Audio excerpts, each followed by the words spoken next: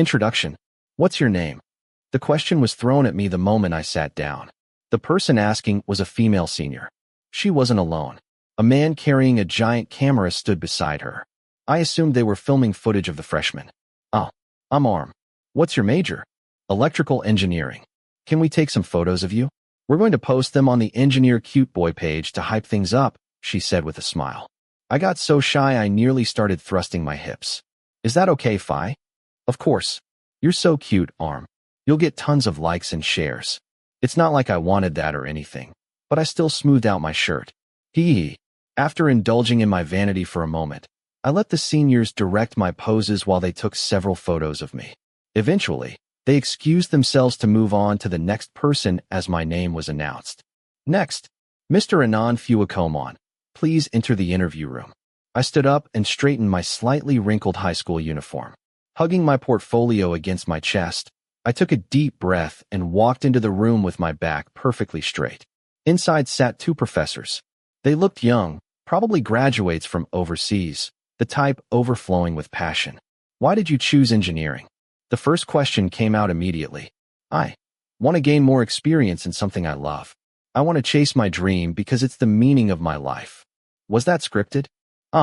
These tours were way too sharp. My name is Arm. Anand Fuakomon. I was born on a Wednesday night and graduated from an all-boys school with a GPA of 3.89. I didn't apply to engineering for experience, nor was it my childhood dream. When I was little, I wanted to become Ultraman. Later, after graduating high school, I wanted to apply to the mass communication department instead. My father didn't approve. Dad said I had no talent in that field, whether it was social media, films, or television. I admitted I wasn't particularly talented, but I still wanted to try. It was my dream. My father simply didn't understand his teenage son. Anyway, since I was such a good boy, I applied to engineering just like he wanted.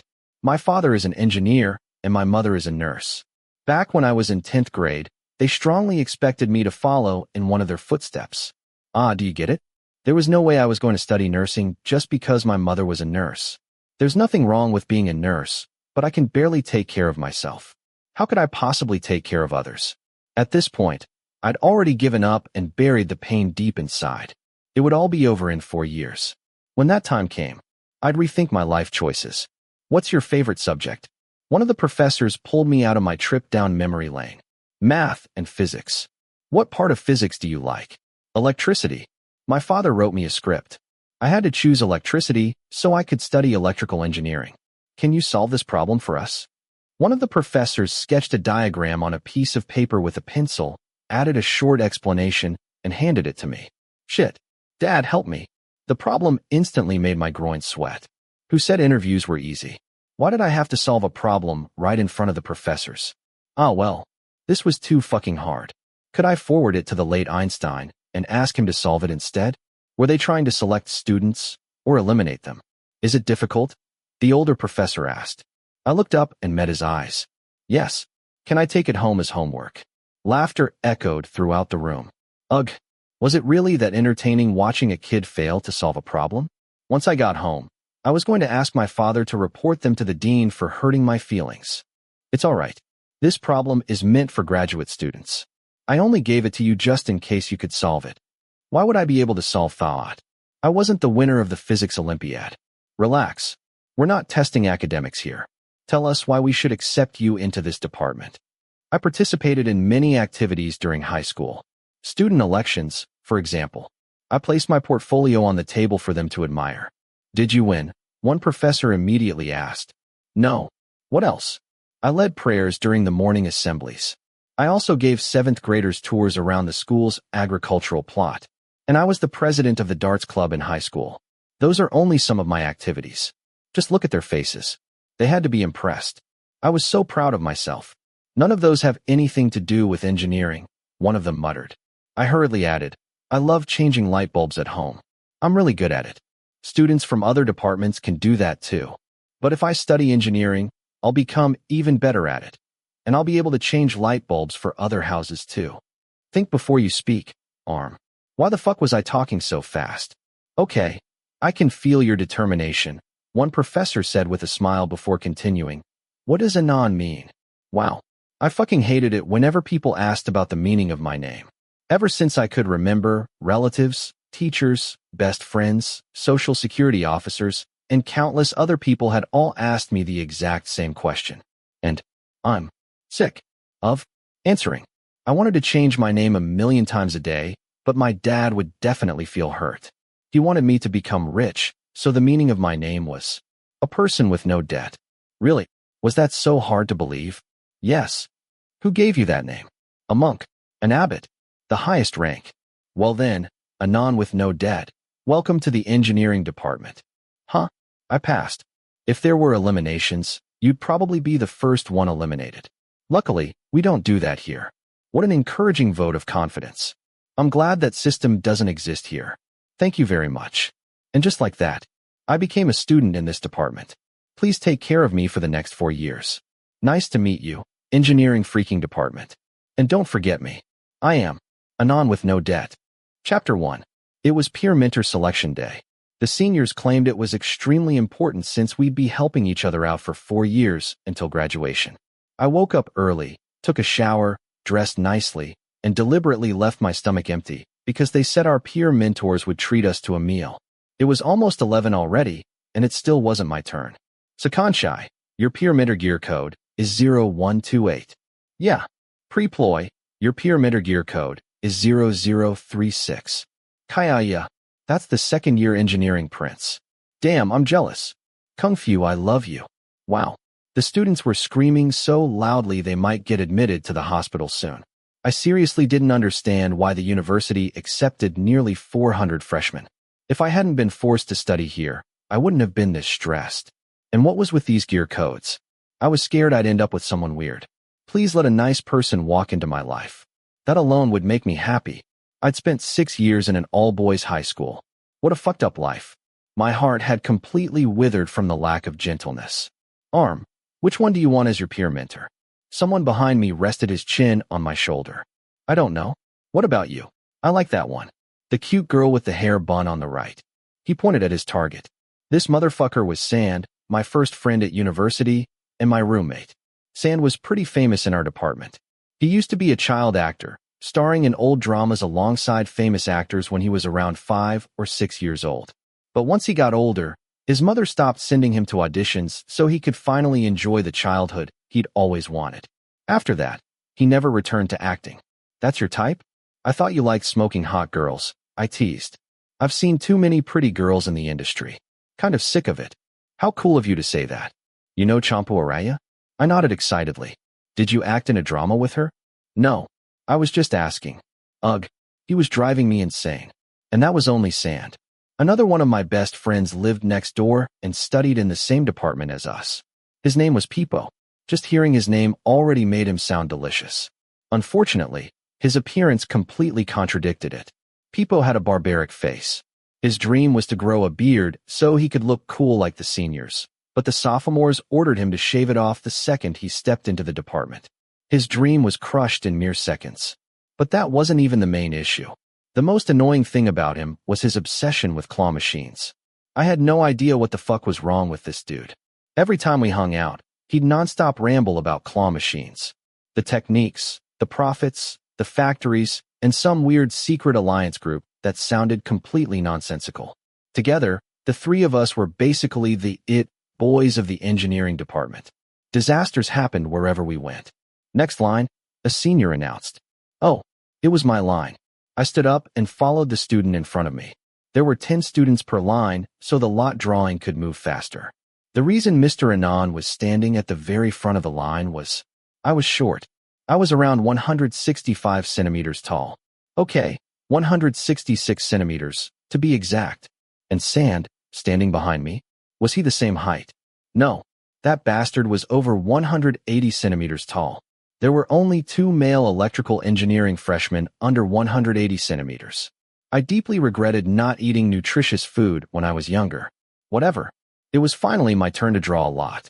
Go ahead, Arm. Ooh, how exciting. As if. I randomly grabbed one without thinking and handed the tiny rolled-up white paper to the senior with twin ponytails. Anon, your peer mentor gear code is 0498. Ho! The sophomores hollered from across the hall.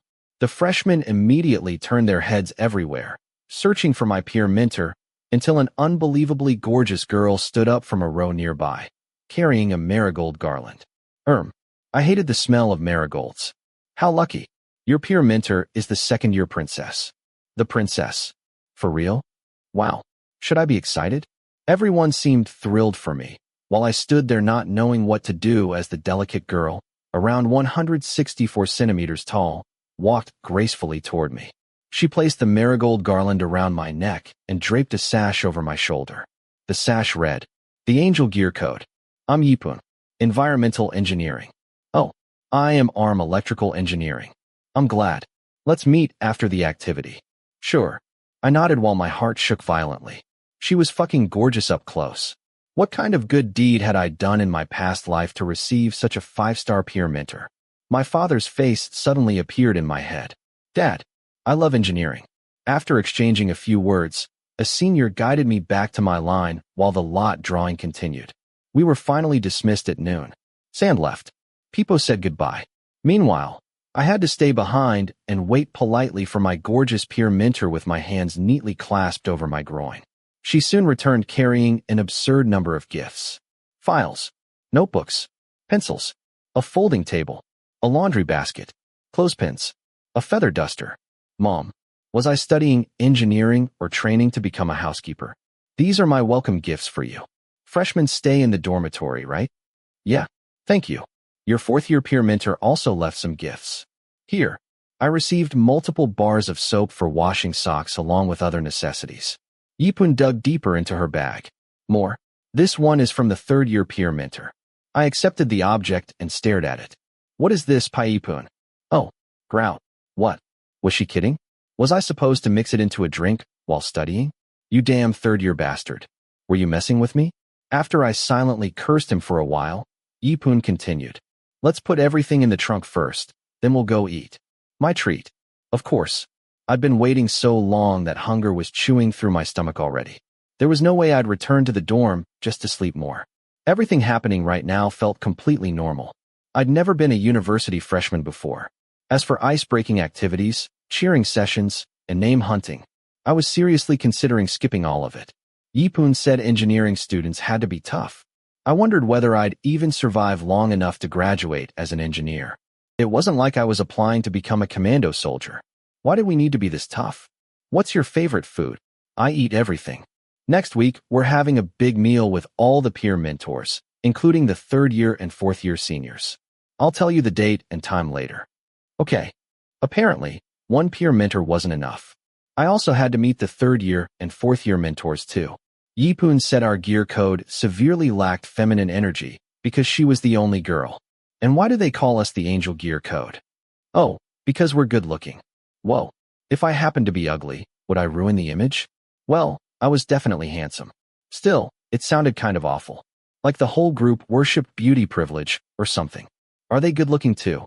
The fourth-year peer mentor is the campus prince, and the third-year one is the superior prince. What's a superior prince? He's a soccer player. Huh, a soccer player who's more handsome than the campus prince. She wiggled her eyebrows. Oh. Now I really wanted to see whether this third-year peer mentor was truly as insanely handsome as described. Have you checked the Engineer Cute Boy page? Kind of. What was she getting at? Check it if you want to see the fourth-year peer mentor. His name is Jet. Then she added, also, I'm the admin. Huh, yeah, nobody knows. I promised myself I'd appoint my peer mentee as the second admin so we could run the page with over 100,000 followers together. Yipun grinned. Wait. Wasn't she supposed to ask whether I even wanted to become her subordinate? A guy who said joining this gear code was like winning the lottery. What the hell? She wanted me to help manage some ridiculous page dedicated to engineering boys. I barely knew anyone in the department, and my curiosity level was way lower than everyone else's. The easiest thing I could do was upload my own photos to promote myself. When I came for the interview 2 weeks ago, I met someone who helped run the page. How many admins are there? Oh, Jib? She manages the university page now. I'm handling this one alone. I see. Your photo on the page was cute. The one in your school uniform got lots of likes. Oh, I'm flattered. It's not like that. I promoted it myself. What the heck? I really don't think I should be an admin. You'll do fine. If someone suggests a hot guy, you just upload his photo with a caption. But I think, oh, except this guy? You absolutely can't post photos of him. Hey, Yipun, who are you eating with? Oh, do you understand the joy of being interrupted at the perfect possible moment? This conversation was never going to end. The guy spent forever talking to her, leaving me barely any chance to speak. Yipun used almost our entire meal chatting happily with some flirty guy. I used to be like that too. In the end, Anon with no debt received a mission to restore the honor of engineering boys by somehow becoming another admin of a page with over 100,000 followers. Engineer cute boy. I opened my beloved MacBook at a cafe, tapped my fingers on the table a few times, and sipped green tea with my other hand. After mentally preparing myself for days, I finally accepted the role of second admin. Yipun had abandoned the page for nearly a week already. She was completely crazy about her boyfriend. And I'd recently learned that her boyfriend was actually the fourth-year peer mentor. Ugh, Jet was fucking handsome. As expected from the campus prince. When I first saw his photo, I froze for 35 seconds straight. Then I became insanely jealous after meeting him in person. How the fuck could someone be that ridiculously good-looking? And on top of that, he was nice too. Standing beside him made me feel like Pororo. I honestly wanted to exile myself from the Angel Gear code. Jet's out-of-this-world beauty caused Jib to constantly promote him on the page. We regularly posted famous boys, while helping advertise less popular ones too. I was one of those. And that legendary school uniform photo? I swore no one would ever upload my pictures again for as long as I remained an admin. Ping. I clicked the notification on the page account. Most of it was ordinary timeline activity, but there was a message marked with an orange flag, indicating it came through the cute boy page. Admin, can you post Ark's photo? You've never posted him before. He's the most handsome man in the entire world. A photo was attached. Suddenly, my heart pounded like a rock concert. How long had it been since I'd felt this way? My hands trembled. I could barely move my limbs. Low battery. Phew luck. Perfect freaking timing. I hurriedly grabbed my charger from my bag and plugged the laptop in. By the time I regained my composure, the girl with the adorable profile picture had already gone offline, leaving behind only his photos and some rough information. Good. That saved me the trouble of searching for him myself. His nickname was Ark. His real name was Anil. Ho. His name was almost identical to mine. Mine ended with an N, while his ended with an L. He was a third-year civil engineering student. And the photo she sent me, I became completely speechless. I scrolled down to reread her message, then back up to stare at the photo over and over again in confusion.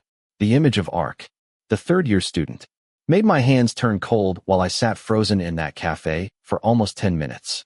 How the fuck was this guy real? There were plenty of attractive people at the university, but this guy stood out beyond everyone else. I'd spent days studying all the hot guys posted on the cute boy page, yet I'd never once come across him on any suggestion list.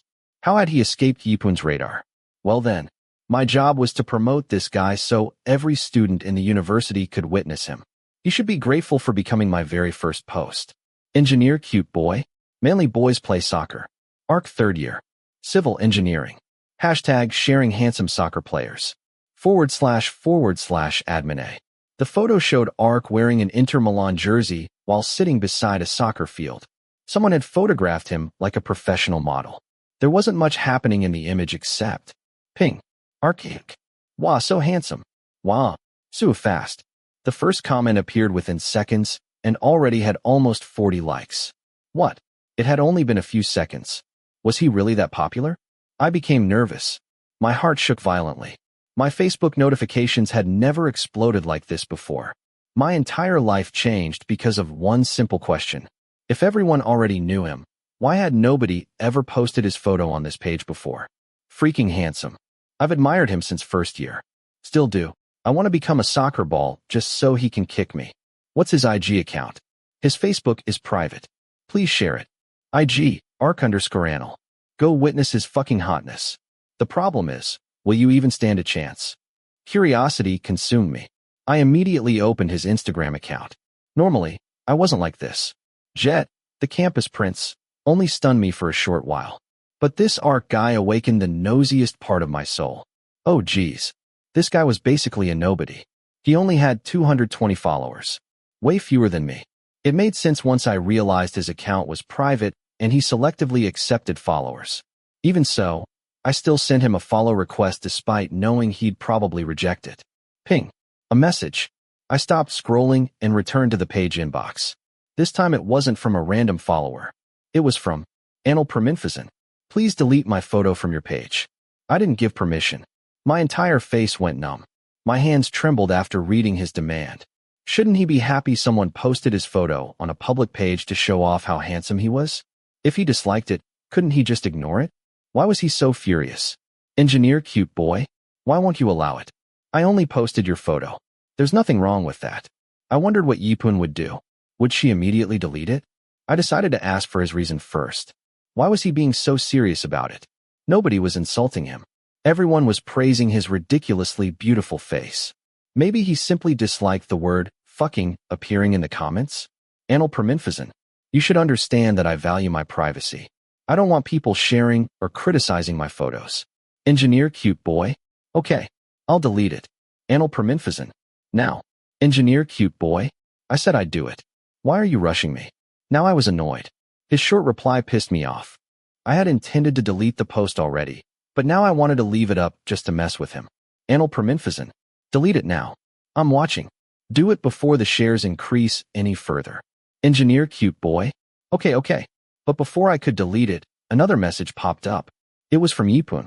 She immediately scolded me and insisted that I must never post that third-year guy under any circumstances. Apparently, he was the one exception. The whole thing. While I made excuses, picked my nose, and bit my nails, the fan page inbox continued exploding non-stop without me reading any of it. After finally finishing my conversation with Yipun, I returned to delete the post. At that point, it already had nearly 7,400 likes, countless comments, and 4,227 shares. I opened the inbox again to tell Ark I'd deleted the photo, but his messages left me speechless for an entire minute. Then anger spread through my entire body. I swore I'd hate this senior until the day I died. Anil, did you delete it? You still haven't deleted it?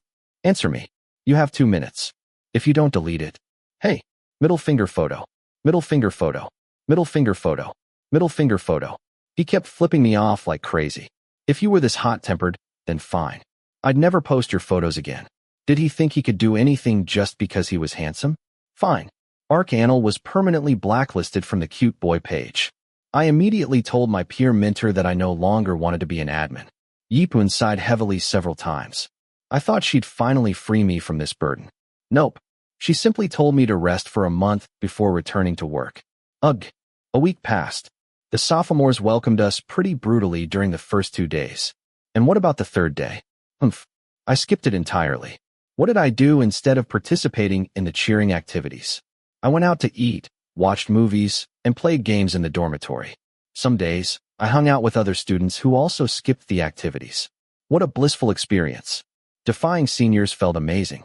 Today, however, was apparently important enough that attendance was mandatory. So I followed my 2 best friends to the activity hall and quietly sat down. Do you know what today is? The host asked through the microphone on stage. No, I'll tell you now. Many handsome seniors are here today because we're selecting participants for the department's Prince and Princess contest. Whoa, amazing. The freshmen screamed excitedly. Honestly, I got excited too. If I happened to discover someone who matched my type, I'd definitely add them to my list. There will be a selection. Each major must send the best-looking students. 5 boys and 5 girls for the first-round selection. Immediately, everyone started scanning the room while the seniors walked through the rows searching for candidates themselves. Since freshmen wore name tags, it was easy to identify people. You should go, Sand, I whispered. You go? This isn't my thing. You used to be an actor. I used to be. You go instead, puh. This stage will showcase your talents. Sand gestured toward the guy behind us. If the prize was a 1-month unlimited claw machine card, I'd gladly do it, Peepo muttered. The 3 of us quietly watched the chaos until suddenly, tap, a senior touched my shoulder. Shit, a senior. Arm, stand up. You're not choosing me, right? This isn't my thing. Just try it. Go to the front. Hey, come take them. Sand and I were dragged to the front against our will, both of us politely clasping our hands over our groins. For the record, They planned to select 10 boys and 10 girls for promotional photos before the contest. I didn't have high hopes anyway. In the first round, participants had to introduce themselves and showcase a talent. The host would call people onto the stage one by one, while everyone else brainstormed performance ideas. "What are you going to do?" Sand asked as a civil engineering student climbed on stage carrying an acoustic guitar. "I'm going to sing," I replied. "What song?" "Fortune Cookie. JittiRain is my bias." "Idiot." "Huh. I was serious." That song had over 125 million views on YouTube. At least 10 million of those were probably from me. I watched it and daydreamed about it every single day. I mentally prepared myself for a long time before the host finally called the first electrical engineering student. Me. Obviously. We were lined up according to height. I took a deep breath. In. Out. May JittiRain bless me. The next performer is Armanon from electrical engineering. Thud. Ho. Ah. Screams echoed throughout the hall. Not because of my exceptional beauty. Not because of my irresistible hotness like everyone might assume. No. An unforgivable technical accident had occurred. I tripped. Someone take Arm to the nurse's office. He fell off the stage. Arm fell off the stage. Arm fell off the stage. Dear JittiRain, I'm sorry I couldn't perform Fortune Cookie for everyone. Please allow me to curl up quietly on this stretcher instead. This was humiliating. At this very moment, I was probably the most famous person in the department. Yesterday, I publicly embarrassed myself. And today, I had to eat with my peer mentors. Wow. I didn't even know how to apologize for disgracing everyone. My knee was injured. Blood smeared across the floor, though thankfully I could still walk. I had dishonored the Angel Gear code. And on top of that, today would be my first time meeting all of my peer mentors together. Yipun reassured me they were only worried about my injury. Apparently, the fourth-year peer mentor was incredibly kind. We met at a restaurant near the university. Beside me sat my beautiful peer mentor, and across from her sat Jet, the fourth-year peer mentor. The seat opposite me remained empty, waiting for the late arrival. "Let's order first," Jet said after we introduced ourselves again. "What about the third-year senior?" I asked curiously. "Oh, he'll be here soon. He said he was practicing soccer with his friends. Sports day is next month." I nodded. Around 20 minutes later, our food arrived. The superior prince was still nowhere to be seen. "Will he come?" He just texted me. "He's almost here." What a relief. I thought I'd die of starvation. Honestly, I didn't care much about him. I cared about the food in front of me. My vision was already blurry from hunger. Soon, soft murmurs spread throughout the restaurant. I turned toward the entrance and saw a very tall man walking inside. His face was flawless. His nose looked as sharply defined as a 21-story concrete dam. He walked in expressionlessly, drenched in sweat, wearing a BG glass soccer shirt. Apparently, he greatly valued Tinus. Wait, he looked familiar. I was certain I'd seen him somewhere before. There he is. Park is here. Ark. Ark. That Ark. That motherfucker Ark. The same bastard who sent me middle finger photos last week. It took me several moments to recover from the shock. I seriously wanted to slap myself to confirm I wasn't dreaming. But as he approached closer, reality became undeniable. This was the superior prince everyone kept talking about. My legs twitched with the urge to kick him, but unfortunately, he was my senior. And thankfully, he had no idea I was the admin behind the Engineer Cute Boy page. Sorry, Jet. Sorry, Yipun. Practice was intense. I pursed my lips while watching the tall figure sit down across from me. Now that I was seeing him in person, I had to admit, he was breathtaking. Unfortunately, his beauty didn't earn my forgiveness. "Oh, Ark, this is Arm. The freshman." "Hey." I replied shortly while avoiding eye contact. The customers nearby kept staring at us. "Seems troublesome," Ark replied. "Not as troublesome as someone here. Cheeky little bastard. You're only slightly better than a delinquent." Wow, you two already get along so well. Do you know how shocked I was when Arm got our gear code? What a coincidence your names are so similar. Haha. Trying to prevent an actual fight, Yipun quickly changed the subject. This wasn't over. I absolutely had to object. I didn't like sharing a similar name with him. Similar names? Mine is Anon with an N. It means a person with no debt. I fucking hated the meaning of my name. Mine ends with an L. What does it mean? I asked. The god of fire. Whoa. Holy fucking shit. Changing just one letter completely altered the meaning. It was like comparing the sky to the Atlantic Ocean. Honestly, he really did resemble fire, especially after furiously flipping me off in the inbox. Today truly proved why this was called the Angel Gear Code. The fourth-year senior was the campus prince. The third-year asshole was the superior prince. The second-year girl was the engineering princess. And me? I was just the idiot who fell off the stage in front of everyone. Oh, Ark, is everything okay now? Jet suddenly spoke after we started eating. I don't care anymore. What happened? Yipun asked. The admin of the engineer cute boy page uploaded my photo without permission, Ark replied. Yipun and I immediately exchanged awkward glances. Do you know who the admin is? Jet asked. No. His name abbreviation is A. If I find him, I'll beat him to a pulp. Crap. Judging from his legs, I'd probably die. There wasn't any real damage done though, right? I suddenly blurted out. For some reason, I felt compelled to defend myself. Well, no, but I don't want my photos posted. I don't want to become famous. I don't want to be the topic of conversations. Understand, it's nice when people talk about you. It's annoying, okay? That settled it. Ark was fucking unapproachable. The ultimate definition of a man. No gentleness toward anyone regardless of gender. Did he think people's feelings were just soccer balls to kick around? Do you have Facebook or Line? I looked up from my food and stared directly at him. My Facebook? Won't that annoy you? I need your contact for peer mentor meals and activities. If you turn out annoying, I'll block you myself. Ouch. Did his parents raise him to speak this directly? Armanon, I answered flatly. How am I supposed to find you with just that? Type it. Ark tossed his phone toward me. This was exciting. I typed my account into his phone. Within 3 seconds, another follow request popped up. A girl with a gorgeous profile picture. One among the 4,503 accounts still waiting. Phew luck. He really left thousands of people hanging. Finished?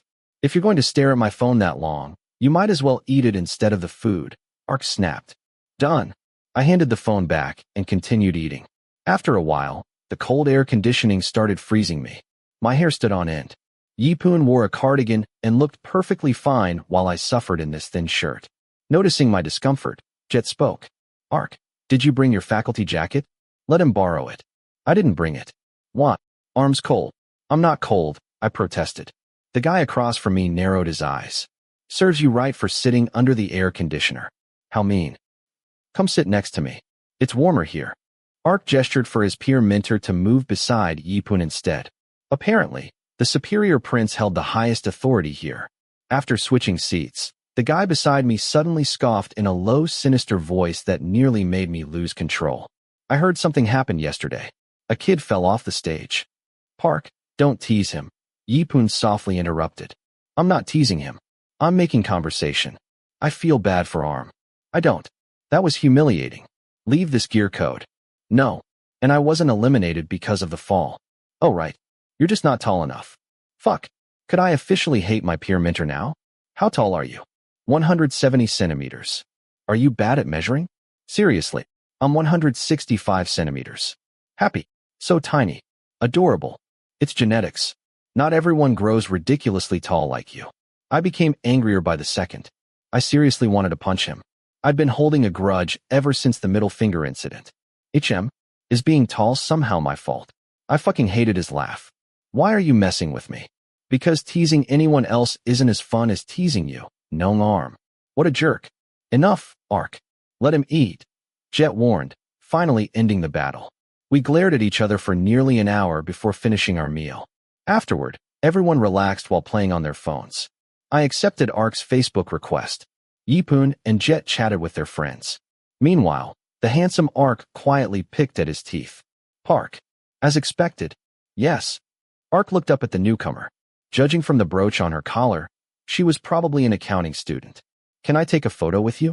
I'm busy. But you've already finished eating. That's why I came over. I'm still building my mood. Yeah. That answer instantly embarrassed the poor girl. Honestly, even I was scared of him. I was so terrified that I no longer wanted to belong to this gear code. Let's take a photo of our code instead. Ark, are you in the mood now? Jet interrupted with a grin, obviously enjoying teasing his peer mentee. I'm always in the mood. Pervert. Think about my girlfriend's feelings. I turned toward Yipun. Ugh. She was smiling brightly. Your girlfriend is worse than the rest of us, I added. Come on. Let's take the picture. Use your phone, Ark. Okay. 3, 2, snap. Everyone looked happy afterward. Soon, we all separated and headed home. Once I returned to the dormitory, I checked the likes on our Angel Gear Code photo. But then, oh, Ark. That bastard uploaded a photo showing only half of his own face and tagged all of us. Ugh. Were there more weird people around here who needed to get their brains examined together? I stared at the screen in disbelief. Where were the rest of us? Huh. Where? All I could see was his left eyebrow, part of a spicy soup pot, and his gigantic left ear occupying the rest of the frame. Foo-uwak. Your skin is so smooth. I'm jealous of Arm for being in the same gear code as the superior prince. Wah, Ark's left ear. Park. Ah. I finally found people crazier than Ark. My department mates. Ever since that photo was uploaded, I became even more famous. Not because people were interested in me. No. The universe had simply thrown me into a gear code alongside the cheekiest peer minter imaginable, and somehow people still adored him. Gone were questions like, have you eaten yet? Or, how's studying? Now there was only one thing anyone ever asked me. Where's Ark? Yipun explained that Ark earned the nickname Superior Prince because everyone believed he was more handsome than the campus prince. But he refused to participate in the contest because he hated being the center of attention. As a result, he became a mysterious, rarely seen senior. Last night, Ark accepted my Instagram follow request. Half of his gallery consisted of soccer shoes, soccer fields, soccer jerseys, and endless soccer-related things. Was he studying engineering? Or training for the national football team? Runless comment. When will you stop being handsome? Kitty_James's comment. Share some of your handsomeness with me, will you? Hashtag fuck you. JittiRain's comment. Handsome as always. Love you forever. Feeling annoyed, I left a sarcastic comment. Arm01's comment. Do you do anything besides playing soccer? I didn't expect him to care. I was just killing time. But shortly afterward, I stared in disbelief at a new notification. Ark_Annal's comment. At Arm01 I do plenty of other things too, but I'll block you if you keep fucking with me. You bastard. I didn't care that he was older than me. I had absolutely no respect for him. So infuriating. I threw my phone onto the bed and entered the bathroom with a towel to calm down. When I came back out, San was glaring at me. What? I asked in confusion. Your phone keeps going off. Girls, San said before turning back to his laptop and continuing his online game without another glance. Curious, I picked up my phone. Every notification came from Instagram. And the reason? Someone had uploaded a photo and tagged my account. It wasn't a cool photo. Not handsome. Not interesting. It was a picture of me falling off the stage. And the caption made my entire body shake with rage. Ark_Annal's post. My peer mentee is a very polite boy. He bows on the floor before introducing himself. At Arm01. You piece of shit. Ark. You piece of shit. Chapter 2. Be patient in the gear code. Beware of the superior prince. The attack from my third-year peer mentor came out of nowhere, and I spent a long time wondering how to respond. To avoid looking like a junior disrespecting his senior, I kept all my resentment bottled up and waited for the day I could get revenge. It wouldn't have been a big deal if the other person was an Ark. His teasing could easily make the entire department gang up on me, and honestly, that would hurt more than falling off the stage. Seriously, how the hell were people seeing his private Instagram posts anyway? Ugh. His followers had screenshot everything and shared it around just for gossip. Besides becoming famous for falling off the stage, I was now also famous for being Ark's peer mentee. First years, second years, third years, fourth years, everybody knew. Seriously, everyone knew about Arm from electrical engineering, the handsome yet unfortunate guy. Arm? Yes. I answered immediately when someone called my name. Kaya. It was Angan, the first-year engineering princess. I almost teared up from happiness that she was talking to me. I remembered cheering for her after my stage accident. Her dance performance hit right in the feels, unlike Theme, who won the first round by singing some sad country song. Did I cheer for him? Of course. I had no choice. I wanted to talk to you, but we never got the chance. We don't have any classes together. Why don't we exchange Line or Facebook contacts? It'd be easier. Yes. It was only my first year, and I might actually get to date the princess of the department. We were standing in front of the main hall, waiting for an activity run by the second years. Even though I skipped sometimes, I still showed up once in a while to avoid trouble. Thankfully, none of these activities were actually required by the university or the department, so I could graduate peacefully even if I skipped most of them. Can I have your line ID? Sure. I pulled out my phone faster than a gymnast. I opened my QR code and let Engen scan it. Finally, I had the engineering princess's line. Now we can chat, Engen chirped happily. I smiled back. Right. Oh, I actually have a favor to ask. Go ahead. I can do anything. I would absolutely do anything for her without thinking. I heard you're in the same gear code as Park from civil engineering. Can you ask him to accept my Facebook and Instagram requests? So she didn't approach me because of my charm and good looks after all. Park again. How many people had tried to get close to me because of that damn superior prince already? What was so great about him? He was just more handsome, taller, more popular, and probably richer. That's all. One day, when it was my turn to shine, all of you would regret ignoring me. All those complaints stayed inside my head while I answered Engen gently. I'll tell him for you. You're so kind, Arm. Thank you so much. Here, she handed me a pastel-colored paper bag. Macarons. A thank you gift. You really didn't have to. Please take them. I bought them especially for you. The engineering princess had deliberately bribed me. Sigh. Well, thank you. No problem at all. Don't forget to tell Park for me. She smiled brightly. Damn it. Give me back the time I spent cheering for you. I won't forget. I'll tell him. The problem is, I don't know when I'll see him again. Why? As you know, Park is like a ghost. You're lucky if you even spot him. It was true. Ever since the meal with my peer mentors 2 weeks ago, I hadn't seen him once, despite us being in the same department. After the activity, I went back to the dorm to play games with my gang. The next morning, I had breakfast and attended classes like usual, never expecting the invisible man to suddenly appear at noon. Deoweowon. Did Engen use black magic to summon him today? The moment I spotted Ark nearby, I lowered my head so far my chin nearly touched my chest, trying to hide from him. I really didn't want to deal with him right now, especially not with all the attention that came with it. People had already been bothering me because of his Instagram reply before. This could become even worse. What would you like, son? The drink stall Annie asked kindly. Peach tea, please. And what about the handsome boy behind you? 1 bottle of water, please. Fuck. Why was he standing right behind me breathing down my neck? Should I greet him politely, or just pretend he didn't exist? The water is 7 baht. Just a moment for the peach tea, sweetheart, the Annie said. I'll pay for his peach tea too.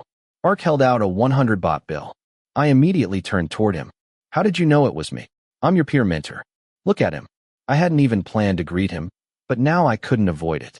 Where have you been these past few weeks? I never saw you anywhere. None of your business. This was how he spoke to his peer mentee. Ugh, asshole. I seriously wanted to ask Yipun to remove me from this gear code. Yeah, none of my freaking business. Thanks for the tea. I grabbed my peach tea and headed toward the food stalls, refusing to continue talking to him. Unfortunately, the ghost followed me. Why are you following me? I muttered quietly. You're so full of yourself. I'm buying food. He walked ahead and pointed at the menu before turning back to me. What do you want? Crispy pork basil. MHM. Then he walked away. Why did he even ask? Oh, so you're not paying for me. Why would I? It's your food. You asked me. Can I ask? Ark. I never wanted to see you in the first place if you were just going to mess with me. But since you're here, my friend Engen, the engineering princess, sent you requests on Facebook and Instagram. Can you accept them? I hurriedly said it now, so I wouldn't have to chase him down again later. Ark narrowed his eyes at me. Why are you telling me this? Ugh, so you'll accept them. Especially Instagram. I'll think about it. He sounded like a liar. I know you're handsome, but stop playing hard to get. Eat with me, and I'll tell you. When I stayed silent, Ark grabbed the collar of my shirt and held me in place. Everyone in the cafeteria stared at us. Will you sit with me? Arm. How was I supposed to refuse when he emphasized every word like that? Fine. I'll tell my friends first. Let go of my shirt. You wrinkled it. Tying this stupid necktie every morning was already hard enough. Unlike the seniors, I couldn't wear whatever I wanted. Freshmen had to follow the dress code exactly. Slacks, tie, leather shoes, name tag, everything. Be quick. So bossy. I'm telling my friends I'm eating with my peer many too, so shut up. Under the supreme command from above, I returned to Sand and Peepo, who had been watching everything. They immediately waved me away. Eventually, I ended up sitting stiffly beside Ark while half the cafeteria stared at us. "How's university life?" my third-year peer mentor asked after we started eating. "Good. How about you? It's not your job to ask questions. You piece of shit. What about the cheering activities? Did you attend?" That question sent chills through my body. Well, I honestly couldn't remember how many times I'd gone. Most of the time I skipped to eat shaved ice with my friends. "Oh, I went sometimes.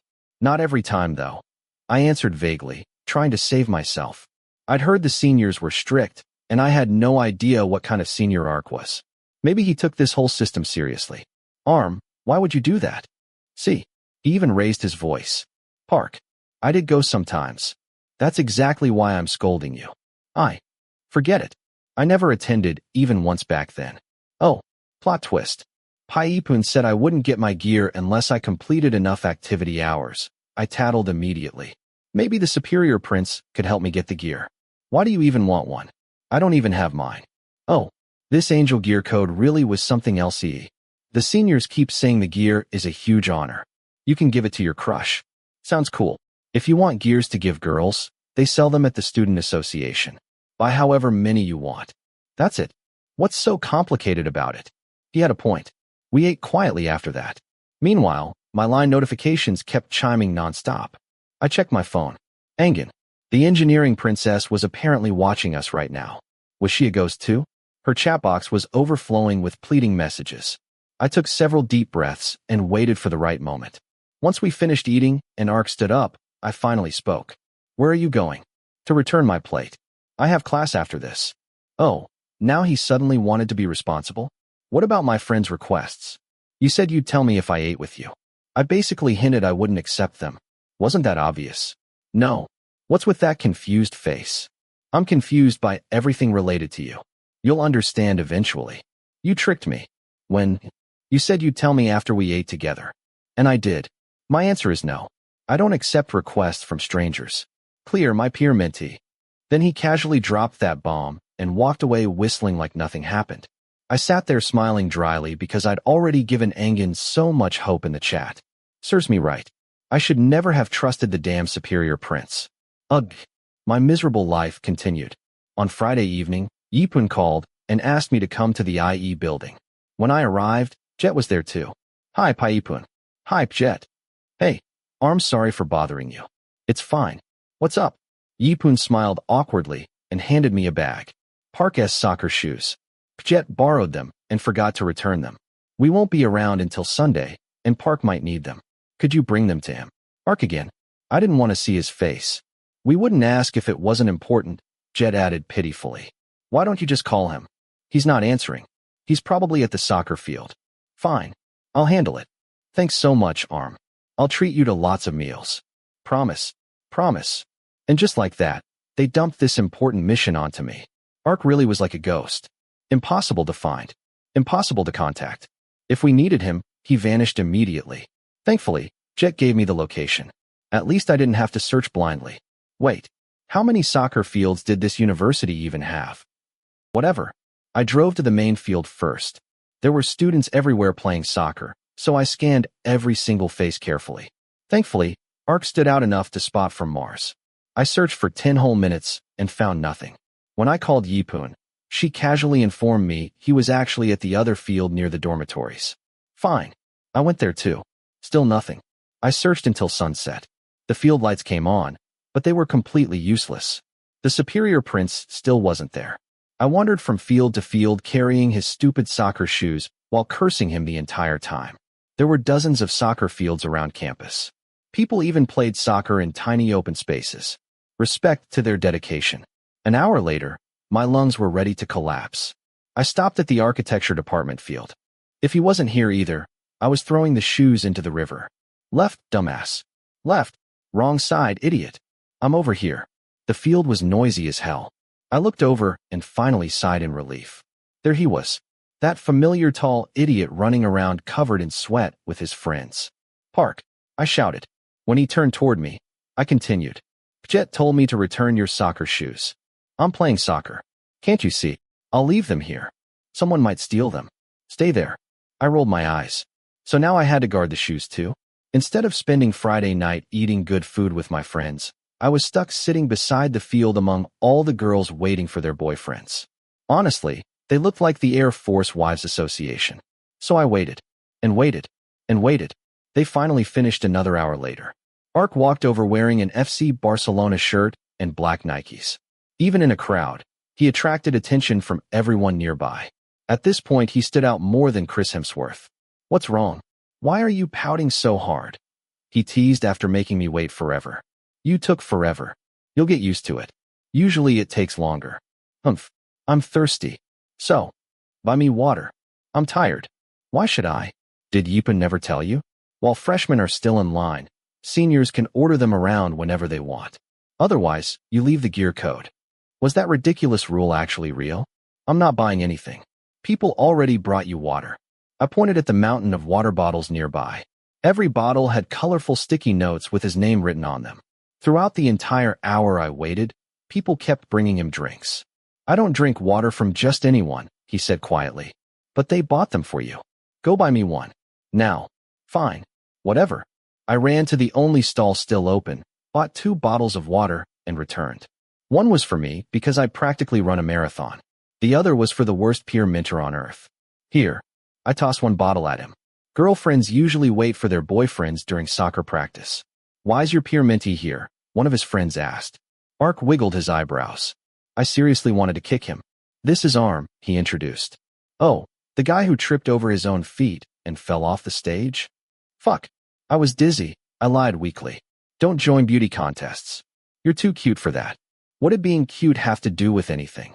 I was perfectly capable of becoming department prince if I wanted. I just couldn't be bothered arguing. Ark opened the bottle and drank like he'd been stranded in the desert for years. After finishing, he held out his hand toward me. "What?" "The other bottle." It would have been rude to refuse, even though I was thirsty too. "Here." This was truly the documentary of my miserable life. I spent hours running around campus searching for him only to watch him steal my water. Ark drank half the second bottle before finally handing it back. "Just admit you're thirsty." "I'm not. I'll finish it all then." And he actually would have. "Thanks a lot. I'm leaving." Ark grabbed the soccer shoes I'd carried around campus for hours and prepared to leave. "You're leaving already?" one of the big guys asked. "Yeah. See you tonight. Don't be late." "Ark, why don't you bring your peer mentee too? Let him experience the world." Ark stopped walking and turned to look at me. "Wanna come?" "Where?" "Bang on Pachana." "Oh, a restaurant." And I was starving. "Your treat." "Yeah. I'm going. See you at 9. Why did they eat dinner so late?" I stared at him walking away without explaining anything else. "I'm heading out too." "Arm?" "Yes." "Take your water." "Water?" "Your water." I looked down at the bottles from Ark's admirers. The names had been crossed out. Instead of Ark, they now read Arm. I changed into casual clothes and left the dorm in sandals while Sand and Peepo went to dinner together. Since Ark was picking me up, I could at least save gas money. "Get in." A black car stopped beside me. Okay.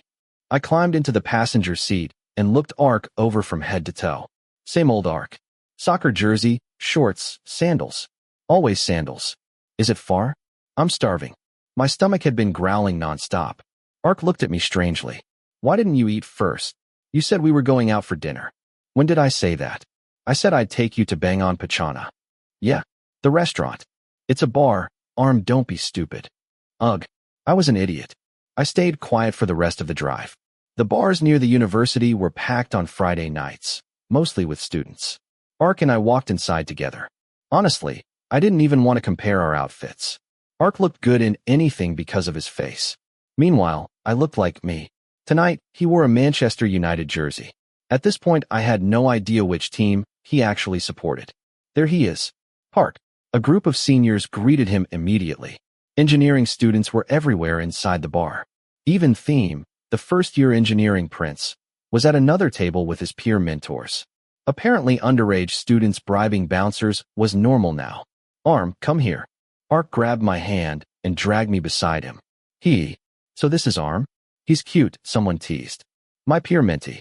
Don't flirt with him." "Why are you so protective?" "He's my junior." Ark was my superhero.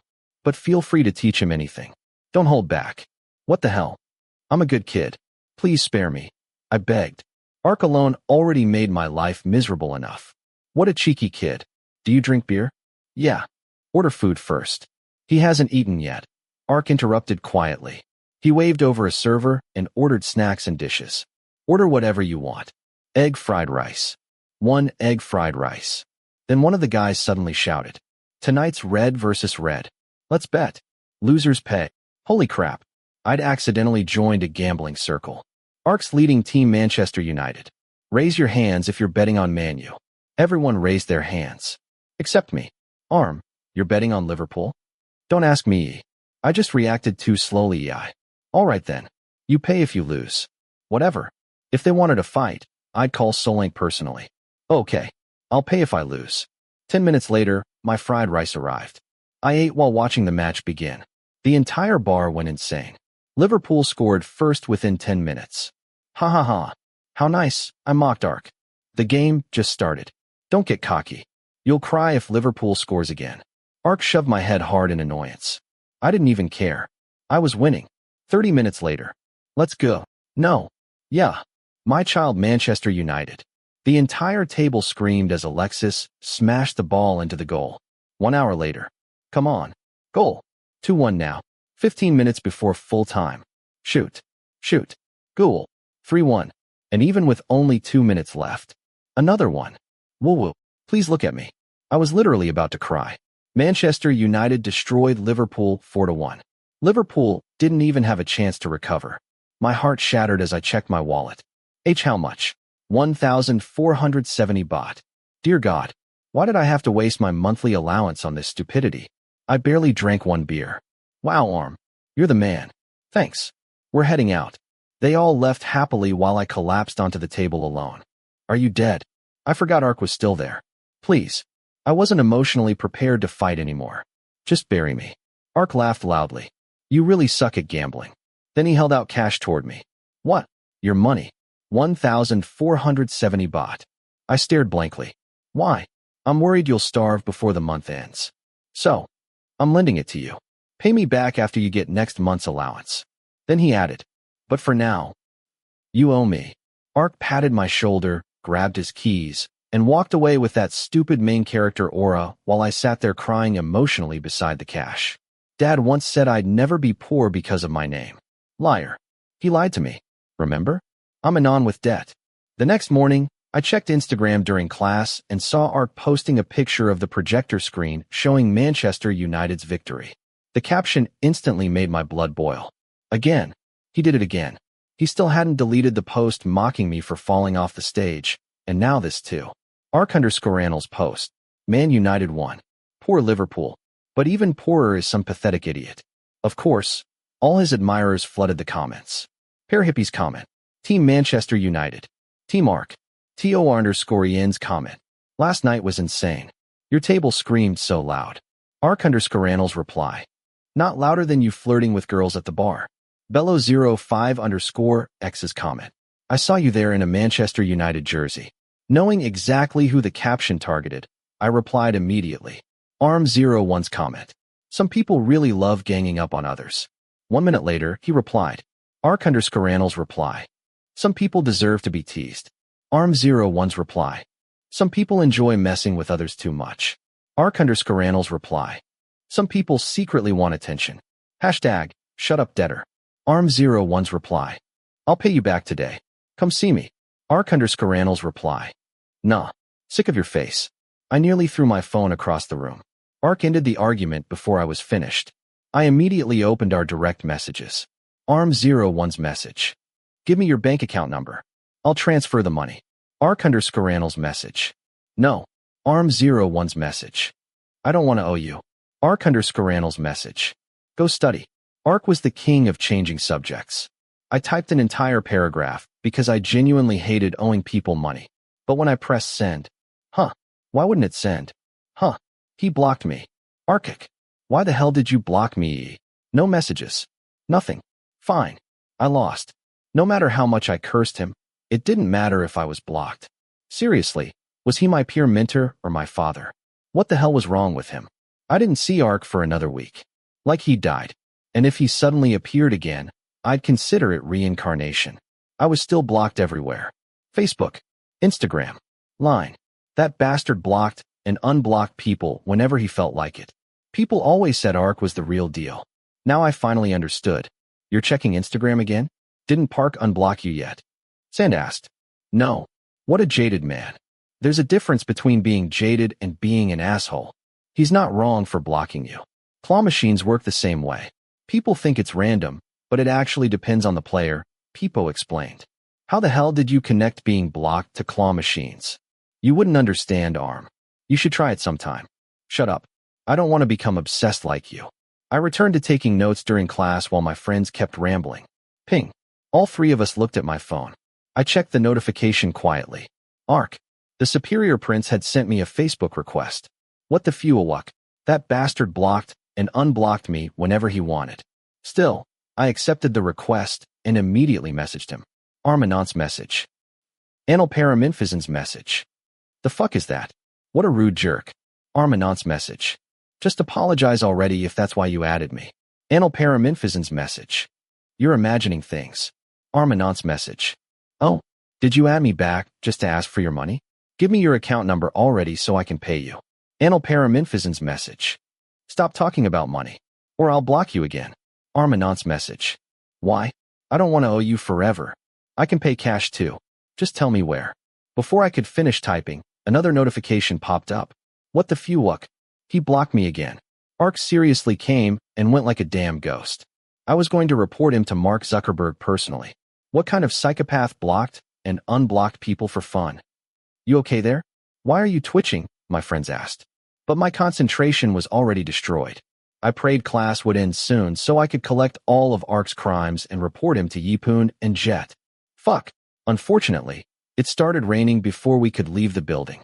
Students scattered everywhere like worms thrown into boiling water. Some stayed inside. Others sprinted through the rain looking for shelter. My group was no different. Let's go to the cafe at the agriculture department, I suggested. Do they have claw machines? Peepo asked. I'll punch you if you mention claw machines again. That immediately shut him up. Sand sighed dramatically before nodding. We ran through the hallways and across the rain toward the cafe. Even though it wasn't far, I still ended up soaked completely. What do you guys want? I asked after we got inside. 2 mochas. We'll grab seats. The cafe was packed with students hiding from the rain, but thankfully my friends found us a table. I ordered the drinks and dragged myself over. We chatted for a while before everyone started using their phones. Perfect timing. I was about to snitch about Ark to my other peer mentors. It's Park. Oh my god, it's Park. The entire cafe suddenly stirred. I looked up. Ark entered with his friends, completely soaked from the rain. Even drenched, he still looked annoyingly handsome. The tall bastard ordered coffee before walking toward a table on the other side. I swear he noticed me sitting there. That's your peer mentor, Sand whispered. Not anymore. I exiled him. Can you even do that? He blocked me. Maybe stop annoying him then. Too late. We tried to ignore him.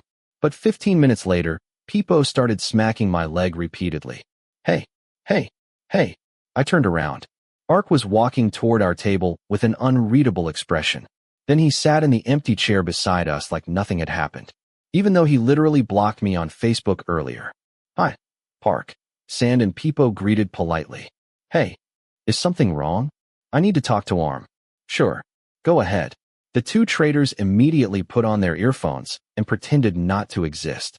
Why would you run in the rain? Ark asked. What kind of opening question was that? Was I supposed to answer politely? Who did he think I was? This was Arm Anon, graduate of 6 years in an all-boys school. What? Do we even know each other? Arm, we don't. Want me to slap you? Stop messing around. You blocked me. I don't talk to strangers. Ark, our drinks are here. Let's go, one of his friends called. Ark turned and nodded. Gotta go. Yeah. Then he looked back at me. Did you bring an umbrella? Excuse me? Why are you asking? Oh, so you're going to keep acting like this? Ark stood up and walked to the cafe counter. Then he pointed directly at me and loudly told the staff.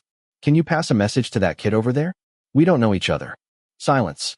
Tell him to take care of himself since it's raining. Silence. And if he gets sick, I'll kick his ass. Silence. That's all. Then Ark grabbed his drink and left the cafe, leaving literally everyone confused, including me. What the hell was wrong with him? Chapter 3. Ark, The superior prince was the third child in his family. His full name was Anil Perminfazan. I didn't understand why rich people had such dramatically long surnames. According to the rumors, he was the self-important youngest child because his parents spoiled him rotten. The eldest daughter, Im, had married the son of the owner of a European car showroom. The middle son was about to graduate from the International Engineering Department on the other side of our university. As for the superior prince, he was currently my fucking annoying peer mentor. Park is super evil. I thought he was a DC character. Peepo broke the silence after letting me dig through the third-year jerk's background for a while. This stuff was basic. Everyone knew it. But digging into his abnormal personality was definitely not a piece of cake. He's always messing around. Does he think he can do anything because he's handsome? I said, pursing my lips. Right? You're never wrong when you're good-looking. See? The students were swooning. San chimed in. I glanced around and found all eyes on me. Good thing I'm just his peer mentee. I couldn't imagine how his future lover would survive until graduation with countless enemies surrounding them. Would his future lover be at fault? No. Ark was the problem for being born such a pain in the ass. Ark had said he'd kick my ass if I got sick. As if I'd be scared. Who was I? A non with no debt, whose health never worried his parents. Why? Because I got sick so often they'd already made peace with it. Teenagers were rebellious. Warnings only tempted them more. My father once forbade me from riding motorcycles, so the next day, I borrowed my cousin's big bike at my relative's house. I ended up crashing into a coriander field. My mother once forbade me from traveling far away, so, as a good son, I went on a 5-day trip to Singapore with my friends in 8th grade. Did Ark seriously think he could stop me from doing anything? Let's go. I'm uncomfortable being the center of attention, I said, standing up. My best friend stared at me in confusion. What the hell, Arm? It's raining. Have you never listened to that song? It says you shouldn't fear the rain because it moisturizes you. Park and his friends left in the rain too. They had umbrellas, dumbass. Are your bodies that weak? Don't be dramatic. Sand and Peepo exchanged looks before getting fired up. Let's go then. What the fuck are you waiting for? The cafe wasn't far from the department building, but the pouring rain completely drenched us. By the time we ran from the building to the parking lot, we looked unimaginably pathetic, our wet hair plastered to our heads. My image was ruined. Why the fuck did you turn on the AC? It's cold, Sand snarled while shivering the moment we got into my car. Ah, what a weak little child star. How adorable, I teased. Peepo burst out laughing. Get in the back, Sand. I'll block the draft for you. Peepo switched to the front seat beside me while I drove us back to the dormitory in delight. Right. The singer said you shouldn't fear the rain because it moisturized you. Hey, achoo, shit. I had a fever. I realized something was wrong when I woke up. My body felt weak, my eyelids were heavy, and I'd been coughing since last night. Now my nose wouldn't stop running. I shouldn't have acted tough in front of my friends. The one who had complained about the cold air yesterday was now folding clothes at the foot of my bed while whistling. Fuck you. Arg. Blair Ward. Peepo suddenly ran into the bathroom. His condition was even worse. Did a plushie get you pregnant? I shouted toward the bathroom. Fuck off. I coughed so hard I puked. I'm pissed at myself. Both of you suck. I flipped Sand off to express my gratitude. Should I let him drive alone to the apartment building? We sometimes took turns using our cars for convenience, though most of the time we went together since our destinations were the same.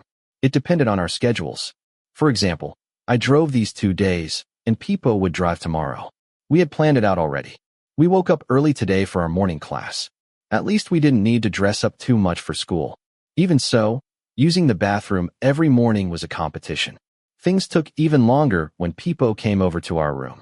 Peepo said his roommate was disgusting and never flushed the toilet, so he often used ours instead. I could only pray for patience. I loved my friends, but I seriously couldn't wait until I could rent my own apartment and have my own bathroom.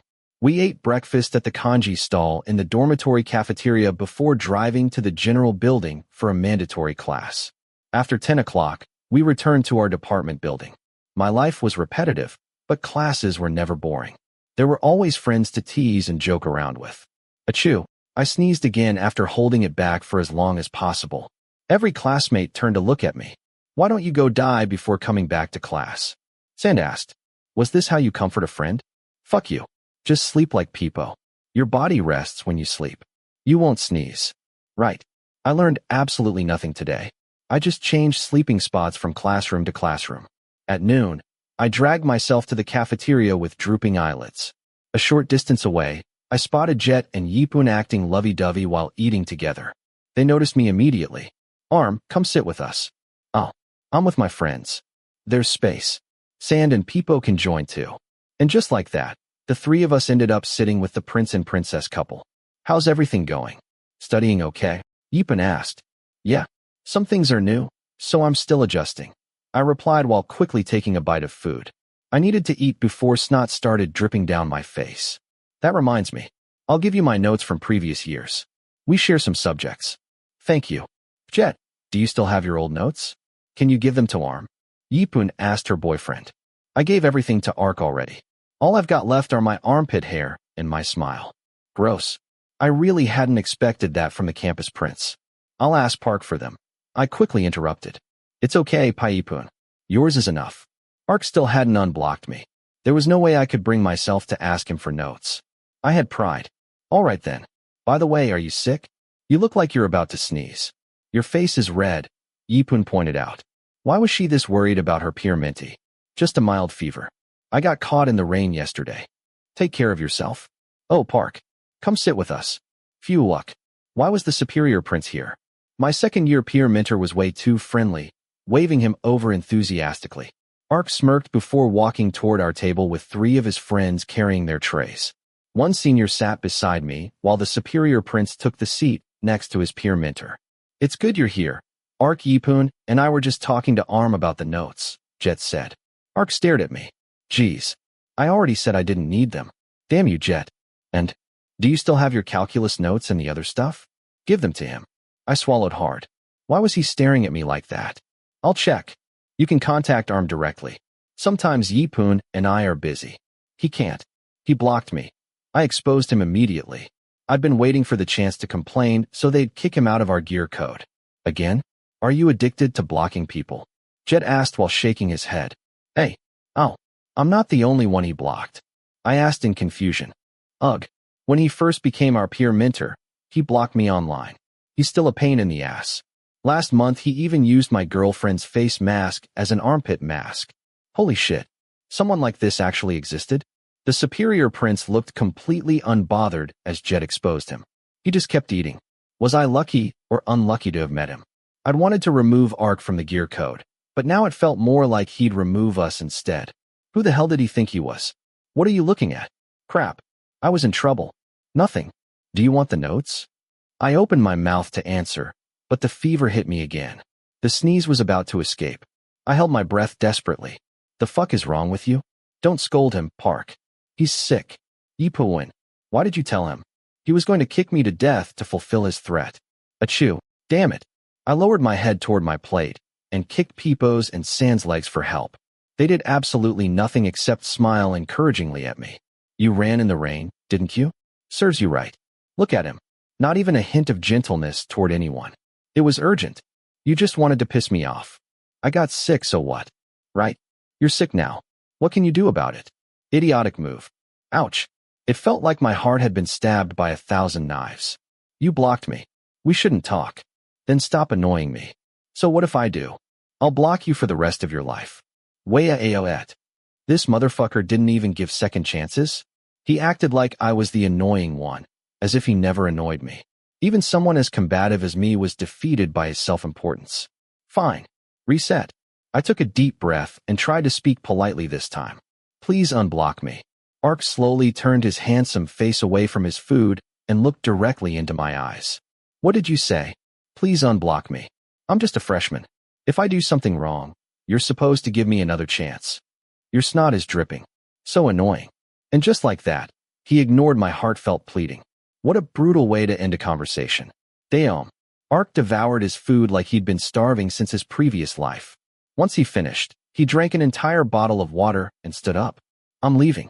The freshman's face annoys me. Ark walked away without another glance. His friends laughed and followed him, leaving all of us speechless.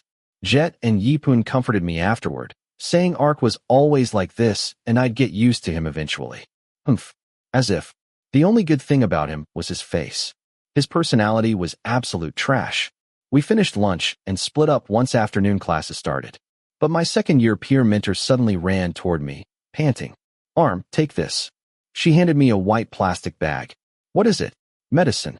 You didn't have to be so kind to me. I was so touched I almost cried. I didn't buy it. Oh, it's from Park. He specifically said you'd be kicked out if you didn't recover. Hey, take care of yourself. I need to go to class now. See you later.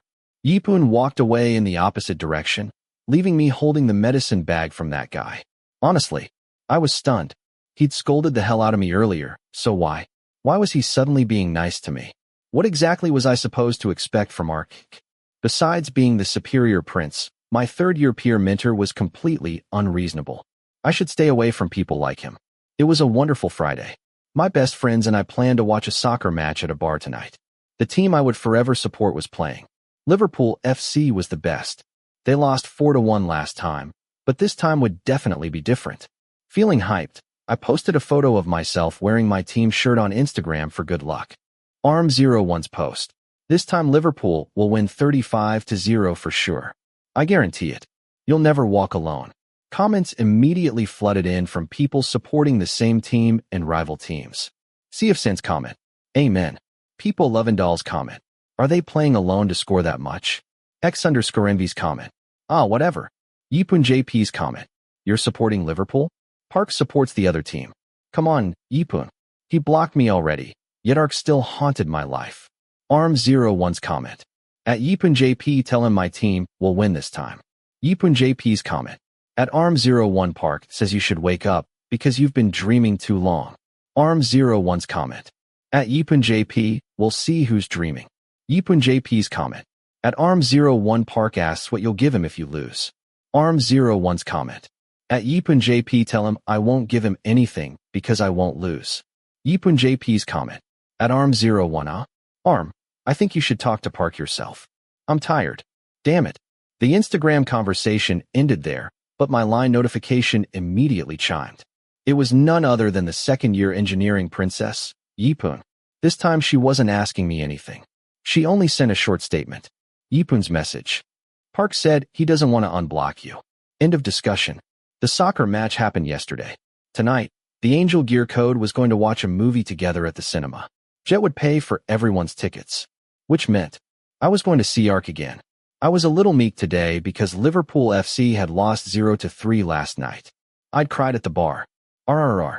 I reached into my pocket, pulled out my beloved phone, and answered the call from my peer mentor. Yipun's voice. Arm. Pi Yipun, I'm waiting in front of my dorm. She'd said she would pick me up since we lived on the same route. I hadn't refused. Yipun's voice. Park will pick you up. Jet, and I will wait at the mall. Holy shit. She was abandoning me with the devil. And speaking of the devil, Ark's car appeared in the distance and stopped beside the sidewalk. I hung up, walked toward my third-year peer mentor, and took a deep breath to gather my courage. Ark wore a casual black t-shirt, shorts, and the same old sandals while sitting in the driver's seat. He stared straight into my soul before greeting me. Gone. Fucking cold. And no, I'm here. I meant your fever. It's gone. I opened the door and quietly got in. I heard your team lost. Fuck. He brought it up. Someone like Anon honestly had no idea what to do besides scratching his neck awkwardly. I have nothing to say. I got ahead of myself. Kinda embarrassing.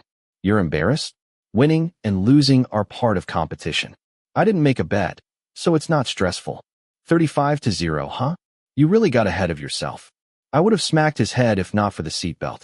The car moved slowly through traffic while I silently held my grudge inside. Ever since I joined the Angel Gear Code, how many times had I become Ark's victim? He made me owe him money, mocked me constantly, and blocked me on every social media platform. Even my father treated me better. Jet had already sent us the location. I prayed we'd arrive soon so the superior prince would stop teasing me. Unfortunately, traffic was terrible. Another car suddenly tried to cut in front of us. Did impulsive Ark allow it? Absolutely not. Park, be careful. I'm scared. I muttered while digging my nails into the seat. Was he driving or flying? I can dodge it. Of course you could. But if we crashed, I'd die first sitting on this side.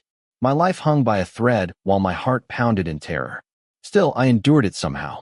We'd arrive soon after this intersection. The car ahead moved when the traffic light turned green. We should have calmly waited our turn far behind, but watch out. Another car suddenly forced its way into our lane at the last second. Fucking selfish. Still, I was scared of dying. Just let them in. Why should I? They already cut in front of 20 cars. We're kind Thai people. They cut the line 20 times already. I don't care about the others, but I'm not letting this slide. Park, you're about to hit them. Fuck, hey. Arm, get your phone.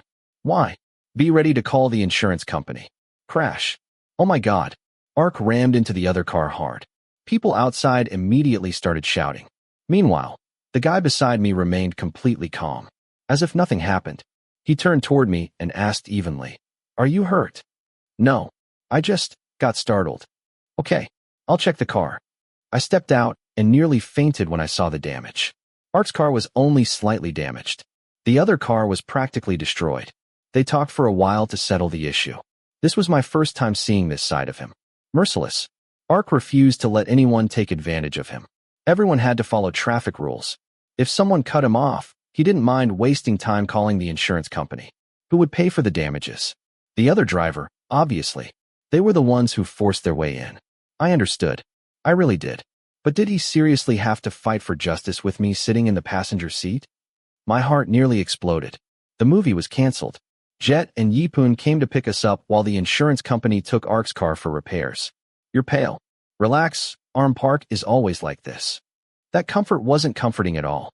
Jet was now driving, with the superior prince sitting beside him while Yipun and I sat in the back. Thank God, Jet didn't let Ark touch the steering wheel again. I was just surprised by the crash, I admitted while rubbing my arms. The damage assessment called it minor. Whoa, those cars looked seriously wrecked. Whatever. Everything's fine now. Ark, don't do this again. It's dangerous for both you and Arm. What if something happened to him? Jet said seriously. Today he truly acted like the mature eldest peer mentor. Me, Ark replied. You can't take responsibility for everything. Next time, calm down. Okay. I used to be like you. But when you get older and learn how to care about someone, you'll change. Trust me. You won't want to risk the people important to you in situations like this.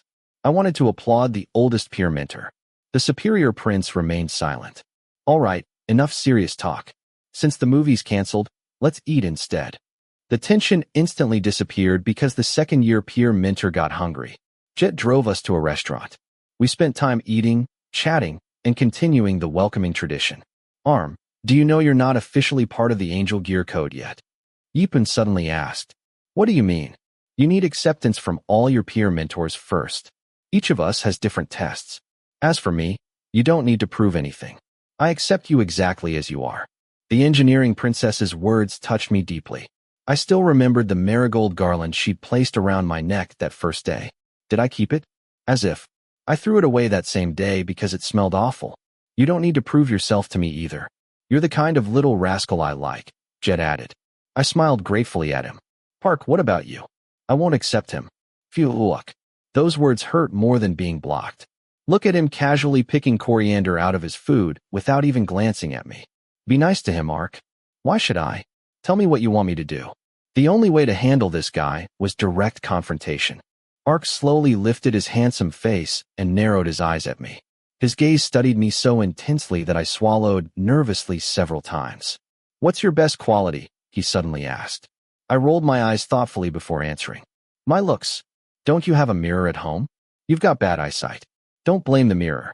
Have you ever refilled a slushie more than once at a convenience store? What kind of question was that? Sometimes. Why did you enroll in engineering? My dad forced me. What are peer mentors to you? Pointless, but nice. What's your goal for first year? To get a girlfriend. A pretty one. If I told you to support Man United, would you? No. Juice or water? Pepsi. If I unblocked you on only one app between Facebook, Instagram, and Line, which would you choose? Line. You're really not my peer mentee. Ark muttered while setting down his spoon and fork before leaning back against the chair. He tilted his head slightly, staring directly at me. Did you want to curse me out when I crashed the car? You can do it now. I did, but no. I'm not hurt. You were just lucky. No. I trusted you. You wouldn't hurt me. Silence filled the table. After a long moment, Ark finally moved. He placed his phone on the table and slid it toward me. On all apps. What? Unblock yourself. And that was how Anon with no debt officially became part of the Angel Gear Code. It had already been nearly a week, but my happiness still lingered. Don't worry about the crash, by the way. The Superior Prince's family bought him a new car immediately afterward. Wow. If the curtains in his room fell down, would they buy him an entirely new apartment too? How rich were they? Yipun told me to come pick up her calculus book and notes at noon, but then she realized she'd already given away most of her books to juniors in her major. So now I was waiting at the cafeteria in front of the dormitory while she searched through Jet's shelves. Arm. A low voice called my name. I looked up. Oh, hey. It was Ark. He was alone, yet still managed to attract everyone's attention. What a ridiculously handsome guy. Girls would probably fall in love just seeing his leg hair. I was jealous. What are you doing? Why the long face? Nothing. I'm waiting for Paipun to bring me her calculus book. She's not coming. She asked me to bring it instead. Huh. Ark sat across from me and handed over the first calculus book. I wanted to hate him, but honestly, I couldn't stay mad after he went out of his way to help me. This one's good. Easy to understand. It also includes exam exercises. There are 2 books, though. If this is the first one, where's the second? Finish this one first. Why don't you just give me both? Why should I? So you won't waste time. I want to waste time. Tell me when you finish it. I'll give you the second book. But, where are you going? None of your business. Ark had unblocked me on social media platforms, but he'd never unblocked anyone in real life. You son of a bitch. Park, tomorrow's the brooch ceremony. Are you coming? I asked despite already knowing the answer. Why would I? You're not getting one.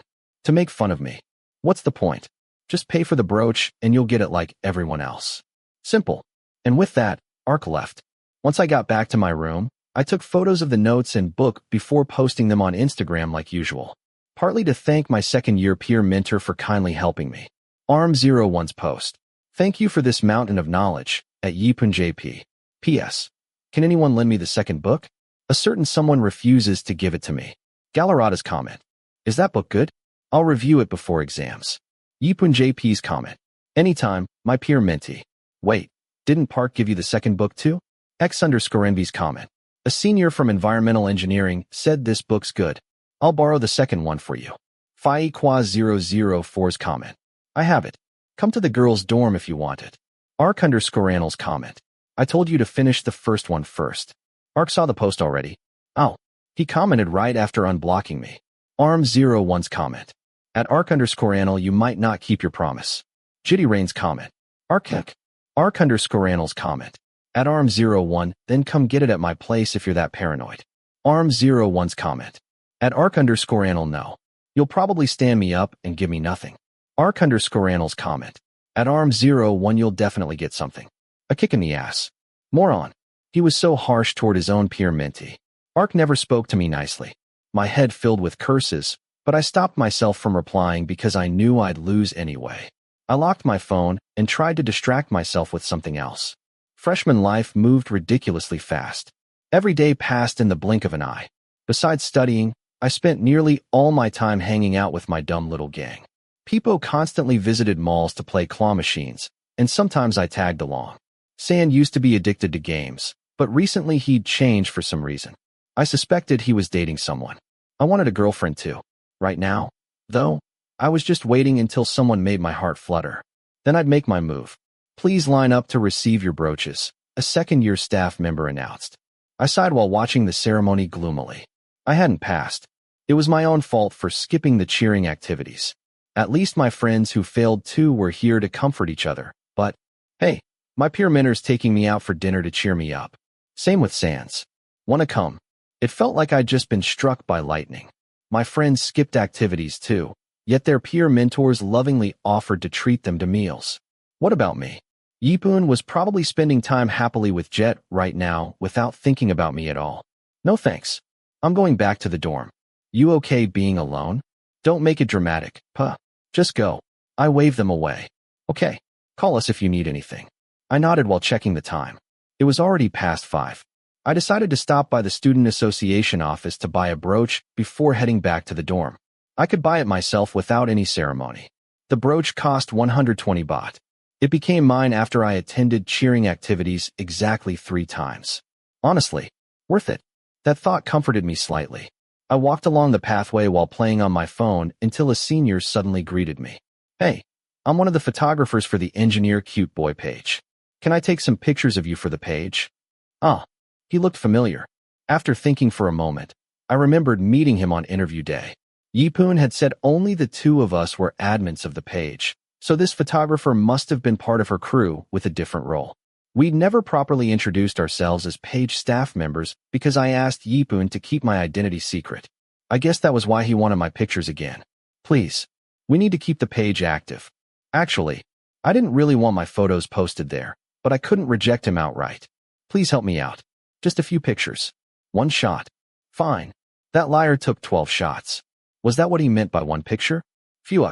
After the photographer left, I walked toward the parking lot, only to run into my third-year peer mentor again for the second time in 2 days. That was incredibly rare.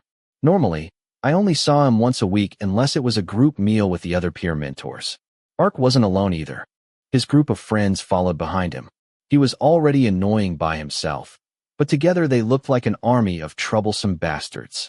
The superior prince had tons of friends, but these three always stayed glued to him. Ark had never introduced them to me. One was an insanely handsome, nerd-looking guy with glasses. Another had a dangerous gangster aura. The last one looked outrageously charismatic and rich even without the word rich written on his forehead. I wanted him as my peer mentor instead. I was certain he'd take much better care of me. Unlike someone rich but emotionally unavailable. Arm, there's a soccer match today, the gangster-looking guy said. I immediately refused. No, I still hadn't paid off my debt from last time. Lesson learned. What the hell? I was just gonna ask which team you support. What teams are playing? Bayern Munich and Dortmund. Dortmund. Okay then. We're betting on Bayern Munich. Arm chose Dortmund. Fuck you. That was when I realized where Ark got his obnoxious personality from. These idiots were definitely his people. Where are you going? Ark suddenly asked. He didn't repeat himself, leaving me to figure out the answer. Well, I'm heading back to the dorm. There was a brooch ceremony today. Yeah, I didn't get one. Pai Panes probably with Jet. Where's your brooch? Ark asked. Huh, where is it? Give it here. I pulled the brooch from my pocket. Ark tore open the plastic wrapping before suddenly yanking my tie forward. I nearly slammed into him. The hell are you doing? I'm putting it on for you. He carefully pinned the brooch onto the center of my tie. So gentle. Done. No ceremony needed. Oh, thank you. You're welcome. Bye. And just like that, he disappeared again. I stood there staring emotionally at my peer mentor's hard work. Gosh, it wasn't even centered, asshole. I returned to my room and collapsed onto my bed before checking my phone.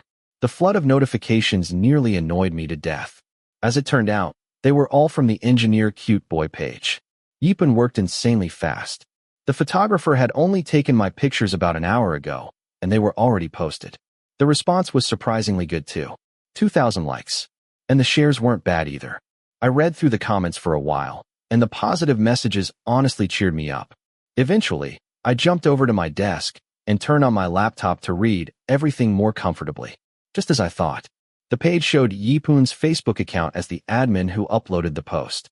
Page admins could see each other's identities since we'd stopped using initials when posting. I kept scrolling through comments until suddenly, a direct message arrived. Curious, I opened it. Deep down, I expected something like, please post more pictures of Arm. I like him so much. But instead, anal paramymphosin. That bastard. Why was it him? I blinked repeatedly just to make sure I wasn't hallucinating. Apparently not. Anal paramymphosin's message. Hey, short. Simple. Exactly like him. Still, I couldn't ignore it. After all, the page hadn't posted his pictures to stir up chaos this time. Engineer Cute Boy's message. Is something wrong? A minute later, he sent a picture. A picture of me. Anal paramymphosin's message. Delete this. Engineer Cute Boy's message. Why? I got permission first. There shouldn't be a problem. Anal paramymphosin's message. I'm Arm's peer mentor. I'll talk to him myself. But please delete the photo. Engineer Cute Boy's message. Do you have any more reasonable reasons? I was genuinely confused. Why was he this upset? This was my photo, not his. Anal paramymphosin's message. This boy isn't public property. He's my peer mentee. I'm protective of my person. I'm protective of my person. I'm protective of my person. Ugh, that was so cringeworthy it physically hurt.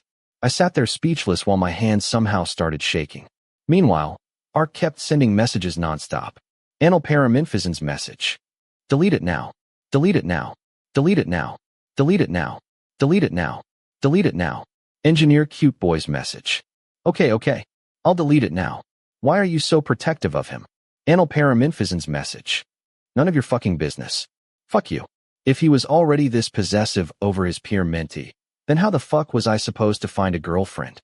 Tell me. Breathe in, breathe out. In, out. Sadhu. Chapter 4. After deleting my photo, I quickly called the other admin, my second-year peer mentor. I told her everything and learned that Ark couldn't possibly know the admins were part of the Angel Gear Code. Yipoon and I decided to keep it a secret and act like nothing had happened. If Ark ever found out, I'd be the first body thrown into the river.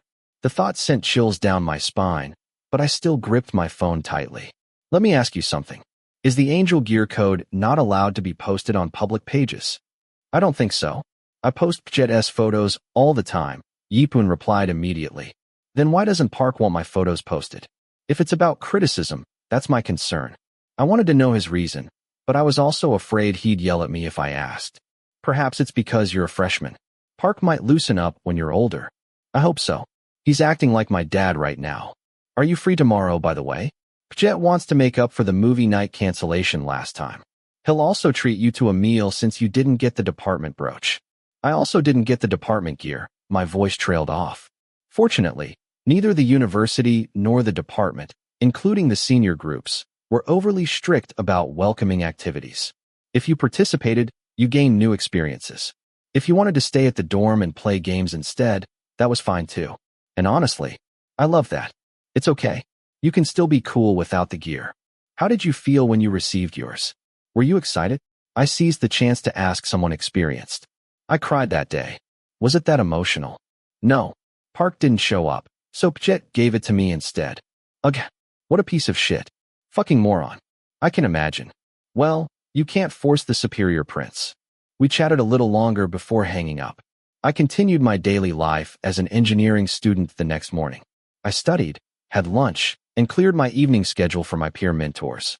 Honestly, I spent so much time with them that my best friends, Peepo and Sand, were on the verge of kicking me out of our silly gang. Let's go together today. Did you tell your friends? Yipoon asked as she walked ahead of me. I trailed after her like a puppy begging for snacks. I did. The Angel Gear Code was ridiculously caring. We had canceled our movie night because of the accident, and the fourth-year and second-year peer mentors still wanted to make it up to me. Okay, your friends won't worry if you come back late. Okay, is Park coming? He didn't confirm anything.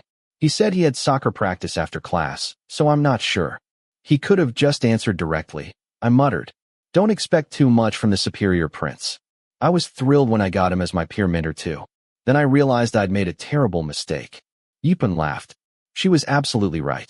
Even I, his second peer mentee, was being driven insane every single day. Ark had dropped a bomb in the page inbox yesterday and scared both Yipoon and me half to death. Even though he still didn't know who the admins really were, just seeing him made us paranoid. Let's wait for Pjet here. He texted me that he'll arrive in 5 minutes. Oh, he's not at the department building. He had classes at the general building today. I nodded. We stopped at the footpath in front of the engineering building and waited for the fourth-year peer mentor to pick us up. We chatted about ordinary things in life, though mostly about Anil, the god of fire. 5 minutes later, Jet's car pulled up. Princess Yipoon took the front seat while I climbed into the back with gloomy eyes. I was so painfully single. I wanted a girlfriend too, someone who'd make my heart flutter. But finding someone like that wasn't easy. My third-year peer mentor had already interfered with my photo on the page. The door I'd opened for girls had been slammed shut before I even got the chance to walk through it. The mall wasn't far from the university. Once we arrived, Jet and Yipoon walked hand in hand, leaving this lonely freshman trailing behind them with a miserable heart. They stopped in front of several stores before turning toward me. Let's eat first. What do you want, Arm? Anything. How about shabu shabu? It's filling, Jet suggested. I nodded without arguing. We were food lovers. Whenever we hung out, food became the priority the second we sat down. At first, Yipoon kept asking whether I wanted this or that. Now, the couple just happily fed each other while completely forgetting their peer mentee existed.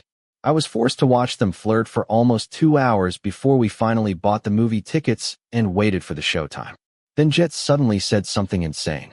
I just read Ark's text. He's coming to watch the movie with us. My eyes widened. The ghost was haunting me Agro-Wayan. WY? Wasn't he practicing soccer? I couldn't help asking. I guess he finished. Practice usually takes a long time. I don't know. Ask him yourself. I swallowed hard. The comedy movie suddenly didn't sound funny anymore. There he is. Mr. Rung-sun, Jet called out with a wave. The tall figure wearing a t-shirt and shorts walked toward us expressionlessly while students around the cinema entrance stared nonstop. Seriously, what a hot guy. I was jealous. Purely jealous. You're mocking my dad's name now? Ark asked flatly. Sorry. It slipped out. What the hell are you staring at? Want a kick? See? He'd already started bullying me. Park, come sit down. Leave Arm alone.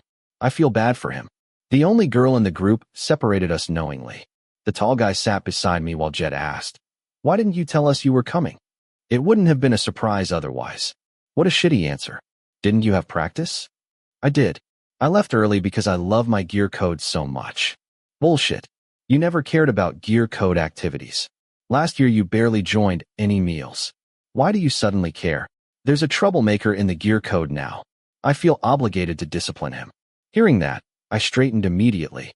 I'm not a troublemaker. Just admit you're jealous another handsome person joined the group. Ouch. That tiny chuckle hurt more than 2 pages of insults. Don't underestimate him, Park.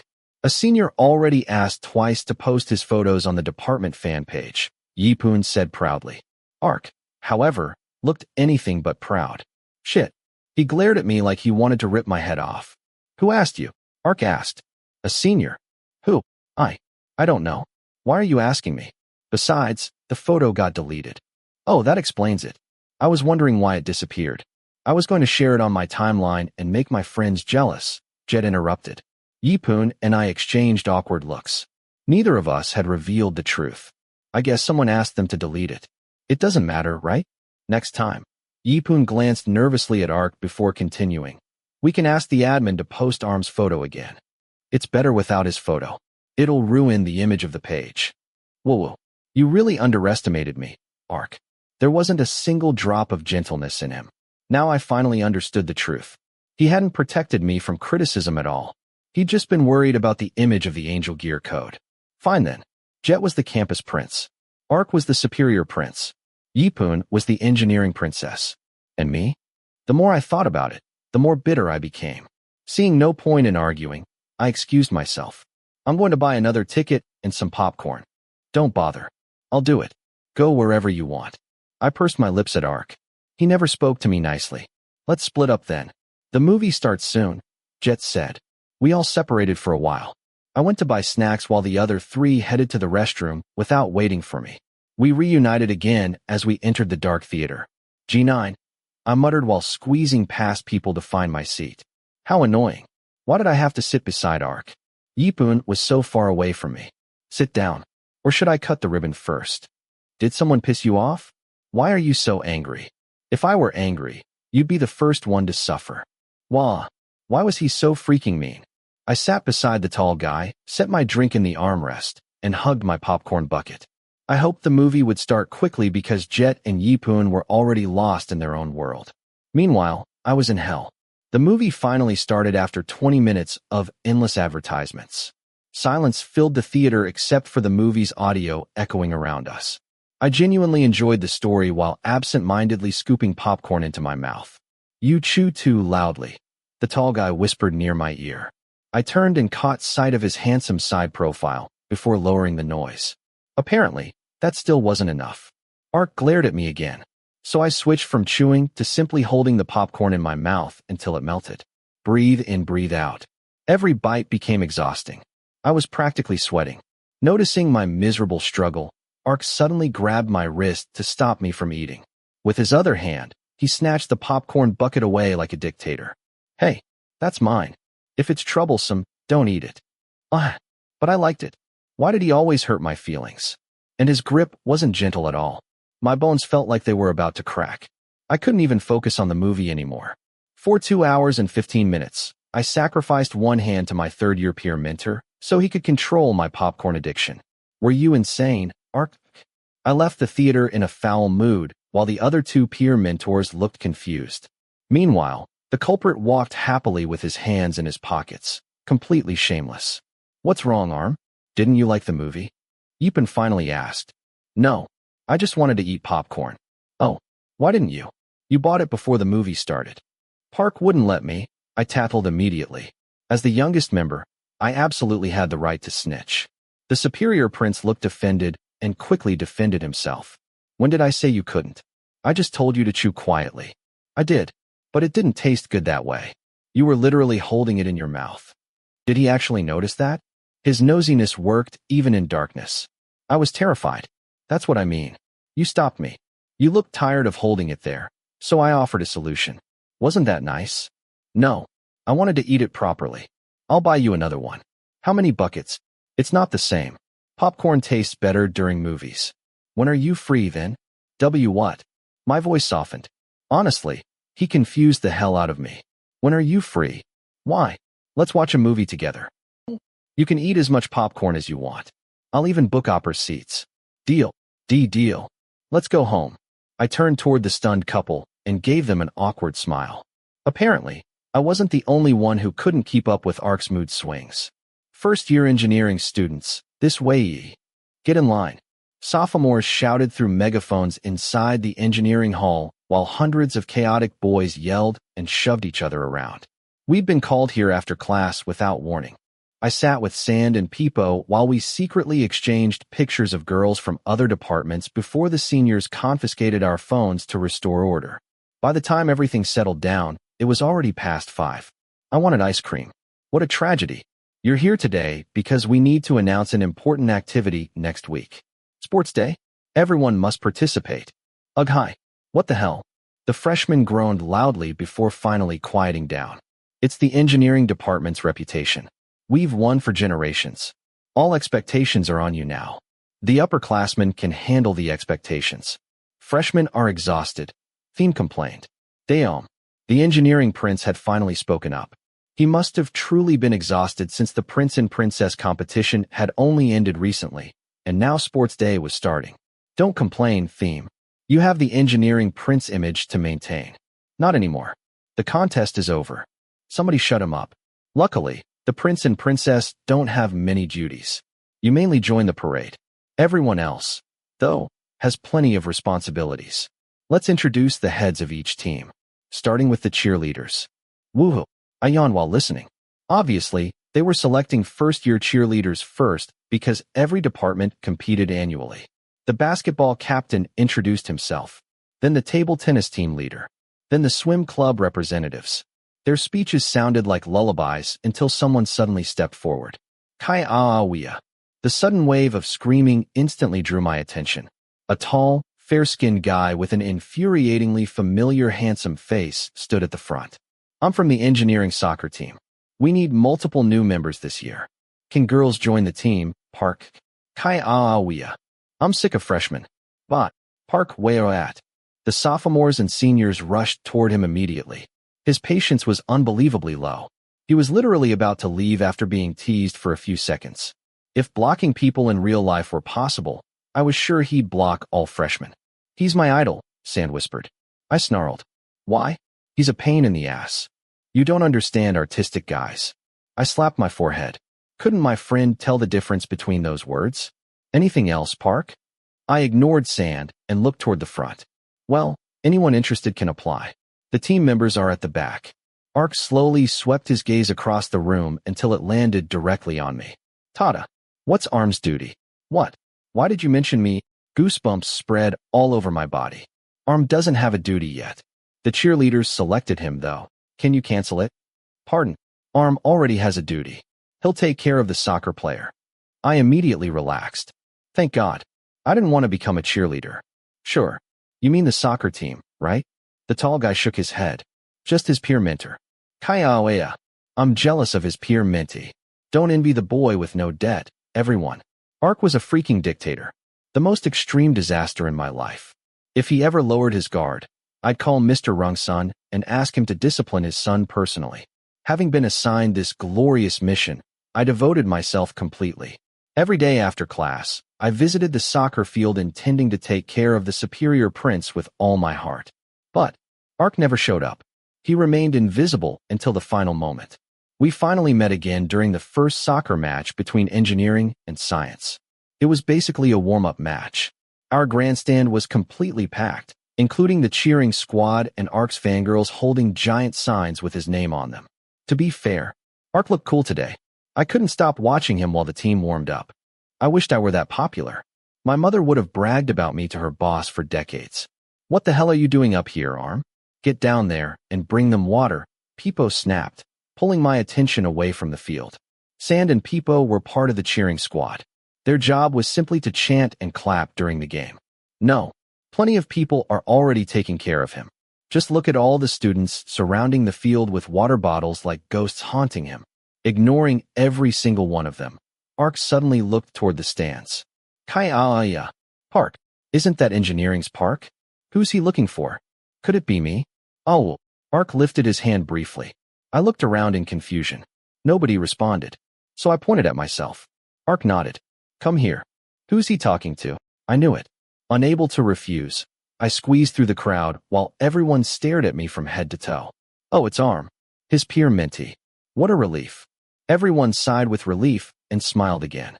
It really must be nice being the superior prince. He didn't even need to care about anyone specifically, and people still treated him like royalty. The moment I reached the field, I immediately asked the tall guy wearing the crimson engineering jersey. I hated the back of his shirt. Other teams printed players' names so girls would remember them. Ark. A giant logo reading Bang on Pachana. Apparently, he adored that sponsor. Why did you call me down here? I'm thirsty. Gah? So many people are trying to give you water. Why won't you take theirs? I don't want water from other people. You want mine? Yeah, give it. Ark crooked his finger lazily. I handed over my half-empty water bottle, and he twisted the cap open before drinking deeply amid the loud crowd. Can I go back up once the match starts?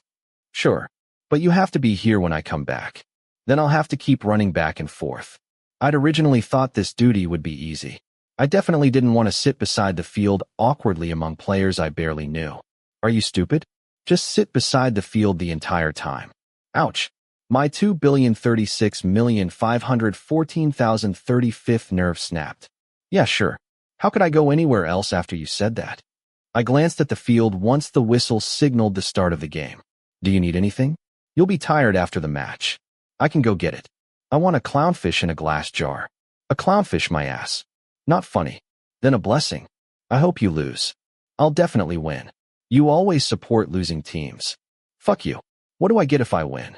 There he went again, making bets nonstop. I'll pay off my debt. I'll block you. Ark smacked my head. What the hell? You should be happy I'm paying you back. You talk too much. It's annoying. Fine. If you win, just tell me what you want. I'll do whatever I can. Even though my bank account was emptier than my brain. You said it. Yeah. And then, Ark, the superior prince, became the center of attention. Not because he scored brilliantly. Not because he played like a genius. No. He tripped over another player's leg and crashed spectacularly onto the field, sending the audience into chaos. Some girls practically pulled out prayer books. Meanwhile, I quietly took pictures as souvenirs. He freaking sucked. Ha. Even so, engineering won the first match 3-2. The players celebrated excitedly, but Ark's fangirls were devastated because of the ugly scrape on his knee.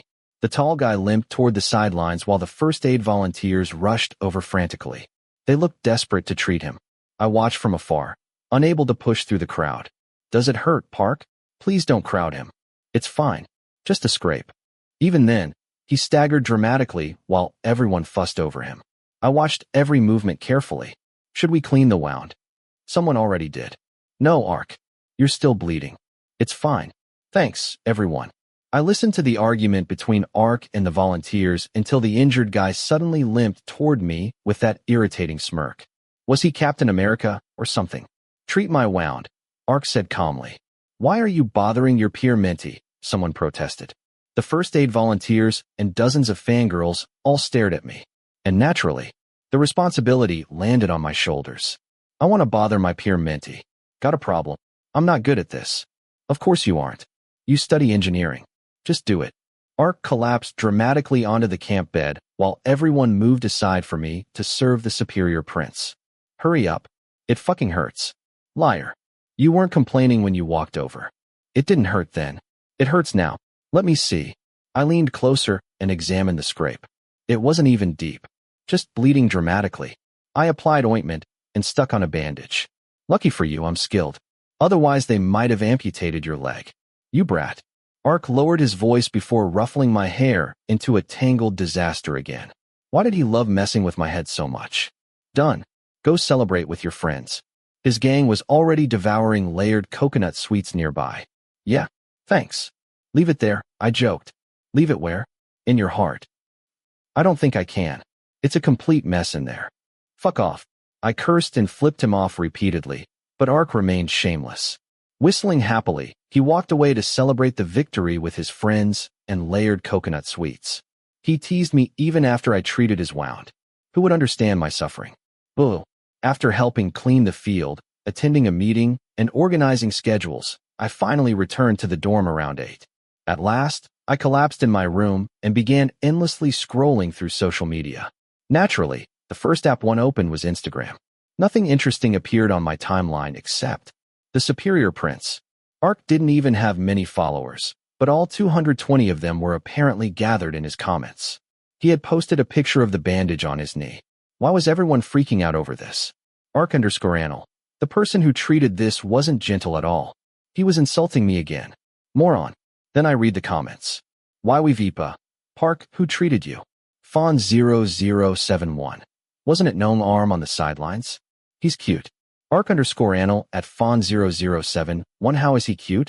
Are you looking through your ankles? Golf_Anyapong. Are you officially dating? I'm seriously curious. Popang, my heart hurts. Physically hurts. Fawn0071 at Ark_Anal. Why are you bullying him? Want me to beat you up, Ark? Gina, I missed today's match. Why is my darling injured? Who treated your wound, babe? Boo-hoo. Apparently, most people didn't know I was the one who treated him. Not wanting anyone to misunderstand and think Ark already had a lover, I left a comment. Arm01 at Fawn0071. Thank you for saying I'm cute. P.S. I'm single. P.S. 2. I treated his wound, not his girlfriend. A new notification appeared instantly. Ark_Anal at Arm01. This is my account. Not a place for you to announce you're single. Arm01 at Ark_Anal. Why? I can do anything because I'm handsome. At Fawn0071. If you have cute friends, introduce them to me. Ark_Anal at Arm01. Are you looking for trouble? Arm01 at Ark_Anal. I'm not. Define trouble. Provoking my peer mentor was honestly fun. I started thinking of another clever reply to send him. But, damn you, Ark. Fuck. Fuck. Fuck. Fuck. Why did he block me again? I didn't understand. This song is for everyone who's been hurt over and over. Sing along if you can. That was me. I'd just been emotionally wounded again. That you know who still hadn't unblocked me. Your life is hurt, but not ruined. It was over. My third-year peer mentor had destroyed everything. How many times had this happened already? Today your heart is broken. Remind yourself to stand tall no matter what. Of course I'd survive this. Being blocked was a trivial matter. The deceitful love is painful and worthless. Don't let it ruin your life.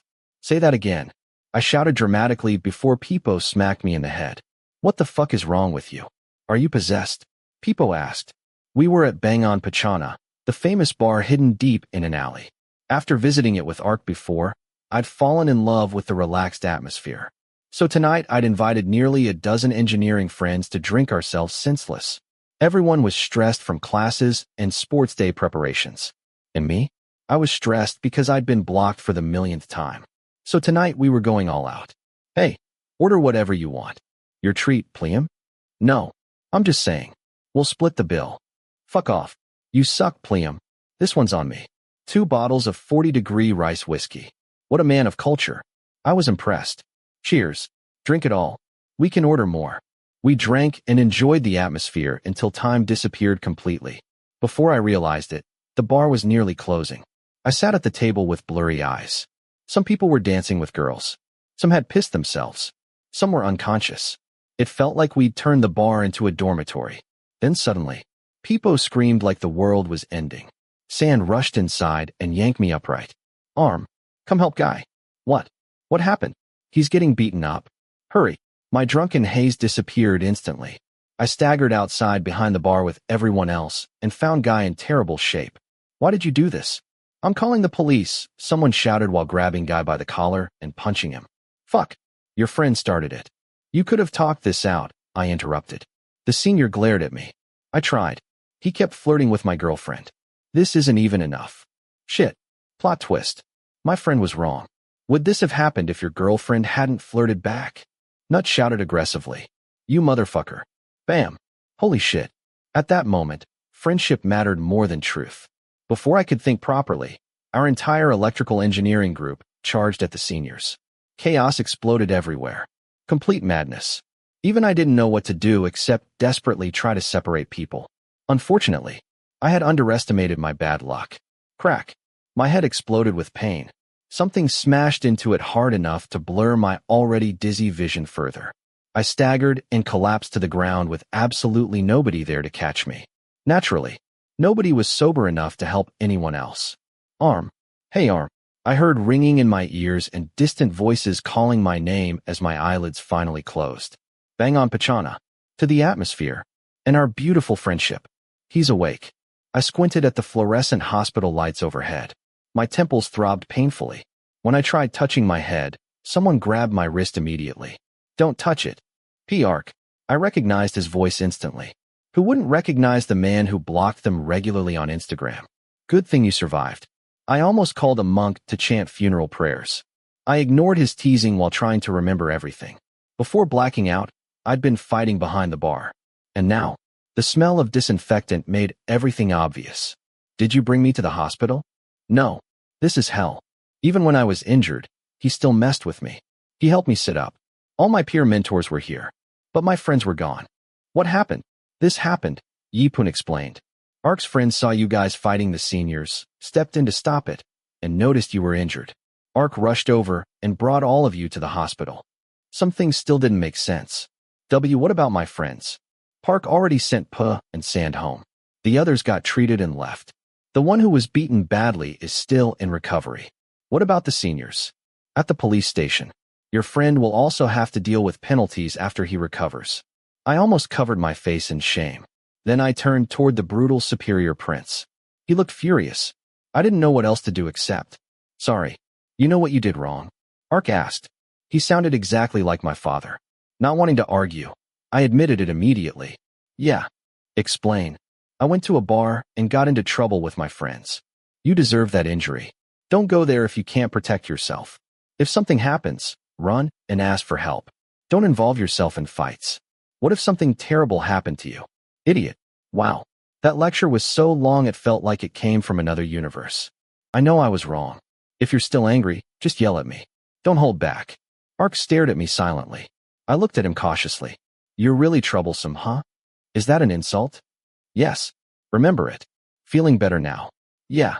The doctor said you can leave once you wake up. Can you give me a ride? My voice softened guiltily. You're not going back to the dorm tonight. Stay at my place. Huh. The security guard will notice your injury and get suspicious. Stay at my place tonight. We'll figure things out tomorrow. I agree. Jet supported immediately. I turned toward Yipun. She only smiled sheepishly. But I need to settle things with Sand and Puh. Tomorrow. You're staying at my place tonight. What's at your place? Why do I have to go? The second calculus book. Don't you want it? My engineering friends have copies. You can borrow theirs. Mine's free. Don't make me repeat myself. And just like that, I dragged my fragile body after the tall guy to his apartment. Honestly, I'd had enough of Ark's driving after the previous incident. Surprisingly, this time he drove calmly. Much slower too. Probably because Jet had scolded him already. Come in. This was my first time entering the Superior Prince's apartment. It was spacious and beautifully organized, yet nearly empty except for shelves full of shoes and books. The ultimate single-man lifestyle. Not messy, just empty. Go shower. Don't get your wound wet. Here. Ark tossed me a towel. Then some clothes. No underwear. None will fit you. Just don't wear any. I can't do that. Do I need to curse at you again? I shut up instantly. I spent a long time in the bathroom because my head still hurt badly. When I finally saw my reflection in the mirror, I looked pathetic. Why had I stood there like an idiot and gotten hit with a beer bottle? It hurt like hell. Ark used the bathroom after me and showered quickly before handing me painkillers. I saw the second calculus book. It's over there, right? I pointed toward the shelf. Ark dried his hair for a moment before retrieving the thick book and handing it over. Here. Thank you. Put it down and go to sleep. Okay. But I didn't sleep immediately. I flipped through the book for a while until Ark climbed onto the bed too. We lay at opposite ends, leaving an awkward, empty space between us. Then the lights turned off. Darkness filled the room. But I still had things I wanted to say. It would have been bad if you hadn't shown up. Silence lingered before he finally replied softly. My friend handled most of it before I arrived. Still, thank you. I'll get revenge on anyone who hurts you. Don't worry. His voice sounded serious. How brutal. I'm lucky to be in the Angel Gear Code. Arm. You said you'd do anything I wanted if I won the match. You're bringing that up while I'm injured? Yeah. What do you want? Make it cheap, though? I still need money for food. You don't have to pay anything. Just stay safe. Something invisible filled my chest. Besides my family, nobody had ever worried about me this much before. The terrifying superior prince actually cared deeply about his peer mentee. And honestly, I felt ridiculously proud. I'll be fine. I'm invincible. I hope so. Sleep now. You'll need energy to go to jail tomorrow. Fuck you. I turned onto my side and stared at the tall guy's back before closing my eyes. But my mind still wandered. Something bothered me.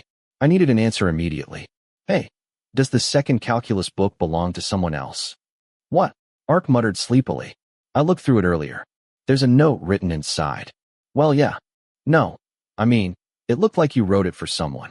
The Annals person note? Yeah. Yeah. Yeah what? I'm sleepy. Answer first. When he didn't respond, I gave up. I didn't care anymore. But just as I stopped expecting an answer, Ark whispered softly into the darkness. And even now, I still don't know whether I dreamed it or not. I wrote it for you. Chapter 5. It was my first morning in years waking up with a throbbing headache so bad I didn't even want to open my eyes. I just wanted to lie still without moving, but that wasn't allowed. My best friend had called me nonstop from the male dorm before dawn. I had no choice but to abandon the comfort of the soft bed and wake up early. You have morning classes? Ark asked, craning his neck out of the bathroom. I sat on the bed in a daze, processing the question. My first 2 periods are free. I have class at 10. Take a shower, then. Can I shower at my dorm? My uniform's there. Yours would be. I paused before continuing. Too small. Of course. You're fucking short. Yes, I am. Whatever. Are you sulking? That's not adorable. Go shower and wear my shirt. I can't give you a ride when you smell like this. My nose can't handle it. Hi. Now he couldn't handle it? I never complained when I sat shotgun in his car after soccer practice. If he hadn't helped me at the bar last night, I wouldn't have stayed quiet. Ark stepped out of the bathroom and walked to the closet to grab me a fresh towel. I headed into the bathroom without another choice. By the time I finished, he'd already prepared breakfast on the table. Hey, your shower cream smells really good. The shampoo too. My head hurt so much last night that my senses stopped working. I forgot to tell him. Ark narrowed his eyes at me and stayed silent until I explained. Can I shower here often? I'll move out. Annoying. The neighbors are annoying? You're annoying. Fuck. He was insanely possessive of his private space. Unable to argue, I changed the subject. What did you make? It smells great. Don't you have eyes? Look for yourself. You bastard. I shouldn't have asked. Considering his unruly personality, who would have thought he knew how to cook? Even if it was just instant congee with eggs, the familiar aroma made it strangely comforting. Yeah, I saw it. Thanks anyway. I pulled out a chair and sat down. Are you wearing underwear? What the fuck kind of question was that? Yeah, don't worry. I'm not wearing yours. I'll wash your clothes before I return them. Without replying, Ark sat across from me and started eating the steaming congee. I ate in silence before remembering something from last night. Ark's words still confused me, but I hesitated to ask. What? Ark asked knowingly. Nothing. You keep staring at me. Your eyes are going to pop out. Just ask already. Why was he so aggressive? He wasn't like this yesterday. I remembered what you said last night. What do you mean by me being your person? Ark let out a sigh and met my eyes again. You're my peer mentee. That means you're my person. What about Paipun? She's my person too. Any more questions? Okay, got it. That's just your way of protecting your pyramids. That had to be it. With no more questions, I focused on breakfast. When I almost finished the kanji, Ark handed me the antibiotics from the hospital and drove me back to the dorm, lecturing me the entire ride until my ears practically went numb. Before I got out of the car, he spoke in a low, dictatorial voice. Arm, next time you want to go to a bar, ask for my permission first. Can I ask in advance? You're not allowed. See? So I can't go at all this year. Don't go without me. There are plenty of cafes and bakeries around the university. Go there instead. It's not the same. Quit talking back. I pursed my lips so hard it became exhausting. Thanks for the ride, by the way. Yeah. I shut the door, and the superior prince sped away. I let out a sigh of relief and entered the dorm with my injured head, preparing to deal with the aftermath of the bar fight once my brain started functioning again. Arm, Peepo and Sand shouted my name the moment I stepped inside. Yeah, it's me. I thought you died. How are you feeling? Does it still hurt? Not really. Are you guys okay? I asked while examining them. Aside from bruises on their faces, neither of them looked badly injured. I got punched near my eye, and some asshole kicked my leg, so I fell face first into a trash can. I'm fucking pissed, Peepo complained miserably. He got up from the bed, grabbed my hand, and dragged me outside even though I'd just arrived. Hey, where are we going? To clear up what happened last night. Poe's room. I nodded obediently, but the moment the door opened, I froze. A huge group of my friends was gathered inside. Some screamed. Some charged at me. What the fuck is wrong with you? Tell me. Arms here. Are you wearing my idol's shirt? Hold up. Have you all lost your minds? The smell of a cool person. Wah! I was going to cry. Before I could escape, they swarmed me and started sniffing Ark's shirt like deranged perverts. Bastards. Get away from me. Did you all go insane after last night? You don't understand, Arm. Then explain it. And stop sniffing me. I'm getting goosebumps. Are you all crazy? It took a while for those wild idiots to calm down. We usually used Yo's room as our hideout, just like today. I sat on the edge of the bed and asked about the guy who got beaten up. The answer matched what Yipun told me. He'd need to stay in the hospital for a while. As for the rest of these idiots, they'd have to pay penalties for fighting. But then I heard a name I didn't expect. What did Park do? I muttered after Sand mentioned him. You don't know? Park has to pay a penalty too. What happened? A fight? No. Didn't he stop the fight and take me to the hospital? As if. That happened later. When Ark found out who hit you, he beat that dude to a pulp. The other guy's ankle got broken and he ended up in the hospital. You seriously didn't know? I swallowed several times, never imagining another huge fight had broken out while I was unconscious. What happened after that? Let me tell you everything. Well, the guys retold the entire chaotic story together, admiring the superior prince like he was some legendary hero. Super cool. Protective of his peer mentee. Their idol. Damn. Ark beat someone's ass up. No wonder they were sniffing his shirt earlier. The superior prince's fanboys were terrifying. Now I was scared of my own friends. Think about it. Pop saw us fighting and helped break it up. Then Park showed up 10 minutes later. He saw you unconscious with an ice pack on your head, and his expression completely changed. The storyteller twisted his face into a terrifying glare to demonstrate. I still remember it. He asked who did it. The moment I pointed at that fourth-year asshole, the whole bar turned into a boxing ring. Messy. It was fucking insane. I was satisfied, but I acted cool. My freaking idol. He stomped that asshole like a character from Kill Bill. But what he did was wrong, I interrupted. Everyone turned to glare at me. I know. Park knows too. That's why he told us never to do what he did. When he turned around and said that, he was fucking cool. Damn, I want to be like him, protecting the person I love. That idiot wriggled around on the floor like a worm being boiled alive. These guys had completely lost it. Why don't we all go thank Park together? Peepo suggested excitedly. Could you imagine it? His barbaric face completely clashed with his behavior. Good idea. Gush, I want to see my idol. Let's go? The superior prince admirers. Will we even find him? I checked his schedule. Let's wait outside the civil engineering workshop room. I had no words for their obsession. A dozen freshmen gathering together just to see their idol. If they hadn't said it was to thank him, I would have thought they were about to jump someone. Our professor dismissed class early before lunch, So we all gathered outside and marched toward the civil engineering workshop room where the third year studied. I was the only one not enthusiastic about this. "Who are you looking for?" one of Ark's friends asked. The third years were out at lunch, but a group of fanboys blocked our way. "We came to thank you guys and Park for helping us last night." "It was nothing. We're all from the same department." "Still, thank you." Their mouths moved politely, but their eyes darted around searching for someone. Yeah. You can leave now." "Where's Park?" "He already left." "Ugh, what the hell?" They looked devastated. Huh. They didn't understand the superior prince at all. He moved around constantly and was impossible to catch, as if he'd sit around waiting for people to praise him like some normal person. "No arm," one of the seniors called before I turned around. "Yes. Ark said you don't need to take care of him at the field today." "Why? Take care of yourself first. You need to clean your wound tonight, right? Don't you dare come near the field, or he'll kill you." Damn. Both Ark and his friends were brutal. Come to think of it, not having to waste energy taking care of those soccer players sounded pretty great. But Cop's words only made my friends admire Ark even more. "I want to be Park's peer mentee. He's handsome, kind, and virtuous." Virtuous my ass. He broke someone's ankle. Honestly, the superior prince's fan base was something else. Ark was unbelievable. Not only did girls adore him, but even the guys in the department idolized him. I was so proud of Mr. Rungsun. The male dorm was noisy as hell. Even at night, my friends still sat around in circles talking endlessly about Ark. Even Guy, who still hadn't recovered, joined through a phone call from the hospital. As for me, I was half asleep and barely processing anything. Eventually, Peepo slapped my shoulder to wake me. "Arm, your friend's asking you something.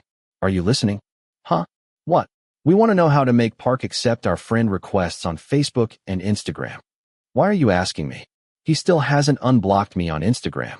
"Oh, why not? You're his peer mentee." They all looked shocked. Only my best friends, Sand and Peepo, knew about the superior prince's bizarre behavior from the beginning. So what if I'm his peer mentee? I'm not his girlfriend.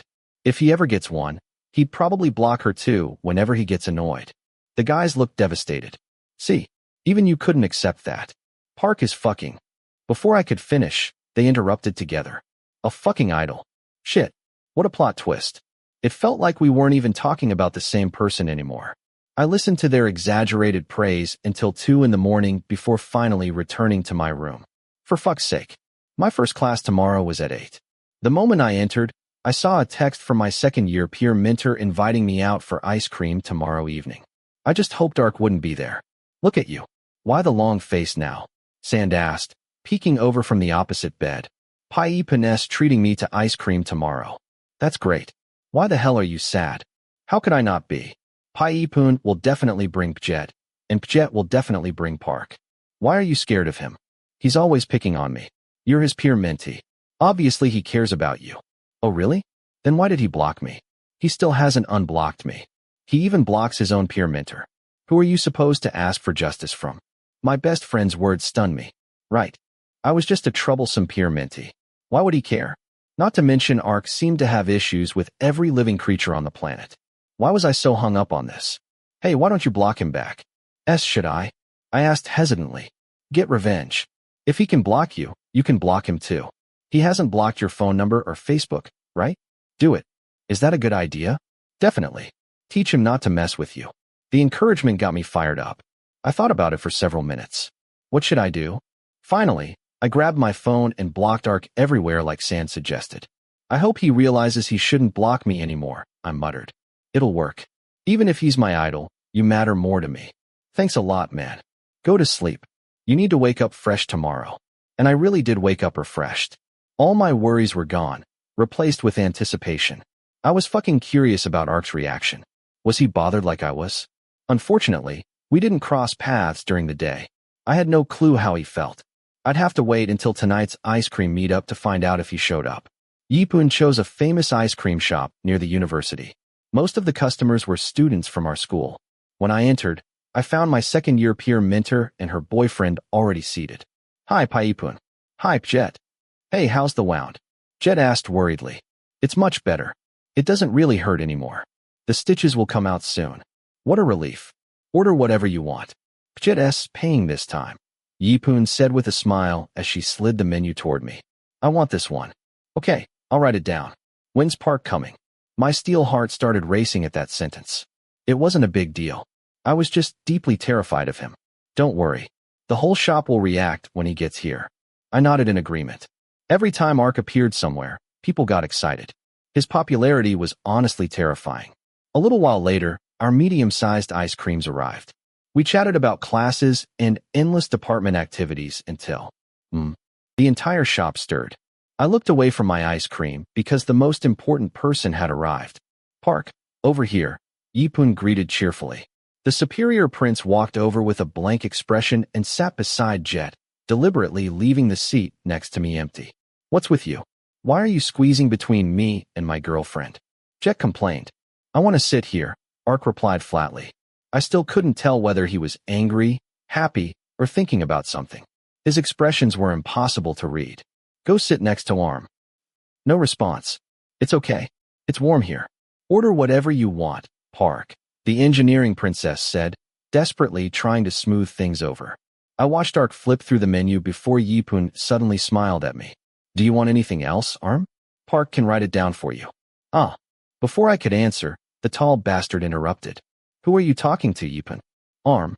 Who? Park Keck. You son of a bitch. Was he really going to act like this? His reaction made it obvious he knew I blocked him last night. Fuck. Was that good or bad? Why did you call my name? Don't tease no Arm. Tease who? Is there someone with that name in our gear code? Ugh. My heart hurt.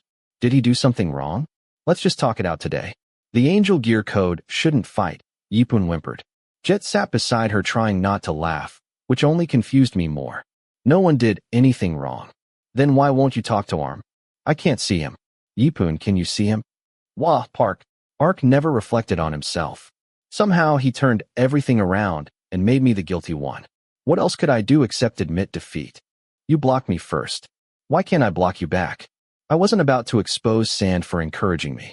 Besides, this was bound to happen eventually anyway. Ark stayed silent.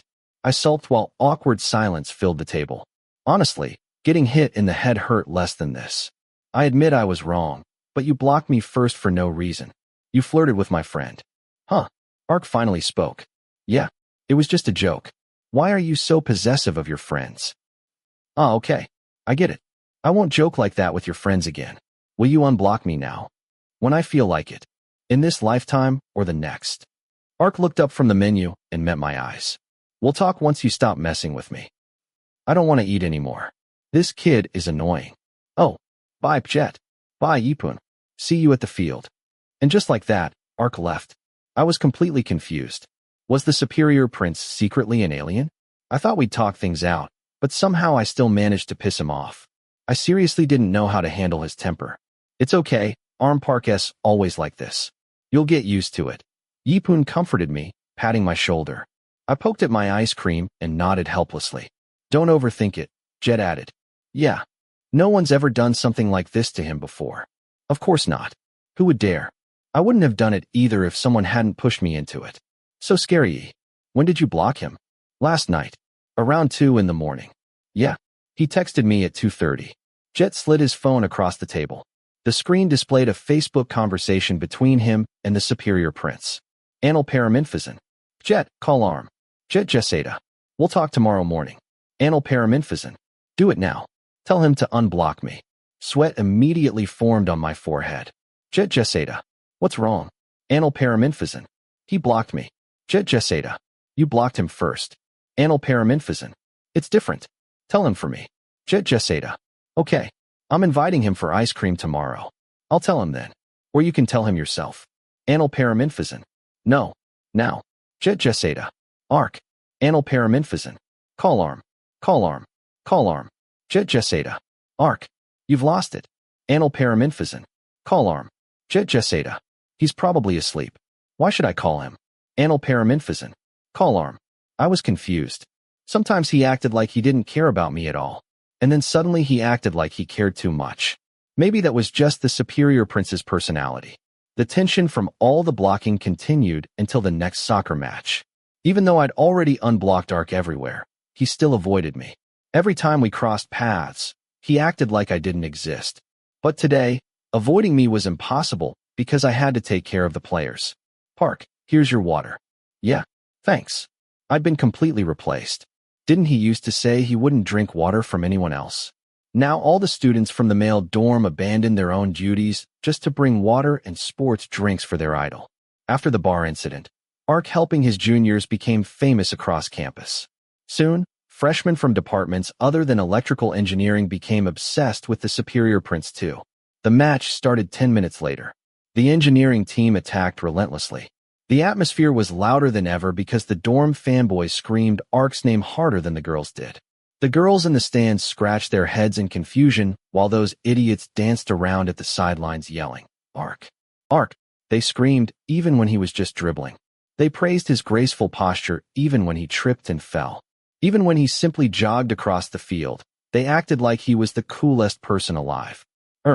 Was Ark incapable of doing anything wrong in their eyes? When halftime arrived, everyone crowded around the superior prince to serve him. I handed water to the other players before returning to my seat. Then suddenly, during the second half, Ark asked to be substituted out. The tall guy walked straight toward me and asked flatly, "Where's my water?" "You can see me now?" I asked excitedly, my heart swelling. "Do you want me to ignore you again?" No. Here." I quickly grabbed a cold water bottle from the bucket and handed it over. Ark twisted the cap off and nearly emptied the entire bottle before sitting beside me without another word. Then he rummaged through his bag. "I unblocked you. I promise I won't block you again even if you block me forever. So what if I block you on those apps?" "I'm not blocking you in real life. It feels like you are. You never let me talk to you, and you're fucking impossible to find. You're dumb." "Yeah, you're right." Ark grabbed my wrist and shoved something into my palm. "Just come find me if you want to talk. It's not difficult. I'm barely online anyway. Reading messages is annoying. What do you prefer then?" "I like looking at your face." "To insult me? You're really good at that. You're a pain in the ass." "Ark, come help the team. They're catching up," the fourth-year assistant coach shouted. The tall guy stood up, jogged back onto the field, and officially rejoined the match. I stared down at the object in my hand while replaying his words. An apartment key. Something exciting happened at the male dorm again one evening when Sans spread news about their idol. It wasn't even a big deal, but to the obsessed fanboys, it became a national emergency. Next week is Park's birthday, Tuesday the 2nd. What should we do to surprise our idol? The meeting inside Yo's room was strangely serious. I yawned. Let's buy him soccer shoes. He already owns tons. He never wears the same pair twice. What about one of my stuffed animals? I have hundreds. Idiot. What would he do with a plushie? Use your brain. Ask Arm. Right. Arm, do you know what Park likes? Everyone looked at me like I was humanity's final hope. Park? He likes cursing and blocking me. Ugh. We mean presents. We want to buy him something good. Just cheering for him at every match is enough. As for presents, I don't know. He'll probably get tons already. Yeah, true. While they brainstormed about Ark's birthday gifts, I quietly returned to my room. A notification from the Angel Gear Code group chat popped up. It was just the date and time for Ark's birthday dinner at a restaurant. No surprise party. Mr. Anil apparently hated surprises. Still, I needed to buy him something. After thinking about it all night, I decided on grout. Back on Gear Code selection day, he gave me grout even though I had no clue what I was supposed to do with it. Now I'd return the confusion as revenge. 2 days before Ark's birthday, my life became absolute chaos. My inbox exploded nonstop with students from different departments messaging me. Most of them asked about the superior prince's preferences so they could buy him presents. Honestly, they should have asked his close friends, Yipun, or Jet instead. They'd known him far longer than I had. I was just a freshman who'd hung out with him a few times. I couldn't read his mind. Armum, here we go again. Last time, Engen begged me to make Ark accept her social media requests. Now one of her friends stepped in. Did their entire group have a crush on the superior prince? I was fucking jealous of Ark. So what's up? I know Park's birthday is coming soon. Can you give him my present? Why don't you hand it to him yourself? That'd be better. I don't know. I'm scared Park would feel uncomfortable. I think you should do it instead. Ah well. Please, Arm, help me. Her pleading eyes weakened my resolve. Unable to refuse, I agreed. And from that moment onward, Anon with no debt became a part-time Cupid and delivery man for countless girls. Most of them wanted me to deliver their presents because they believed Ark wouldn't reject gifts from his peer mentee. By the end, I had 21 names on the list, meaning I had to carry 21 presents to my third-year peer mentor on his birthday. Time flew by. Before I knew it, the national-level celebration had arrived. I barely saw my peer mentors before today because everyone was busy, but this was important. Tonight, we all had to clear our schedules. Yipun said our gear code would celebrate together this evening. As for now, it was my time to play Cupid and Delivery Man. I spent forever tracking down the national public figure while dragging a massive bag containing 21 presents, which soon became 28. Peepo, Sand, and the dorm fanboys volunteered to help me search for him. When we finally found Ark, it was already almost time for afternoon class. Park. The sight stunned me. The tall guy sat at a marble table behind the department building with his friends. But instead of food or textbooks, the entire table was piled with presents. There were so many that he'd practically need to reverse his car over here just to load them. I figured Ark wanted to reject them, but what could he do? People kept leaving gifts there in hopes he'd accept them. I honestly felt bad for all those one-sided crushes. What?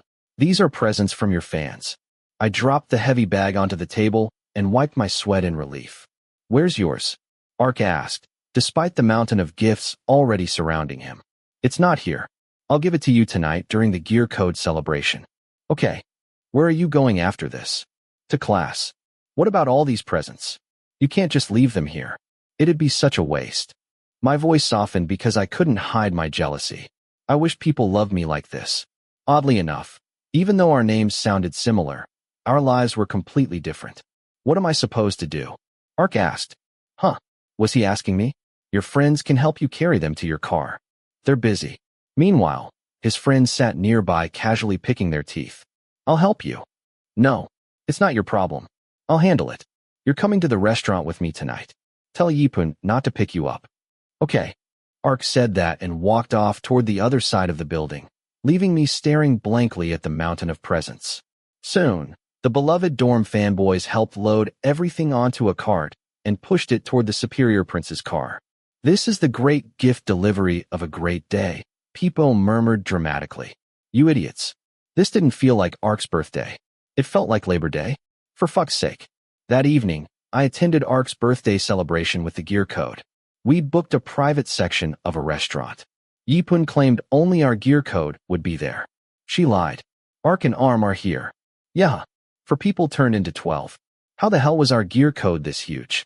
I kept the question to myself and sat beside my peer mentors while the superior prince took his rightful seat at the head of the table as the birthday boy. The freshmen probably don't know this, Yipun explained. There's a side gear code. The graduates originally had 2 peer mints before the group split during Jet's generation. We all introduced ourselves. Thankfully, many faces already looked familiar, so I didn't feel too awkward. Once the atmosphere settled, we started eating while chatting and offering birthday wishes to the birthday boy. 2 hours later, it was finally time for presents. The freshmen might not know this either, one of the seniors announced. Our tradition is opening presents right here at the table. Don't overthink it if the seniors make fun of your terrible gifts. What? Everyone laughed. Meanwhile, my heart started bleeding. Why didn't anyone tell me the presents would be opened publicly? Damn. I wanted to crush that grout into dust. Trying to stay calm, I watched the 4th-year mentors Jet and Boat start the activity. Ark, which gift do you want to open first? That question gave me chills. Ark's eyes met mine briefly before he answered with a faint smile. Let's start with the seniors. Okay. Mine first. Everyone grew excited. But the moment Jet's present turned out to be a DVD full of porn, I realized I wasn't the only horrible person here. Boat followed up with a ceremonial water pouring set for temple offerings. The absurdity made the entire table erupt with laughter. Ark opened each present one by one. The sophomores and other freshmen weren't nearly as chaotic. Some even included heartfelt cards. Then came my turn. You don't have to open it now, I blurted out desperately. Completely useless. Ark grabbed the blue-wrapped box and tore it open. Grout. Ha. Fuck. That's funny. Jet laughed immediately. Ark, meanwhile, looked mildly offended. Well, you gave this to me before. So I did the same. Do you know why I gave you grout? The birthday boy asked. I had no clue. It definitely wasn't drinkable. No. The dorm bathroom's filthy. The tiles have cracks where tiny centipedes crawl out at night. Haven't you noticed? How can you be this dumb? Ouch. That hurt Agrian. He insulted me in front of the entire gear code. Damn it. You can use this at your apartment. I bought it for you. Yeah. Thanks. Okay. Present time is over. Bring out the cake. I can't wait for the final tradition. I looked at Yipun curiously, but she didn't explain. Everyone focused on singing instead. Happy birthday to you. Happy birthday to you. Happy birthday, Anil. Make a wish. A small cake was pushed toward the handsome birthday boy. Ark stared at the candles briefly before blowing them out while everyone clapped. This is Ark's birthday. Next is Nuna's, so we'll party again soon. But before we cut the cake, it's time for our final tradition. The three freshmen looked completely confused. It's the thing everyone's been waiting for. The lottery draw. Woo-woo. The winner gets the special present chosen by the birthday person. There's only one. I want Ark's present so badly. Last year Jet gave away his bicycle. Let's see what Ark prepared. So exciting. Yeah, Susu exciting. As if. We'll draw lots now. Whether you win depends entirely on luck. Yipun prepared the slips. Ark, go ahead. Jet shook the plastic box before holding it out. Oh. Ark reached inside and pulled out a rolled piece of paper. Everyone watched eagerly. Ark announced the winner. Okay, the winner is...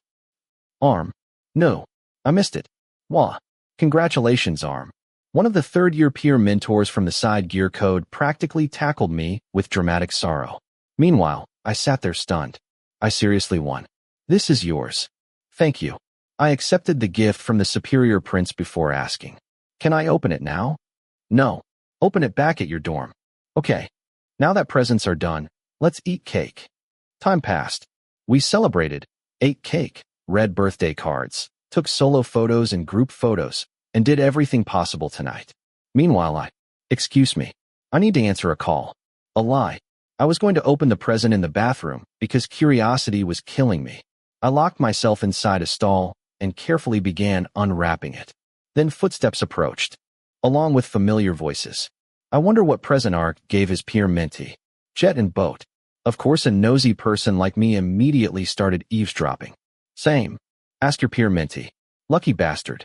Getting a present from the superior prince. Arm wasn't lucky. It was actually me. Oh shit. How? My name was written in huge letters on the lottery slip. Jet.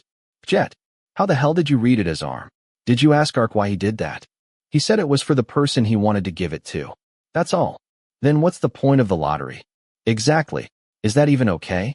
What do you expect from someone like him? He doesn't give a damn about anyone unimportant. I sat frozen inside the stall, barely breathing. Only after their footsteps faded away did I continue opening the gift. I didn't know whether this present would suit anyone else. But I never imagined he'd give it to me. Ark's workshop shirt. How did I know? Because attached to it was a small note. Simple. Easy to understand. Anil, 2016 to 2017. Anon, 2018, and forever. Chapter 6. Sir Isaac Newton once said, "If I have seen further, it is by standing on the shoulders of giants." Does that have anything to do with my situation? No. I just wanted to mention it. That's exactly how I feel about Ark. I've tried countless times to justify his actions, and every single time, I end up concluding, whatever. I'd rather grout bathroom tiles than try to understand the superior prince's mind. I have no clue why Ark gave me his workshop shirt. Maybe. Some questions are better left unanswered. The party is still lively when I return from the restroom. We chat for a while longer before everyone starts leaving. I'm the unluckiest one because Ark is supposed to drive me back to the dormitory, meaning I'll spend the entire ride tense as hell. I opened it. Ark turns his handsome face toward me. You're present, I explain, trying to break the awkward silence. Still, I avoid mentioning the fact that he ignored Jet just to give the shirt to me. Well, now you don't have to buy one. Did he think I was poor because I owed him money? I'm actually loaded. Loaded with bullshit. What are you going to wear then? I'll buy a new one. The old one is yours. You fucking bastard. I thought he was about to say something touching enough to make me cry, but no. You're not normal, Ark. At a loss for words, I reply sarcastically. Thank you very much. I'll never forget your kindness. You're welcome. And you have to wear it. It's more important than anything. When I get a peer mentee next year, do I have to pass it down? Like the Angel Gear Code's sacred legacy? No. Oh, it's mine. Ark's voice darkens like a threat. You gave it to me. It's mine now. We're co-owners. Why? Why? He's mocking me. I refuse to lose. Are you messing with me? Are you messing with me? Park. Park. Fuck. Fuck. Okay. I give up. Ark bursts in a satisfied laughter, probably thrilled that he successfully bullied his absolutely gorgeous and perfect peer mentee. If I ever meet Mr. Rungsun, I'm roasting the hell out of you. You're sulking, Anon, Ark teases. Yeah, and I'm only your peer mentee. I feel bad for your future girlfriend. She'll have to tolerate your unbelievable behavior. The person I date won't have to tolerate anything. If they do have to tolerate something. What? They'll just have to support Liverpool. Fuck. How dare he look down on me? There's nothing hard about supporting Liverpool. We have pride. Oh, your pride is wildly overrated for a team with zero chance of winning anything in this lifetime. Let's settle this face to face. How are you supposed to beat me when you can't even win a soccer bet? Ark and I wage war inside his car. A battle greater than the UEFA Champions League itself. A matter of pride. A matter of life and death. And by the time we reach the dormitory, blood has already been spilled several times. And as expected, the winner is definitely not me. Defeated, I walk into the dormitory with my head hanging low. Before I even reach my room, my dorm mates appear to greet me. Arm is here. Yeah. Their screams echo through the hallway as they swarm me like starving vultures. One grabs my arm. Another drags me. Before I know it, I'm hauled into Yo's room, the sacred den of trashy male dorm mates. How was my idol's birthday party? Was he happy? Sand asked with a grin. Honestly, if he weren't such a playboy, I'd assume he had a crush on Ark. It was okay. Shit, that's not good enough. We need to throw him another surprise party. Stop. I'm already exhausted from dealing with Ark. Now I have to deal with them too. What's in the box? Peepo asks curiously. I hug the box containing Ark's workshop shirt tightly, refusing to let anyone touch it. It's mine. Paipun gave it to me. Oh, can I go to my room now? I ask weakly. You're so grumpy whenever we ask questions. Arm life is unfair. Why does someone like you get to be his peer mentee? I'm fucking jealous. I narrow my eyes at my best friend. Being his peer mentee is awful. It gives me headaches. Can we switch? What's with your obsession over him? He's our idol. Got a problem. The superior prince is ridiculously cool. I want to kiss his feet out of admiration. Stop right there, puh. He's insanely cool. You son of a bitch. I want to date him. Dumbass. Look at your face. You scare girls in broad daylight, yet you want to date Ark? Besides, Ark probably treats his lover with terrifying tough love. He helped you at the bar. Give him some credit. How did he help me? I got smashed in the head. Everyone immediately glares at me like I committed a murder. Their hostility makes me shiver. I quickly correct myself to survive. I'm kidding. You better be. Anyone insulting my idol is getting beaten up. Then the endless praise begins again. Led by Peepo, followed by Sand, Yo, and Guy, who's still recovering with his arm in a cast. The only thing I can do is endure it. Park is so amazing. Right. He even eats handsomely. His movements are graceful like a flamingo.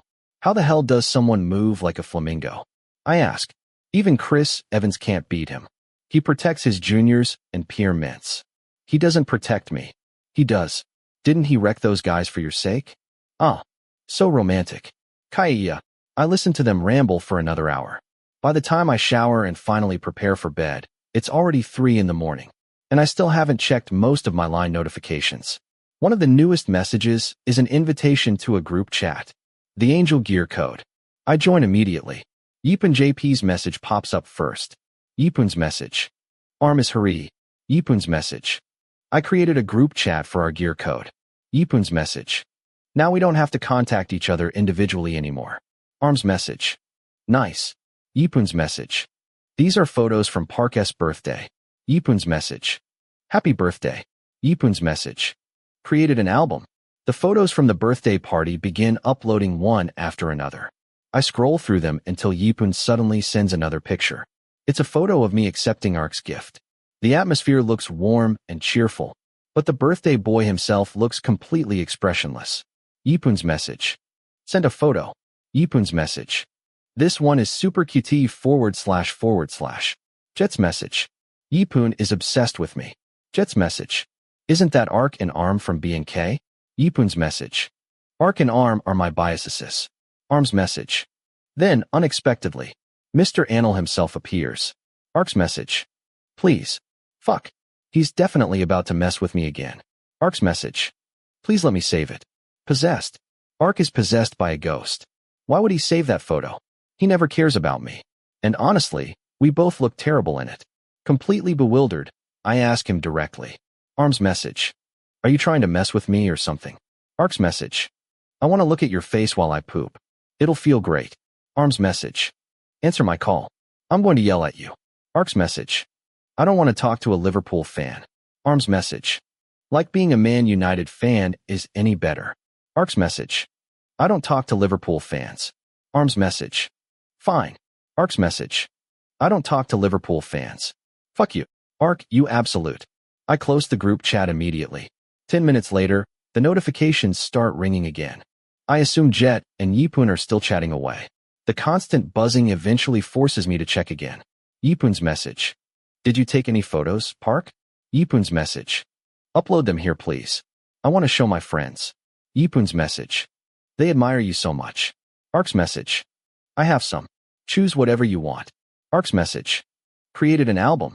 Jet's message. Where are the photos of my girlfriend and me? It's only Arm. I tap the album and nearly choke. Ark uploaded hundreds of photos. Of me. Just me. Ark's message. That's all I have. Ark's message. I'm deleting them after this. They take up too much storage. Right. 200 photos of me would definitely consume storage space. If Ark weren't my annoying peer mentor, I'd think he was stalking me. Arm's message. Who the hell asked you to take photos of me? Ark's message. I don't talk to Liverpool fans. Yipun's message. Stop fighting, you two. Yipun's message. It's okay if you don't have photos of us, Park. Yipun's message. It's late. Good night, everyone. Jet's message. Good night. Arm's message. Good night to everyone except one person. Ark's message. I don't talk to Liverpool fans. You piece of shit. He bullies me right up until the very last second. I'm exhausted. He exhausts me. I've had enough of the superior prince. This fight can continue tomorrow. Right now, I need a timeout before I lose my mind. The cheering activities ended yesterday, according to Peepo and Sand. We didn't receive workshop shirts from the seniors, but at least we can buy them ourselves with dignity intact. Since we're heading to the workshop room today, I decide to wear the workshop shirt Ark gave me for his birthday, mostly to show off in front of girls. Even though it's way too big, that's not a problem. Engineering students like us only have two things worth flexing: our gears and our workshop shirts. Unfortunately, the moment I step into the department building, I'm bombarded with questions. Arm, whose shirt is that? I bought it. Liar. Anyone who skipped the cheering activities didn't get one. They go on sale at the association the day after tomorrow. Shit. How did I not know that? Confused, I glance at Sand, who's also wearing a workshop shirt. Sand has one too. It's my peer mentor's. I borrowed it. Who gave you yours? I absolutely refuse to admit it came from Ark. If I do, those idiots in the dorm will definitely sniff it like lunatics. So I lie. Jet gave it to me. Didn't he give his shirt to his girlfriend? Why would he give one to you? He loves me like a younger brother. Are you sure it's not Park S? Even though panic rises inside me, I continue denying it. It's not. Who would have thought karma for being nosy would hit this quickly? Suddenly, Ark appears, right in front of me. Arm. Hey, what's up? I am heading to class. I stammer while backing away nervously. Take care of me during practice this evening. I know. Is that all? Yeah. The tall figure turns and walks away. I exhale in relief, only for several third-year students to approach and say something that nearly pushes me off a building. Ark, the workshop shirts go on sale the day after tomorrow. If you still want one, come pick it up tonight. Thanks. Where's the old one? I gave it to a dog. Ark glances directly at me. Every hair on my body stands up. A dog? What dog? Arm. The dog has the same name as your peer mentee. Don't mention him. He's swimming in a pool. Huh? What pool? Liverpool. Oh, the team that never wins. How cruel do you have to be to humiliate me like this? At this point, you might as well insult me directly. So sick of attention seekers. I'm leaving. The tall bastard walks away, leaving destruction behind him. My friends stare at me like I committed an unforgivable crime. I can practically hear the bomb ticking down. 3, 2, 1. Arm. What the hell is going on, you motherfucker? I don't know. I'm just very handsome. Don't change the subject. Hey, Liverpool's playing tonight, right? Exciting. Wah wah. Ark, you can't just throw a bomb and disappear. I'm going to die. The dorm mates interrogate me until I finally admit the workshop shirt really belongs to Ark. Thankfully, no one loses their mind. Nobody tries to steal the shirt. Instead, they just praise the superior prince even more. They compliment the shirt. They compliment his clothes. They compliment random, unrelated things. After classes, they even invite me to a cafe just to continue worshiping my third-year peer mentor. Sorry, I'm unavailable today. Today, I must serve Mr. Annell at the soccer field. Take good care of my idol. Sand reminds me, without caring about my feelings at all. I know. It's raining. Do you have an umbrella? Peepo asks. There's one in my car. Are you worried about me? No. I just don't want Ark getting a headache from yelling at you. I'm worried about the superior prince. Why are you so full of yourself? Asshole. Let's split up for now and continue fighting back at the dorm. Yeah. I hurry through the rain toward the parking lot and drive across campus to the soccer field. Ark seriously has a talent for predicting the weather. Whenever it's cloudy, he insists on playing outdoors. And somehow it never rains. But when the sunlight is blazing and he decides to play indoors, rain always comes sooner or later. If Mr. Rungsun isn't related to Zeus, then Ark definitely possesses some kind of sixth sense. I park my car casually, planning to stroll dramatically through the rain so girls can admire my looks. But reality says otherwise. Shit. My umbrella refuses to open. I struggle with it desperately, but it won't budge. Eventually, I give up and prepare to sprint through the downpour. Let's do this. I psych myself up and run toward the beverage store before heading to the terrifying ghost currently playing soccer with his friends. Look at me. Even my underwear is soaked. Pass it here.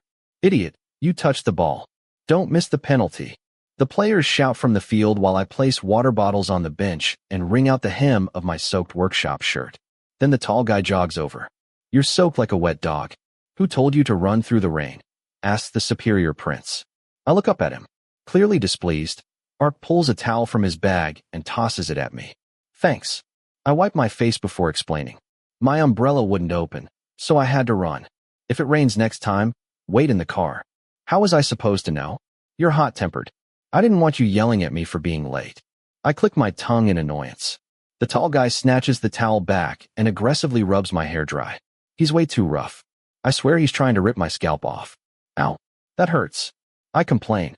Ark softens slightly. Only slightly. Because it still hurts. And honestly, this whole situation feels weird.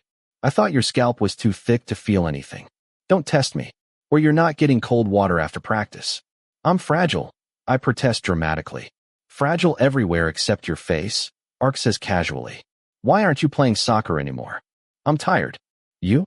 Tired? You can kick a ball around for 4 straight hours without complaining. Should I kick you instead? Whoa.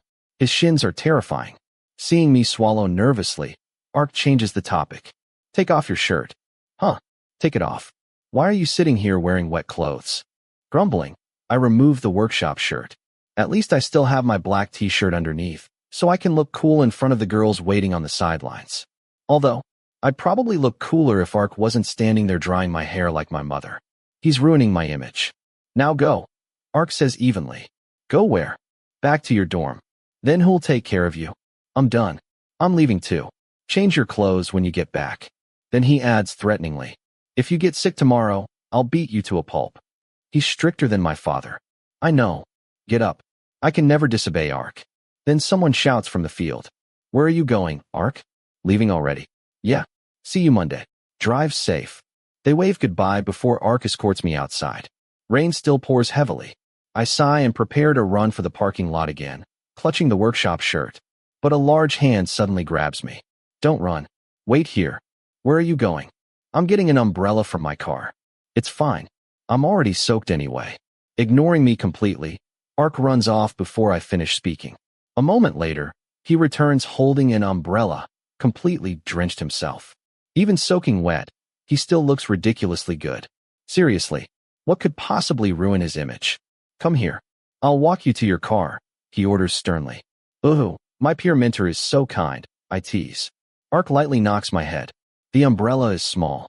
Ark deliberately stays farther back, so most of the umbrella covers me instead. Even though the walk to the parking lot is short, for some reason, time feels slower than usual. Because for the first time, I see a side of Ark I've never seen before. He's gentle, far gentler than his appearance suggests. I used to pity his future lover. Now I kind of envy them. Text me when you get back, Ark says quietly while nudging me into the car. Then he hands me the umbrella. Take this. No. What about you? I can walk from the parking lot to my apartment without one. You still need it for the dorm. Take it. When I hesitate, Ark simply tosses the umbrella into the passenger seat and walks away. I stay frozen for a moment, watching his black car disappear into the rain before finally starting my engine. For some reason, his actions genuinely move me. Thank you for saving my underwear from getting even wetter than it already is. I still don't understand him, but I remember his expression clearly beneath that umbrella. Maybe today was a good day for him, because it's rare to see Ark smile that brightly, even if it only lasted for a moment. The moment I return to my room, I shower and change clothes. Sand and Peepo aren't back yet, probably trapped at some cafe waiting for the rain to stop. For once, I'm alone. Bored, I wander around the room until my eyes land on the white grout. It's finally time to use it. I spend nearly an hour acting like a housekeeper repairing bathroom tiles before my roommate returns with a new topic. Let's go eat. You're hungry again after ice cream? I'm doing this for you. Let's wait until the rain stops. 7:30 arrives before the rain finally dies down. Between fixing the bathroom and chatting with the dorm mates, I completely forget to text Ark. My death is inevitable. I check line and freeze instantly when I see his message. Ark's message. Wanna die? One sentence. That's all it takes to send me halfway to hell. Panicking, I immediately apologize. Arm's message. Sorry, I forgot. Arm's message. I got back around 5. Arm's message. 5 minutes pass. No reply. Restless, I pace around the room. Should I call him? No. I'll probably just get yelled at. In the end, I decide against it. Arm's message. Are you mad at me? Let's make up PLSSSSSS. Finally, 5 minutes later, Ark replies. Ark's message. Arm's message. You actually use stickers like this? Arm's message. Ark's message. What? I use them all the time. Ark's message. That's weird. Why is he suddenly being nice? He even became cuter somehow. We text for a while longer. Then he suddenly stops replying, so I set my phone down and start gaming on my laptop. RRRR. My phone rings. The caller is the same person I was texting earlier. Yes. I answer immediately. Ark's voice. Why were you talking to him? No context. No explanation. The sudden question catches me completely off guard. What the hell? I seriously can't keep up with his mood swings anymore. Huh? Talking to who? Ark's voice. Cop. Why were you talking to him? I wasn't. Ark's voice. He was using my phone. Didn't it occur to you? Oh, that explains the suspiciously friendly messages earlier. How was I supposed to know? It was your account. Ark's voice. Ask next time. His voice softened slightly. Who's scolding me right now? Park. Ark's voice. No. Then who is this? Ark's voice. Mr. Anaruch. You asshole. That's my dad's name. If you're just messing with me, then hang up. I already know I can't win arguments against you. Ark's voice. At least you're self-aware. Yeah. Silence falls between us. I can hear Ark breathing quietly on the other end of the call. And strangely, I don't want to hang up. So I keep holding the phone to my ear and wait for him to speak again. Ark's voice. Arm, tomorrow's Saturday. So, Ark's voice. Get ready. I'm taking you to the movies. We literally just watched a movie together. Ark's voice. That has nothing to do with this. Who else is coming? Ark's voice. Just the two of us. We're not inviting Pjet and Paipun. Ark's voice. They already have plans. It'll just be us. Are you coming or not? What do I get out of this? Ark's voice. Popcorn. I can eat popcorn anywhere. Ark's voice. But popcorn tastes best during a movie, doesn't it? Boom. He remembered something I said? Unbelievable. And somehow, that tiny detail hits me right in the heart. What a nice day. Mr. Rungsun. Your son is amazing. Where are we going? None of your business. I was only asking. Can we eat first? I'm starving. Yeah. Instead of wasting time deciding, we simply walk into the restaurant directly in front of us. While waiting for our food, I quietly slide a pen and a stack of sticky notes toward Ark. He stares at them in confusion. What? Your autograph, please. My friends want them. Your friends are weird. I'm not sure whether that's an insult or praise. Whatever. I'll risk my life to fulfill my dorm mate's wishes. So, will you do it? It's not like I'm special. I'm nowhere near as good as your friends think. Right? Oh, are you fucking with me? You said it. I just agreed. Thunk. Ow, that hurt. I'm fragile. I whine dramatically after getting smacked lightly in the head with the pen. You're fragile everywhere except your face, Ark replies casually. Then he starts signing every note. I watch him quietly while the appetizers arrive one by one. By the time the main dishes arrive, Ark finishes signing everything. There. He slides the notes back toward me. Give me the pen. I'll give you my autograph too. You can frame it and worship it forever. I hold out my hand. Instead of the pen, Ark places a sausage into my palm. I nearly throw it across the restaurant. I give up. You talk too much. Eat. And just like that, the conversation ends. So I focus on eating. Later, when my stomach is full, I decide to annoy him again. Why didn't you invite your friends to watch the movie with us? No chance. I've already spent 5 workdays staring at their faces. I'm sick of them. Wow. I suddenly feel bad for all his friends. Aren't you sick of my face too? I'm fucking sick of you. What? Then he calmly adds. But I felt like changing things up and watching a movie with someone I'm sick of. Can the person you're sick of get 2 cheese popcorns? Why the fuck do you need 2?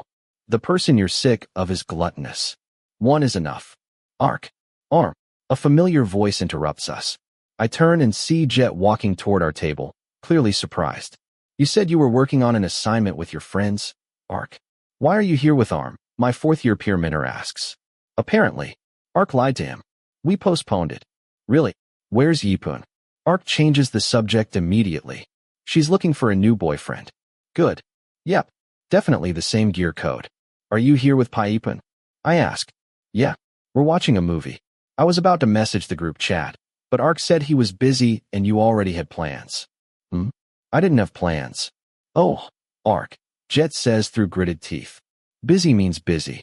If I want to hang out with the gear code, I'll say so myself. Oh, really? Jet drags out the words while scrolling through his phone. Soon after, Yipun arrives and asks the exact same questions. Things become even more awkward because my 2nd-year peer mentor specializes in terrible jokes. I didn't expect to see you here. What are the peer mentor and peer mentee doing together? Park invited me to a movie. I answer honestly. Nice. Jet and I are watching one too. Want to go together? I nod instinctively. But Ark immediately shuts it down. I already bought the tickets, Yipun. Tell us your seat numbers. We'll buy seats beside you. They're opera seats. Don't follow us. Damn. You sound like a couple. Park said I chew popcorn too loudly, so we need special seats. You actually believe him? Yes. Jet stares at me seriously for a moment before bursting into laughter. What the hell? Be careful. Ark might knock your head off one day. Seriously, I'm barely surviving already. I behave adorably 24 hours a day. I didn't even make him buy my ticket today. I paid for half in exchange for 2 buckets of popcorn. I said 1. Ark interrupts immediately. Fine. 1 giant bucket. But you can choose between Pepsi and Pepsi. You brat. Compromise. You can pick 1 popcorn flavor. Just not the salty one. I'm sick of you. Ark looks genuinely exhausted. Meanwhile, Jet and Yipun are practically shaking from laughter. What's so funny? Maybe engineering students don't normally argue about popcorn. Okay, I understand now, Jet says while laughing. Today I finally saw what Arm is really like. He's cute exactly like you said, Ark. 2 days later, the Angel Gear Code group chat explodes with messages. It's almost midnight, yet the prince and princess couple are still wide awake. Curious, I open the chat and immediately see Yipun posting a screenshot from the Engineer Cute Boy page. Yipun's message. Kaya. Yipun's message. Even though there aren't many photos of Arm. Yipun's message. Tons of people voted for him as the hottest freshman. Yipun's message. Oh, there are 2 admins. They created the poll without even asking me. Jet's message. I'm going to vote. Be right back. Jet's message. I'll share the link with my friends too. Arm's message. Don't vote for me. Arm's message. I'm shy. Arm's message. Asterisk. The poll is ranking the hottest engineering freshman from a list of 10 guys. Theme, the engineering prince, is currently winning. And somehow I'm in 2nd place. Who voted for me? Curious, I check the names. My friends. Dorm mates. Some seniors. female sophomores, and even Ark's third-year friends. Whoa, I feel so honored I want to kiss them on the forehead out of gratitude. Meanwhile, the one person I expected to vote is nowhere to be seen. Well, Ark never cares about things like this. Yipun's message. Don't worry. Yipun's message. I'll help vote for you. Yipun's message. The Angel Gear code must never surrender. Since she's taking it seriously, I decide to play along. I really did talk to Yipun yesterday about the hottest freshman project, but I didn't expect her to act this quickly, or include me at all. Jet's message. I got all my friends to vote for ARM. Jet's message. Now only Ark is left. Jet's message. Ark, vote for your peer mentee. Jet's message. More people will vote for ARM if you do. Yipun's message. Park, let's do it. Yipun's message. Don't leave us on read. Yipun's message. I'm sad. Yipun's message. It hurts. A second later, the superior prince replies. Ark's message. Why would I vote for him? He's not that impressive. Ark's message. He deserves to lose. ARM's message. I don't even care about winning. ARM's message. Who asked you to vote for me? How dare Ark underestimate the genes of Mr. Anirudh's son? If I were hotter than him, I'd flaunt girls in front of him 3 times a day after every meal. The group chat continues, buzzing with encouragement from Jet and Yipun. Ark disappears again, probably turning off his phone. Eventually the conversation dies down, and I prepare for bed. Then suddenly, Yipun messages me privately and tells me to check the page inbox. As a responsible admin, I first check the poll. I'm still in second place. Honestly, that's already unbelievable. All the guys on the list are attractive. Even San somehow looks charming. Still, I suspect Jet and Yipun convinced a bunch of people to vote for me. After reading through comments for a while, I open the inbox. As usual, there are tons of messages from students promoting photos of cute boys. But then, one message catches my eye. It arrived 10 minutes ago. Driven by pure curiosity, I open it. Anil Paraminthisan's message. Send a photo. It's Ark's personal Facebook account. Despite rarely using social media, he occasionally posts something. But this time is different. He sent a photo of me. No explanation. Engineer Cute Boy's message. Is there a problem? Engineer Cute Boy's message. We didn't post your photos publicly. Engineer Cute Boy's message. Everything should be okay. If he tells me to delete the poll, I swear I'll drive to his apartment and curse him out personally. Anil Paraminthisan's message. The poll on your page.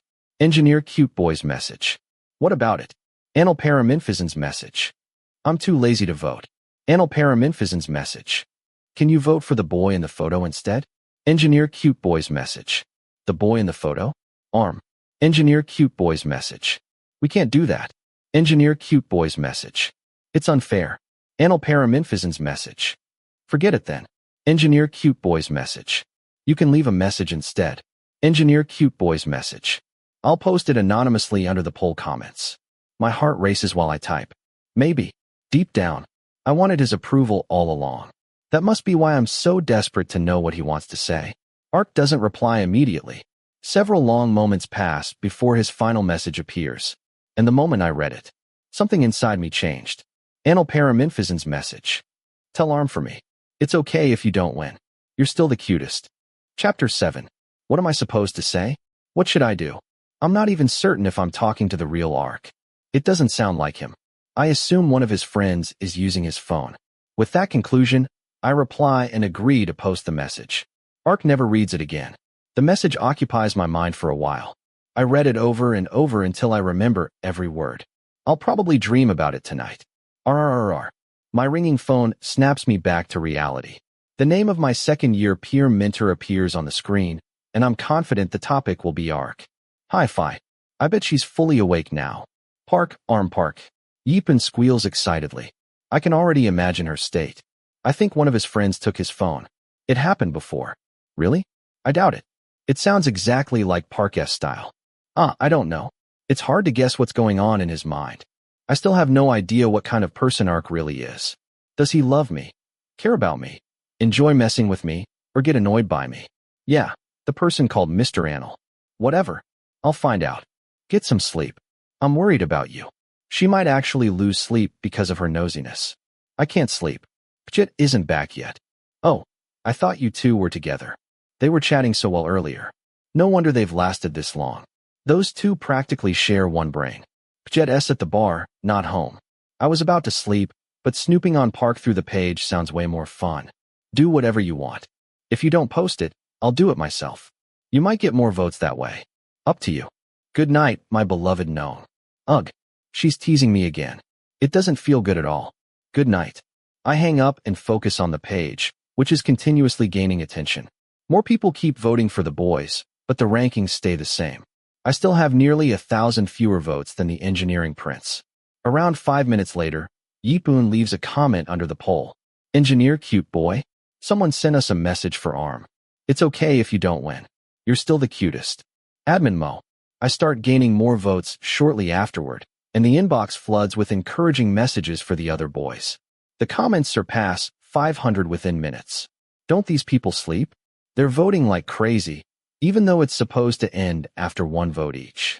A subtle war begins when Warm, the third-year campus prince, comments for theme, causing him to gain thousands more votes than me.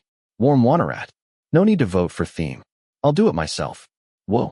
He's going all out in a way normal people could never copy. Ark would never do something like that with his confusing personality. Look at that couple.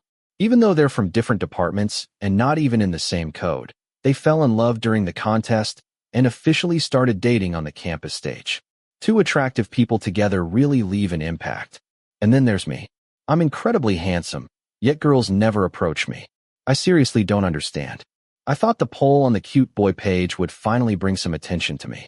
I don't really care about the ranking as long as someone becomes interested in me. Hopefully. I continue my life as usual the next day. I eat breakfast at the dorm cafeteria, listen to my friends praise my third-year peer mentor, then head to the department building. Ark is nowhere to be found today. Like I said before, he only appears occasionally. If you want to see him, you need luck in addition to having his number, because he rarely picks up his phone. It's like he only created social media accounts because everyone else did. Is he active online? Not really. Ark's Instagram account has been inactive for ages, and the last activity on his Facebook timeline was months ago. Aside from the direct message he sent to the fan page inbox last night, his account feels like a haunted forest. Not to mention, there's still the possibility that it wasn't even him. Engineer cute boy? Yesterday, we did a poll for the first years. Today will be for the second and third years. You may choose only one hot guy from each year. The poll will close on the 10th. Admin Mo. Yipoon creates 2 more polls featuring 10 sophomores and 10 juniors. Ark is excluded, obviously. We, his peer mints, know we'd be doomed otherwise. But things spiral out of control. The fans force us to add anal paramymphizin to the list. The moment his name appears, he immediately shoots into first place, leaving everyone else far behind. Yipoon screenshots the poll and sends it to our group chat. Ark reacts instantly, without hesitation. Ark paramymphizin. Please remove me from the list. At that exact moment, the Superior Prince's fans flood the comments section. Even my dorm mates join in, more passionate than the girls. I want to vote for Park. Please let me. You're my idol. We electrical engineering boys will vote for you. God stands above the Superior Prince, and yet even God surrenders to you. Kaya, I'm voting for Park. Newborn babies cry wah. But I cried Ark when I was born. Don't remove him. We barely get to see him in real life. At least let us see his name. A photo of a handsome boy. How ridiculous. Someone even posts a photo of Ark. That must annoy him, because the Superior Prince replies only a few minutes later. Anal paramymphizin. Don't vote for me. Vote for someone else. Tons of students respond to his comment. One of them is Jet. That guy seriously has too much free time. Jet Jesada. Give us a name. I'll tell my friends to vote for him. Anal paramymphizin. Go vote for ARM. He looks stupid. Jet Jesada. I'm talking about the third-year guys. Anal paramymphizin. I'm talking about the freshmen. Ugh hi. Why did I get dragged into this? Who wouldn't be influenced when he goes this hard? Within minutes, I nearly overtake Theme, the engineering prince. The funny thing is that even people outside the department start voting for me. Ark really is Ark. Yipoon removes him from the list as requested, but now the poll itself isn't even the hot topic anymore. Everyone swarms the comment section just to talk to him. The comment asking to remove his name gets more than 700 replies. I give up. I'm not fighting him. I already know I'll lose. Ark replies to one final comment, then disappears like he never existed. not even replying in the group chat afterward. I put down my phone as well and try to distract myself. RRRR. My phone rings again. I glance at the screen, see the superior prince's name, and take a deep breath before answering reluctantly. Hey, who's this? Is this Payark? He told me to ask next time, so I obeyed perfectly. No. Who is this? What a liar. I recognize his voice. Not many people sound like a choking buffalo. Your dad. Hey, that's disrespectful. You're fucking with me. What's up? I don't have practice tomorrow. Don't show up at the soccer field. Well, great. I'll finally have time to hang out with my friends. That's all. Wait. Thanks for telling people to vote for me. My votes are going up. Are you proud of getting votes because of me? Of course. It's not like you're kind enough to support everyone. I'm not supporting you. His voice is completely emotionless. I know he doesn't like me, and I know yesterday's message wasn't from him. It had to be one of his friends. Yeah, whatever. At least more people know me now. Just wait and see. Someday I'll show off my lover to you. Silence fills the other end of the line. Not knowing what to say, I call his name softly. Park. No one will hit on you. Why not? They'll lose interest once they see me. What? You're going to beat me with your face? Ugh. I'll beat everyone else with my face. Oh, I don't understand what he means. Park hangs up before I can ask another question. What the hell? Let's go play claw machines this evening. I want a Pikachu plushie for my room. Peepo says while we wait for the professor in class. Peepo, you bastard. Your room is already full of Pikachus. You still want more. You don't understand. Pikachus come in different species. Huh. They're from different factories. Damn. Are you trying to collect all of them? Yeah. That's my dream. Unbelievable. Why the hell is he studying engineering? He should study claw machines professionally. Ask Sand. I'll go if he goes. I immediately shove responsibility onto the former child star beside me. Whatever you want, Pa. I don't mind, but... What? Let me go see this girl from the nursing department first. I'll catch up with you guys later. What? Everything happens too fast. I noticed Sand using his phone more often lately, but I never imagined he was seriously chasing a girl. What's going on? Peepo asks, eyes practically bulging out. He's so obsessed with plushies that he's completely disconnected from reality, while I've been too busy fighting with my third-year peer mentor. I like her, so I'm trying to win her over, Sand explains. Oddly enough, his expression looks miserable instead of happy. That's disturbing. Did love make him uncomfortable? How did you meet her? On Facebook. She's Park's mutual friend.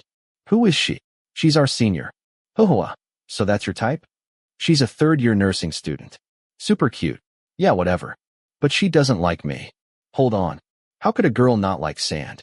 He's handsome. He used to be a child actor during Champu Araya's prime time. Why wouldn't that girl like him? Want to see her photos? Sand asks. Yes. Sand taps through his phone before proudly holding it out. Holy crap. He likes the nursing princess. I have to admit it. I could never compete with him. I'd never manage to get a girl at that level. I'm jealous. Why doesn't something like this happen to me? I'm so jealous. Peepo whines despite looking like a barbarian. Single people really need to take care of themselves.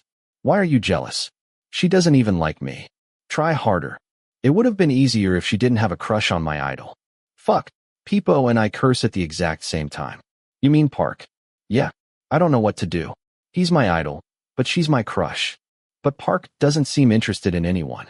Relax, Sand. He wouldn't get in your way if you didn't care about her. I try to comfort my friend. And suddenly, I become strangely motivated. I finally have a mission today. Using my privilege as the superior prince's peer mentee and one of the few people on his Facebook friends list, I spend the evening stalking him online while Ark supposedly has no practice. Meanwhile, Sand and Peepo happily play claw machines nearby. The nursing student's name is Juan. She wasn't the campus princess in her year because she lost to Jitti, but honestly, her cuteness is still unbeatable. After 2 hours of investigation, I learned absolutely nothing. Ark ignores every tagged post and only interacts with his ridiculous group of cheeky friends. I assume one must talk to him through direct messages or line, and they probably follow each other on Instagram. Looks like I'll have to take matters into my own hands for my friend. This is bothering me. What's wrong, Arm? Come play with us, Sand says worriedly. Not Peepo, though. That guy abandoned me to investigate alone while he chased Pikachus. I need to find out whether Park is talking to Puan.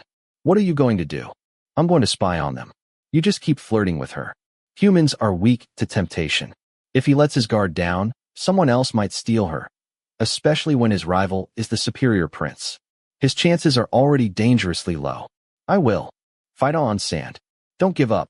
Wait, who's the one with the crush here? Am I wrong for worrying about my friend? Come play with us.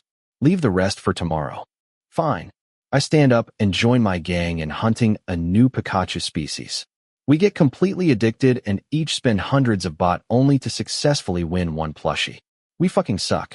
We return to the dorm with empty wallets and practically call our parents for money the next morning. Late the next morning, Ark texts me to say there won't be practice for a week.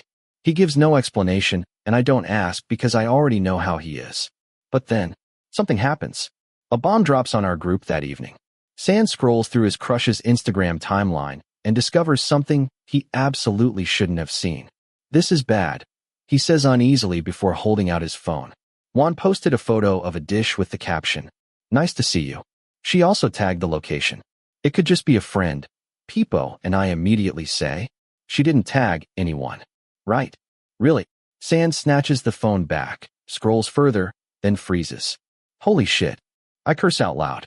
From the location tagged in Juan's post, Sand searched for more photos at the same restaurant and found one uploaded by another student. The people in the photo are Ark and Juan, and they're sitting together. New. Sand, are you okay? Part of me wants to run out and buy him a whole carton of beer.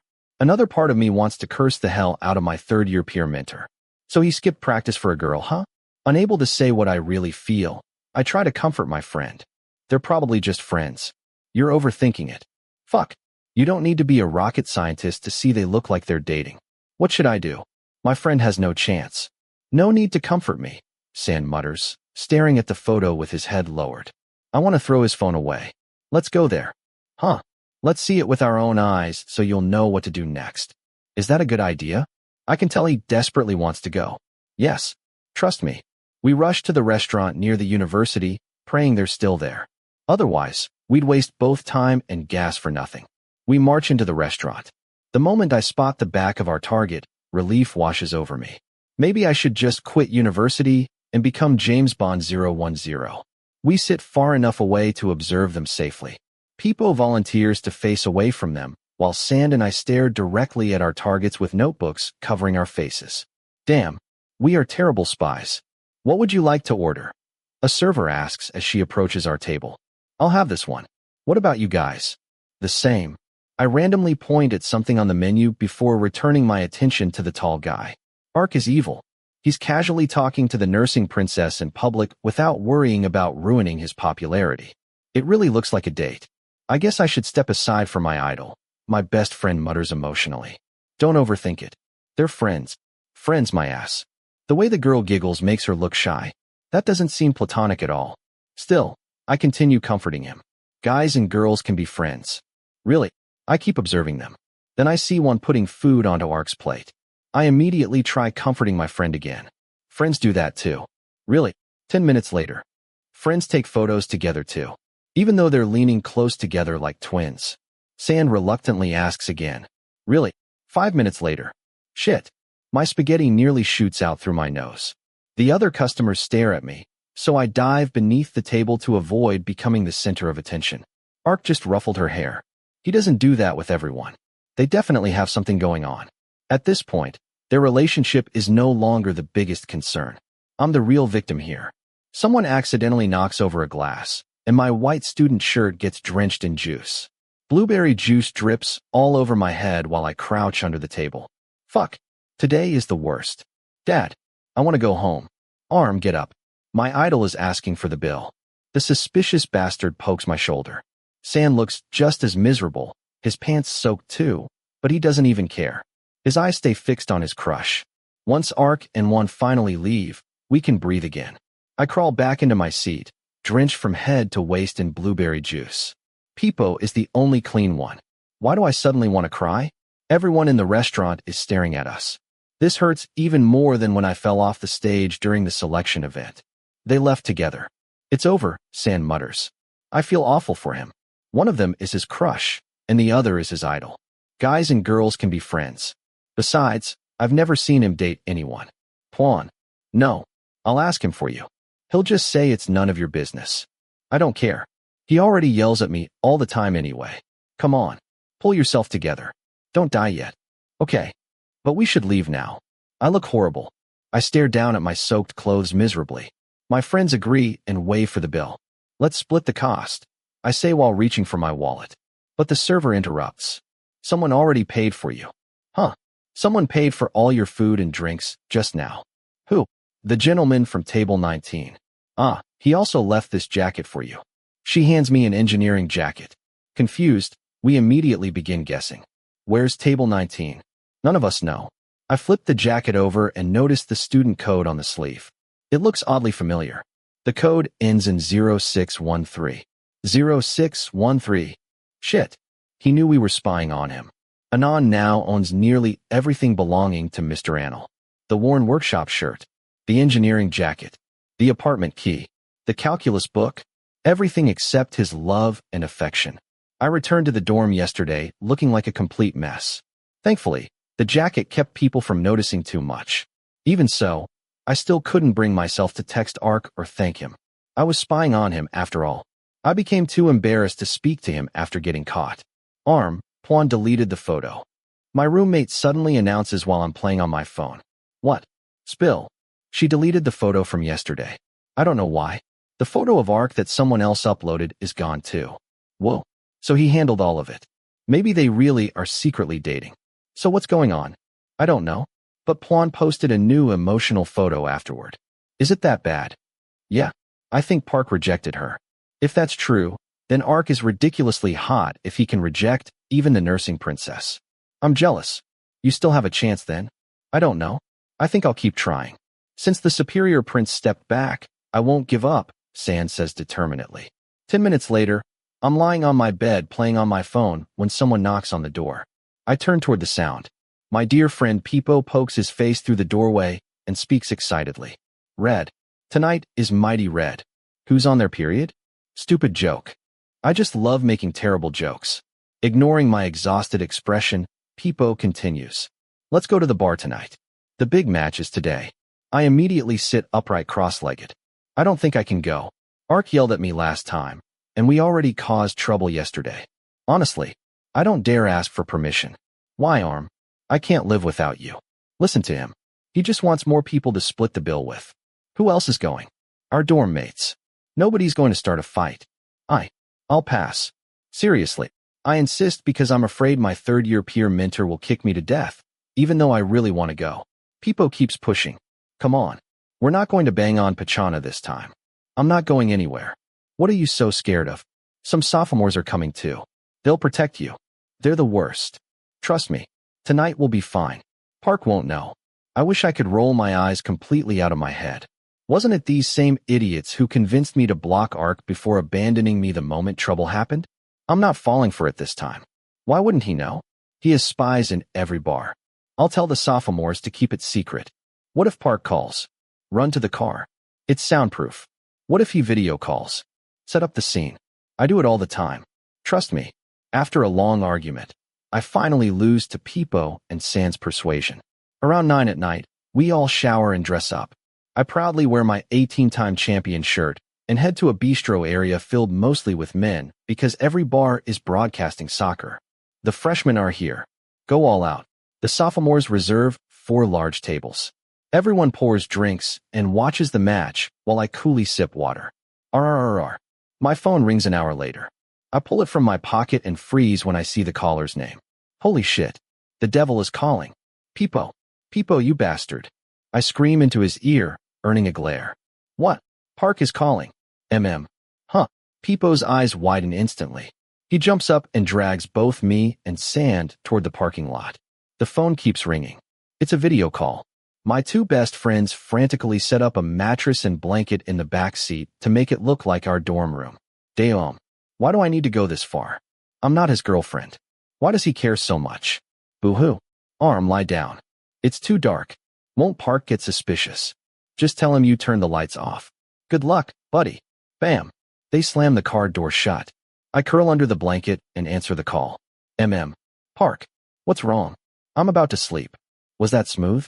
My voice sounds believable, but I'm not confident about my face in the darkness. Am I embarrassed? Hell yes. But I have no choice. It's only 10. You're already in bed. Yeah. I turned the lights off. What's wrong? Nothing. I just saw a bunch of freshmen watching soccer at a bar and thought you might be there. Ugh. I didn't go. Why would I disobey you? Good. You'd be dead if you got caught. Geez. I hope that day never comes. I've been a good boy. Please, Holy Spirits, protect me. I won't do it. I answer firmly while staring at the tall guy on the screen.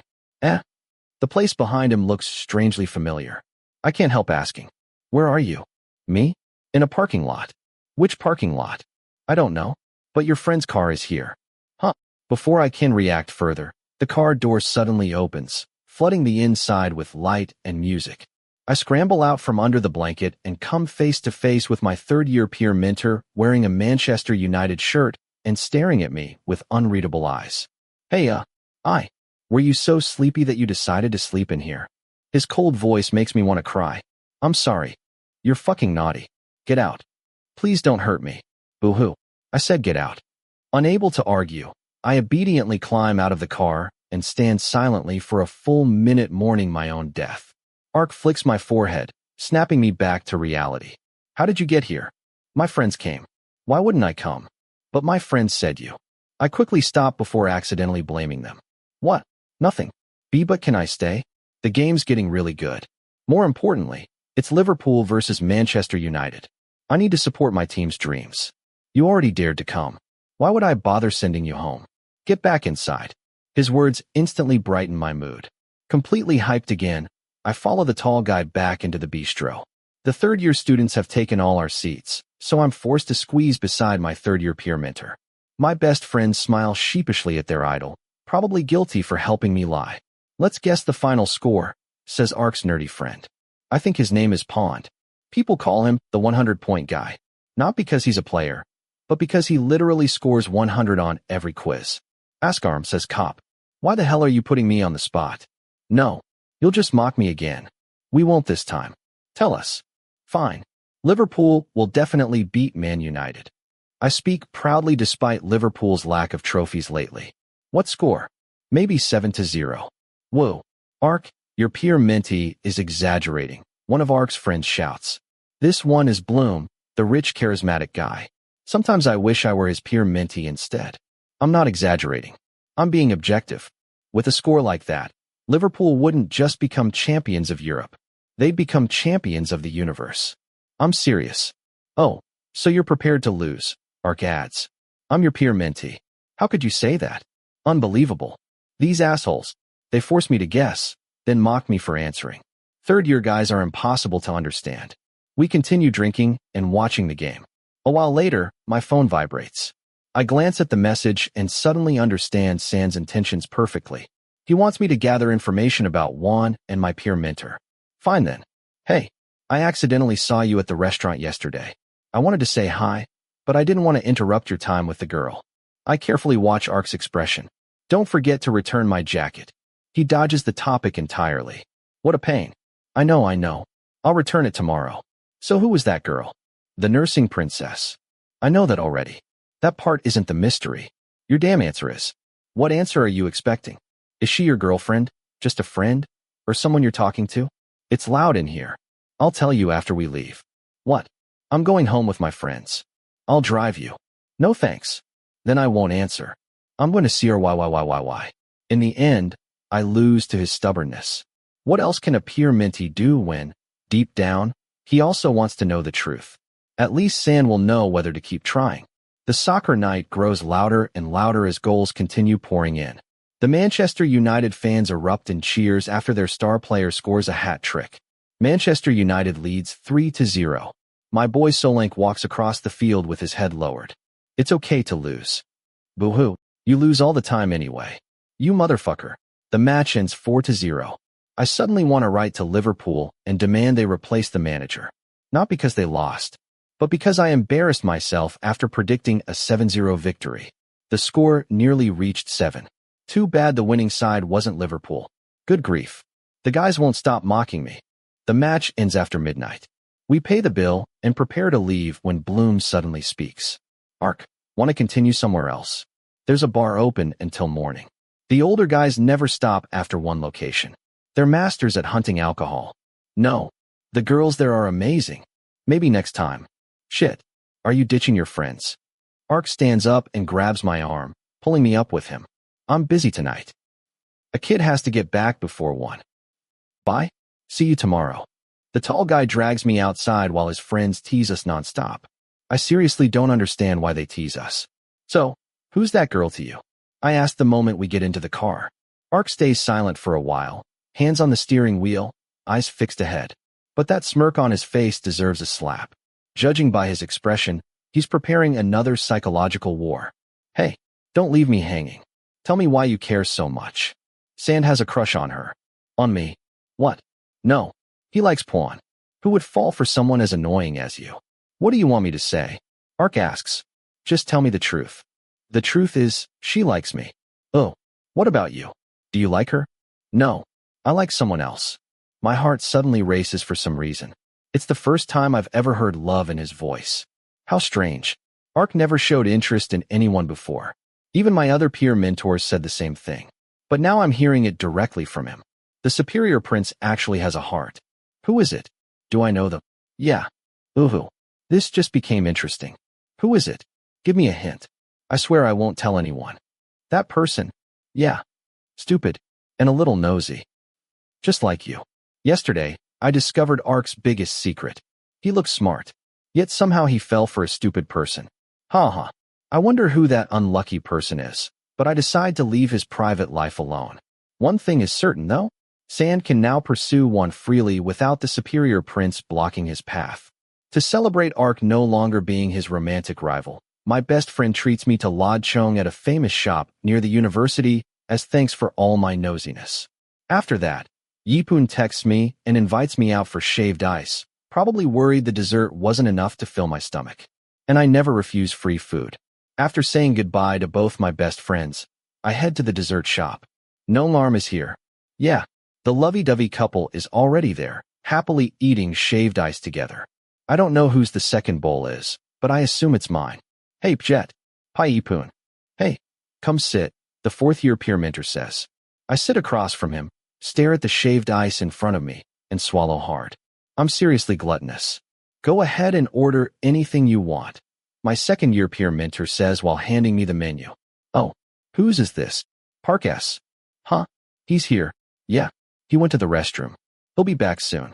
The tall guy soon returns, looking every bit the bad boy today with his brand new workshop shirt. Oh, you're wearing a new shirt. Ark shoves my head lightly and sits beside me with his usual bored expression before teasing me. You're still barking after losing yesterday. One day I'll win.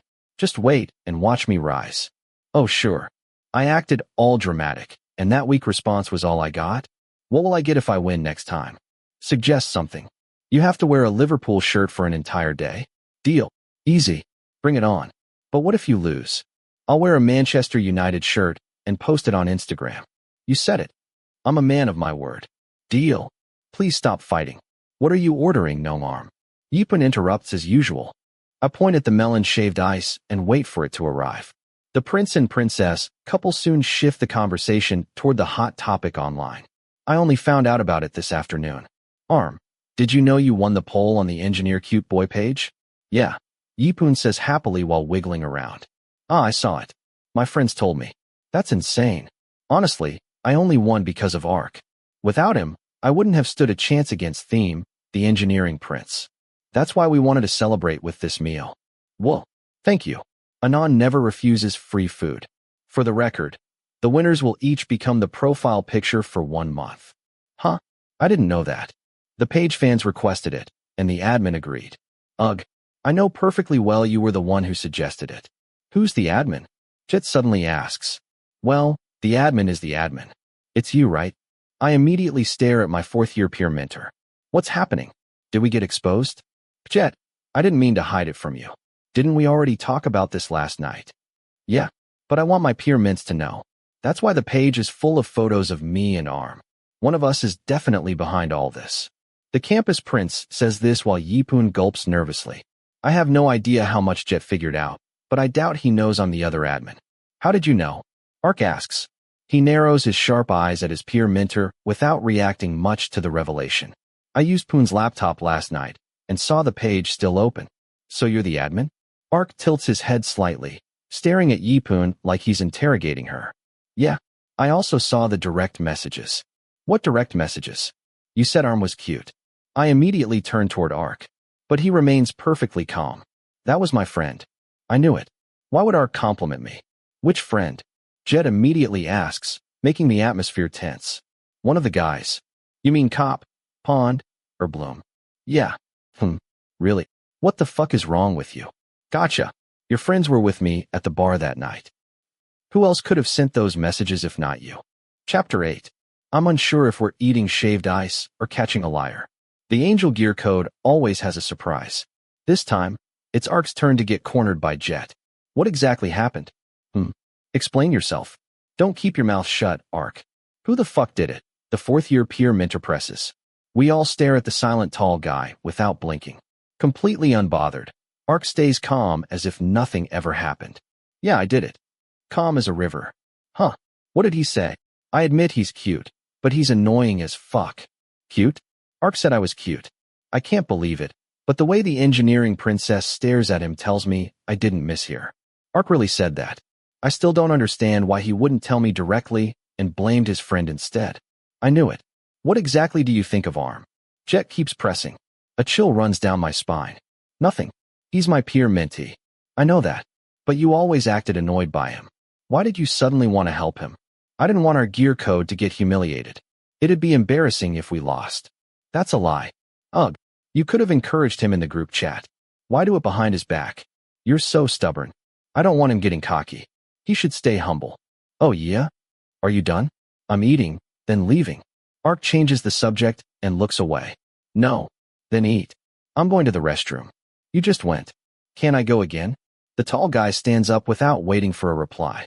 He walks toward the back of the restaurant where the restroom is, leaving the prince-princess couple grinning at each other. Jet. Park is acting weird. I mumble. His personality is hard to deal with, as everyone already knows. Totally unpredictable. It's not weird at all. He's always like this, Jet says, still smiling. How is that normal? He's normally like this with you. I don't get it. He'll explain it himself one day, when he wants to. What a useless answer. I give up and focus on devouring my shaved ice. The tall guy soon returns, but he doesn't look like he plans to finish his bowl. I paid for everyone. I'm leaving. What the hell, Ark? Sit down and eat. Why are you in such a rush? My friend called. Which friend? You don't need to know. But, yeah, whatever. Jet waves him off while we watch the superior prince walk away. Before he reaches the door, Jet suddenly shouts. Ark! Ark! The tall guy immediately turns around, irritation obvious in his voice. What? That's the wrong door. That's the kitchen. The exit's over there. Right. Did you get so shy you stopped functioning? Frowning, Ark says nothing and turns toward the correct door instead. The moment he disappears, the couple bursts into laughter. Ark is seriously weird. I think. He's cuter than usual today. There's an assembly for the freshmen that evening. Honestly, I don't want to go because it feels like a waste of precious time. I'd rather stay in the dorm playing games with my friends. All the freshmen gather in the engineering hall. The place buzzes with questions, especially from my gang. Let's bet. What's this gathering about? Peepo asks first. Sports day? I bet 2 baht, San says. Fucking idiot. We already talked about sports day. I think it's about department activities. I heard the seniors saying we have to clean the gear space. I guess. The others nod along. Hey guys. We're not here to talk about cleaning the gear space like some of you heard. Oh, shit. My face instantly cracks. Boo Arm. You shouldn't have said anything. Damn it. Poor guy. She has to take responsibility for destroying my expectations. Idiot. All right. Quiet down. The hall slowly falls silent because the seniors refuse to continue speaking until we cooperate. Here's the thing. Our department got selected to host the Engineering Friendship Festival this year. Ooh. The entire hall erupts. I scratch my head. What kind of festival is this, and why is everyone so excited? A lot of you probably don't know about it. This is an annual festival hosted by different universities in rotation. Normally there are 5 universities involved, but this year is special because 3 more joined. So now there are 8. Woo woo. Goosebumps rise all over my skin. There are going to be engineering girls from other universities everywhere. Just imagining it already excites me. There'll be friendship sports, a popularity contest, a cheer competition, and academic activities. Today we'll assign duties to the freshmen. Everyone instantly goes quiet. The first-year prince and princess will handle the popularity contest. The cheerleaders are already selected. Now we need volunteers for each sport. You can sign up at the back after the assembly. As for the cheering team, all freshmen will participate. Anyone without another duty must join the cheering practice. Fuck. People who avoid participating in things only have one choice left. I suck at sports and cheerleading, and I'm definitely not handsome enough to become the department prince. Maybe it's good to be useful sometimes. Though I still wish I didn't have to do anything. Wait, don't start discussing it yet. There's something more important, the senior continues. Since we're hosting this year, we'll continue the tradition of playing buddies. Freshmen and seniors must take care of their assigned buddies from other universities. The student council already paired everyone up. Check the department Facebook page for your buddy. Everyone pulls out their phones at the exact same time. Besides taking care of your buddies, you also need to be good hosts. During free time, you can take your buddy around the university or anywhere you want. Bars are banned this year, though. Cafes only. The senior continues explaining more details, but the freshmen are already talking over everything. Eventually, the assembly ends, and we go sign up for duties. Of course, Sand, Peepo, and I have no choice but to join the cheering team. Wonderful. For the next month, I'll be waving pom-poms, banners, and light signs to the rhythm of chants. Sounds so fun. Did you check your buddy hint? Yo, the leader of the engineering boys, asks me. Nope. You'll definitely get a cute girl. He pats my shoulder before walking away. Frowning, I scroll through my phone while following my best friends. Sand and Peepo are both complaining because their hints clearly point to male buddies. There aren't many engineering girls, after all. As for mine, the name is Nature, vast, and on top of the world. What? Is her name Himalaya? I mumble. Peepo smacks the back of my head. Ugh, dumbass. The hint is obvious. Nature and on top of the world. It's the sun. The sun. What else is high up there? The clouds. The fucking clouds are vast. A bunch of clouds is huge, idiot. Anything else? The sky. Sand's answer freezes me. Damn. My buddy must be a girl then. Anyone named after the sky has to be cute. Besides the hint, the seniors also posted our buddies' universities and student codes to help us identify them. We have one day before the official opening ceremony. At this point, though, I'm less interested in my buddy and more focused on the cheering practice schedule. Monday, Wednesday, and Friday evenings are officially gone. I need to tell Ark, my personal haunting ghost, or he'll lose his mind when I stop showing up at soccer practice. I call the number saved in my contacts and wait forever before he finally answers in his lifeless voice. Hey, are you busy? Yes. Okay, I'll call later. Not anymore. What's up? What a pain in the ass. It's about the engineering friendship festival. I joined the cheering team, so I have practice every Monday, Wednesday, and Friday evening. I won't be able to go to the soccer field. Okay.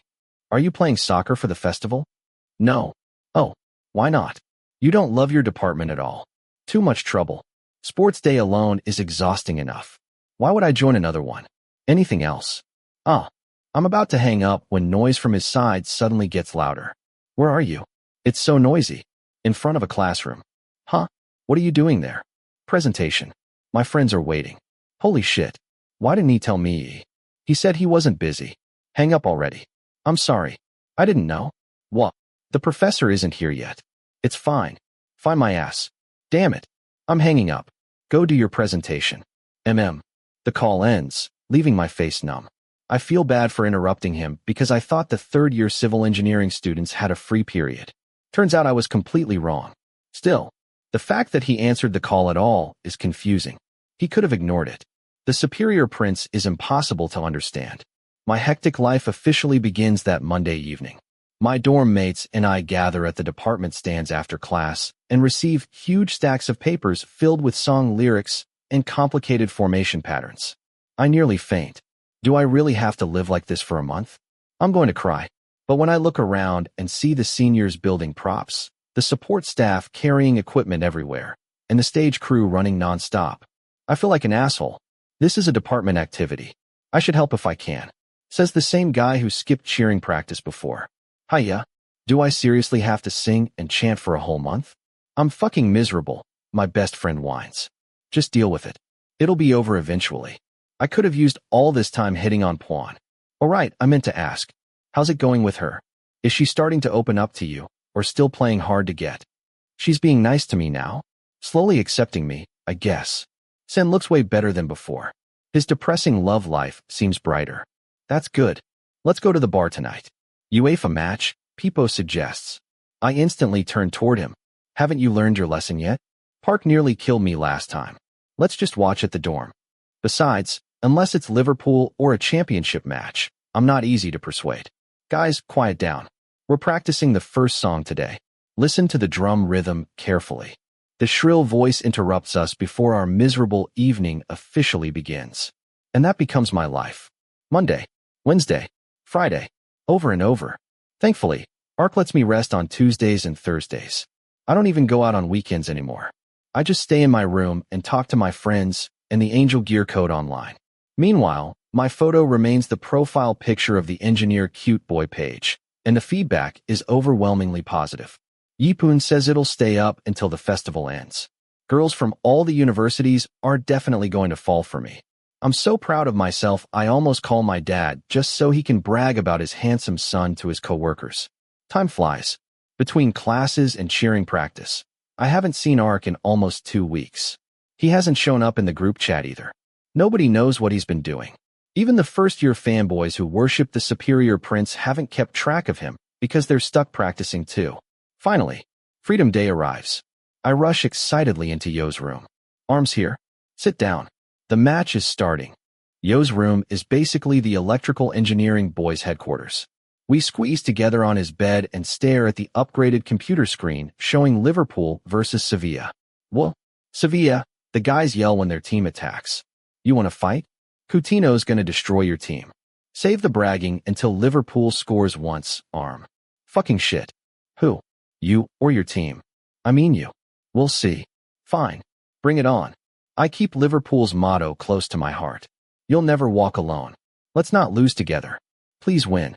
Show them what you've got. 10 minutes later, my confidence slowly turns into panic. Sweat covers my forehead. My hands feel like they've been soaking in water. Both teams are going hard, and I can already feel disaster approaching. And of course, I'm right. I don't know whether it's my terrible luck or cursed intuition, but Liverpool loses again. How can they lose every single match this season? Boo-hoo. There, arm. You're crying. My friends tease sympathetically as they notice my drooping expression. I'm not crying. Sure. But your soul already left your body. Go cry in your room. Better luck next time. Those motherfuckers throw themselves onto me and shove me onto the floor. Then Pipo and Sand carry my defeated body back to my bed. I think they're going to comfort me. Instead, they leave to celebrate. Fine. I'll lie here and cry alone. The next morning, I wake up at the usual time. After showering, I overhear everyone discussing last night's match. That's normal in a boys' dormitory full of soccer fans. It would have been way more enjoyable if Liverpool had won. I want to brag too. Since we're using Sand's car today, we decide to eat breakfast together at the dorm cafeteria first. Just before crossing the road, a muffled scream catches our attention. I look up and spot a familiar tall figure standing ahead. My third-year peer mentor. The alien. My idol is Hari. I'm gonna cry. Pipo runs toward Ark before I can even catch up. What brings you here, Park? I came to watch someone keep his promise. Ugh. He's seriously still hung up on that stupid bet. I haven't bought the shirt yet. Relax. I won't break my promise. Get in. I'll drive you. I'm eating breakfast with my friends. I already asked Pa. You're coming with me. Jeez. Come on. Don't make me repeat myself. Okay, whatever. I turn around to ask my friends, but Pipo and Sand practically shove me toward the superior prince. Eventually, I climb into the car, and Ark drives us to a famous pork blood soup restaurant. How's school? Ark asks while we eat. Good. The activities are exhausting, though. It'll pass. He keeps dropping pieces of pork blood into my bowl. Why are you giving me this? Eat it yourself. I don't eat pork blood. Then why did you order it? I wanted pork blood soup without pork blood. What's your problem? Now it's my problem. Why not just order clear soup, You asshole. Obviously, I don't dare say that out loud. The Engineering Friendship Festival is in a few weeks. What sports are you joining? None. What's your duty? Nothing. How? Why not? Fine. You're the superior prince. Nobody dares force you to do anything. Did you check your buddy? Is it a boy or a girl? None of your business. There goes my curiosity. What should I buy for my buddy? Something memorable. A shirt, Ark suggests casually. A shirt? What kind? Man United. You piece of shit. I thought he forgot already, but no. He's been waiting for the perfect moment to attack me again. I told you. Liverpool's just letting other teams win for now. Wait until they get serious. You can brag after they win. Ark completely ignores my whining and keeps eating. Even when he's annoyed with me, he still pays for my meals. That's one good thing about him. When we get back to the car, Ark tosses a piece of fabric onto my lap the second I sit down. It's his Manchester United jersey. My team lost last night, and now you're rubbing it in my face.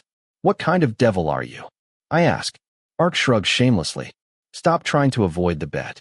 I already said I'd buy one. I already have one. Wear it, wash it, and give it back in 2 days. Can't you at least let me recover emotionally first? No. Okay. I'm too tired to argue anymore. The car moves smoothly along the familiar road while the handsome devil beside me drives in silence. The car smells nice, the AC is cool, and the music is good. I might as well enjoy it while I can. Eventually, Ark stops in front of the general building where I have class. Go. Thanks for breakfast and the ride. I have workshop at the engineering building anyway. That's literally the opposite direction. Are you trying to piss me off? I didn't do anything. I was just curious. I climb out and wave goodbye. Ark drives away without looking back once. Clicking my tongue, I curse him in my head before entering the building. Because it's the general building, students from every department are here. Each department has its own unofficial seating area. Electrical engineering students always occupy the upper rows. Arms here. How's my idol? Tell us everything. The electrical engineering boys always arrive first whenever I go somewhere with Ark.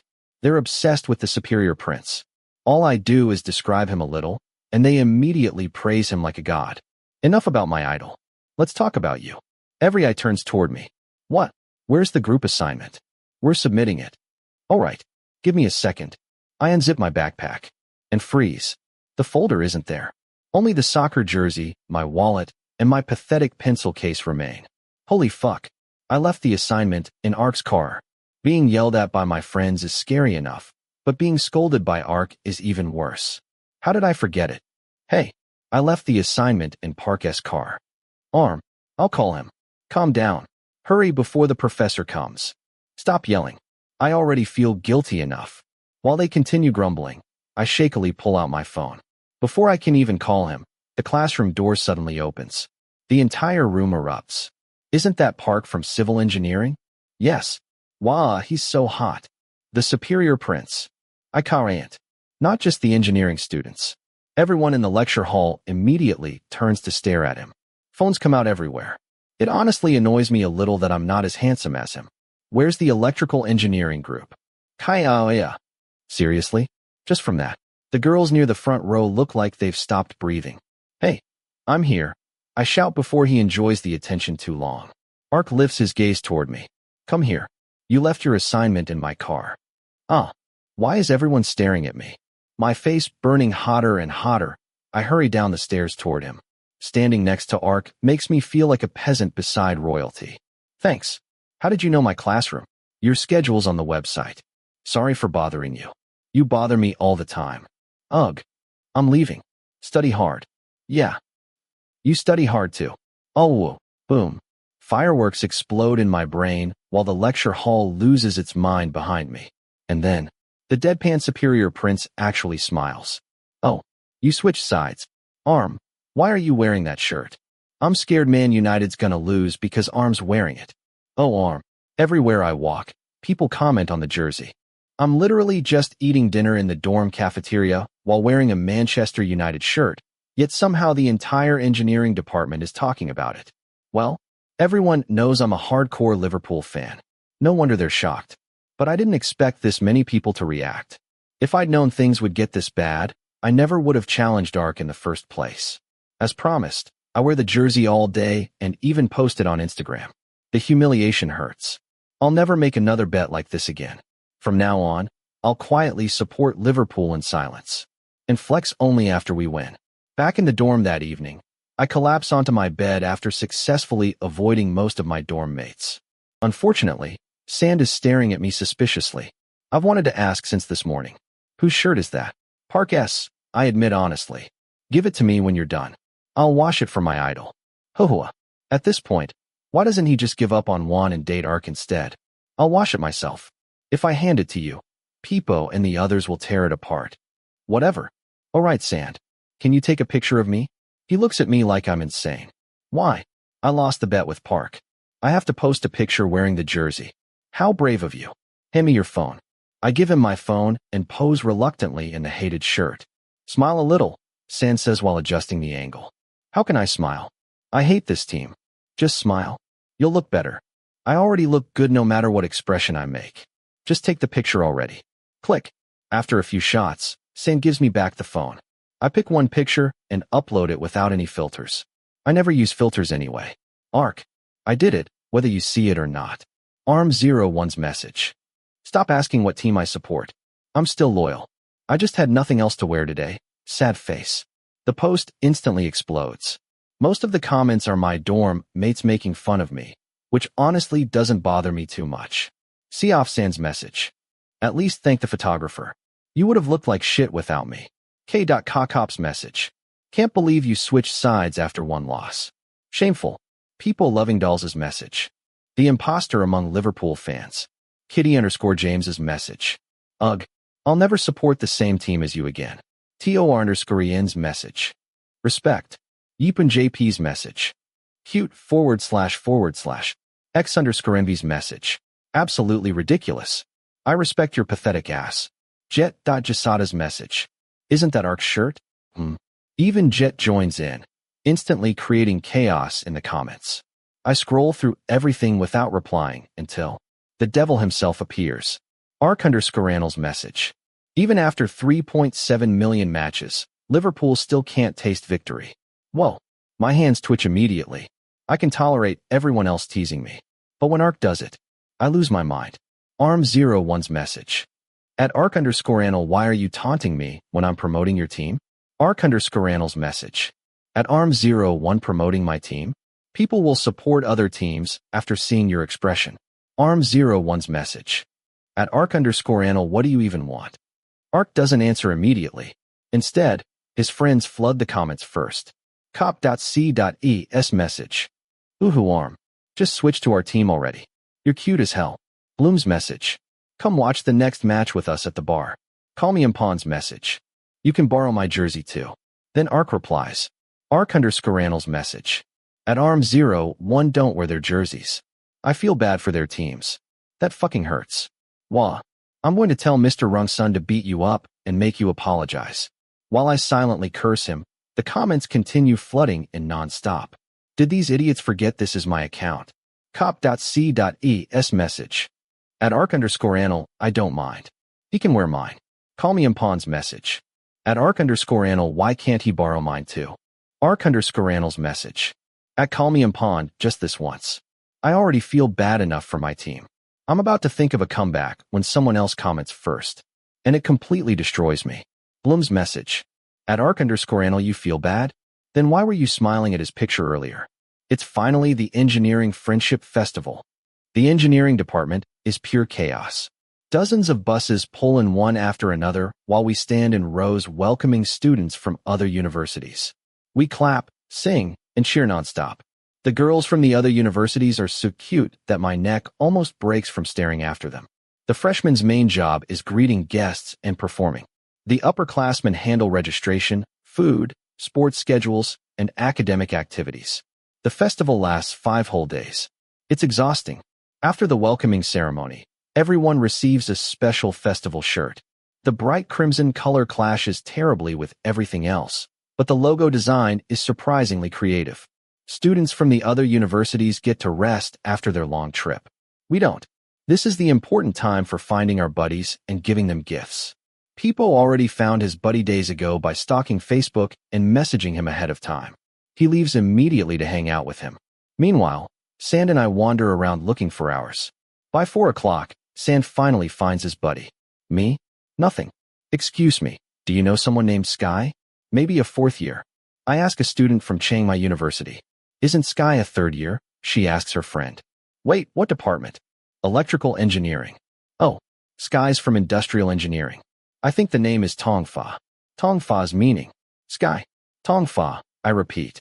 I saw Tongfa before we left earlier, but I don't know where she is now. Sorry. It's okay. Thanks. I walk away and continue scanning the huge crowd until I eventually give up. No matter how hard I search, I can't find Tongfa. I don't even have contact information. Eventually, it's time for the opening ceremony dinner, so I surrender. Because the department area is too small, the event is held inside the university hall instead. Large round tables fill the air-conditioned room, while the MC talks enthusiastically on stage. Is the food delicious? Yes. I sit with 9 other electrical engineering students. Peepo is especially excited, showing me something on his phone. This girl on the left. I found her Instagram. I look where he points. The girl sitting with her friends is unbelievably pretty.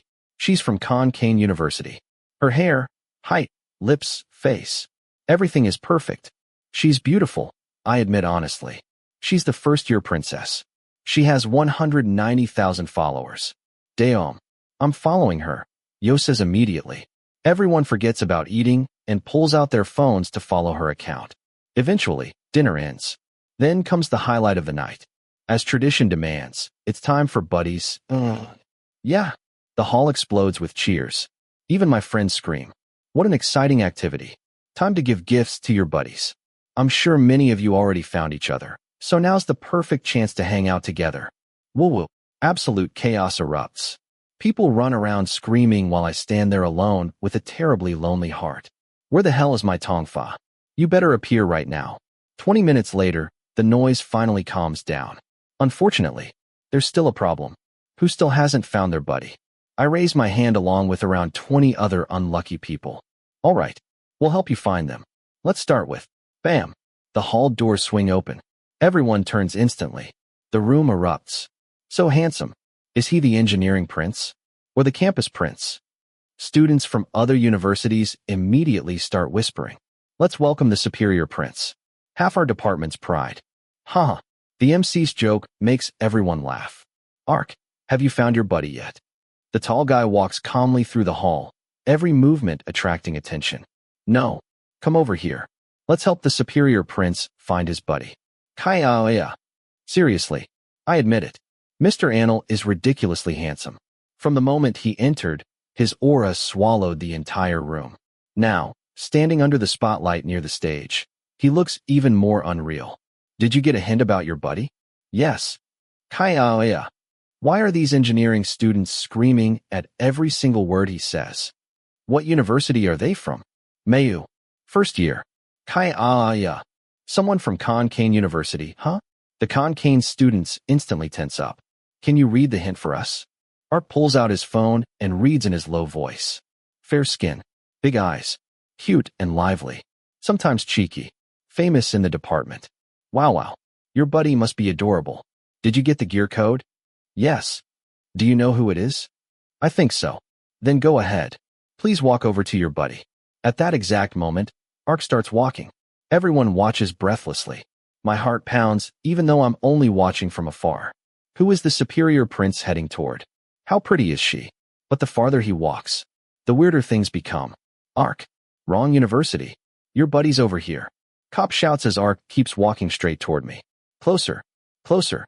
What the hell? Go the other way. I want to protest, but no words come out. Even Ark's friends keep yelling at him, yet he continues staring straight at me. Then, he stops directly in front of me. Ark. Your buddy is over here. The MEU students are this way. After a moment, Ark finally speaks. I found my buddy. His name is Arm. No. That's your peer mentee. No. I want this one. Ark. I want this one. Boom. Something exploded inside my head. Chapter 9. The world tilted. My brain stopped functioning. I sat still, staring at the expressionless tall guy in front of me amid the clamor, but I couldn't hear any noise. All I knew was, what the fuck was Ark even doing? Fuck. Why you came the wrong way. You're not supposed to take care of a student from the same university, I told my third-year peer mentor after taking some time to collect myself. Ark remained quiet as all of us waited expectantly for his response. He should have just said something instead of staying silent like this. Park. I called the superior prince again, and he finally replied. Why not? We can take care of anyone. No. You should take care of your buddy. Which is you, he insisted with a deadpan face. No. I'm not from MEU. But you're cute. I'm not from MEU. Well, you're cute. There are hundreds of cute people here. But I choose you. What a fucking pain in the ass. He was driving me up the wall. Ark, quit causing a scene. Come here. Your buddy is over here. Cop and Bloom stepped up and dragged the superior prince away, not letting him argue with me any longer. Laughter drowned out the MC's voice. Ha ha ha ha. Everyone watched Ark being dragged to the other side amid constant chatter and laughter. It took nearly 10 minutes for the crowd to calm down again. I scratched my head and played on my phone to avoid everyone's teasing stares. Soon, the third-year MC explained the superior prince's strange behavior as him refusing to take care of anyone except his peer mentee. I knew Ark tended to shut himself off from people, which made it difficult for others to understand his personality. I hoped he'd make more good friends during the festival. We continued matching buddies. I was the only one left when a senior from Chiang Mai announced that my buddy had gone out and would probably return later. For fuck's sake. What kind of person was she to be this unruly? Park's buddy is the engineering princess from MEU. What's her name again? Brink. Sand asked while staring at the girl they'd just followed on Instagram. 190,000 followers was insane. They looked perfect together. Damn, I wanted that kind of life too. No surprise. The seniors chose her for him. My idol got her. Peepo lamented like his heart had shattered. This dumbass. Oh, they chose our buddies? I thought it was random. I asked in confusion. As if. They picked everyone's buddies, including yours. Mine. Yeah, they picked Tongfa for you. Got it. The world is unfair. Why do attractive people always get paired together? Beauty privilege should have disappeared by now. I listened to the guys complain. I kept playing on my phone until someone suddenly stopped in front of me about half an hour later. The guy had skin so fair I could hardly believe he was Thai. He was ridiculously handsome, with a sharp nose, curved lips, and an undercut hairstyle that made him look both charming and striking at the same time. Wow. I was so jealous of handsome people. Again. Are you Armanon? He asked calmly. How did he know my name? We'd never met before. I kept the question to myself and replied. Yeah. Okay. I'm Tongfa. Huh. We're buddies. My buddy was a dude.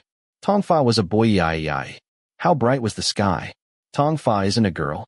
Instead of answering, he sat down beside me and handed me a bag of juice with a blank expression. It took me a moment to realize it was his gift for me, and I quickly grabbed mine for him. This is for my buddy.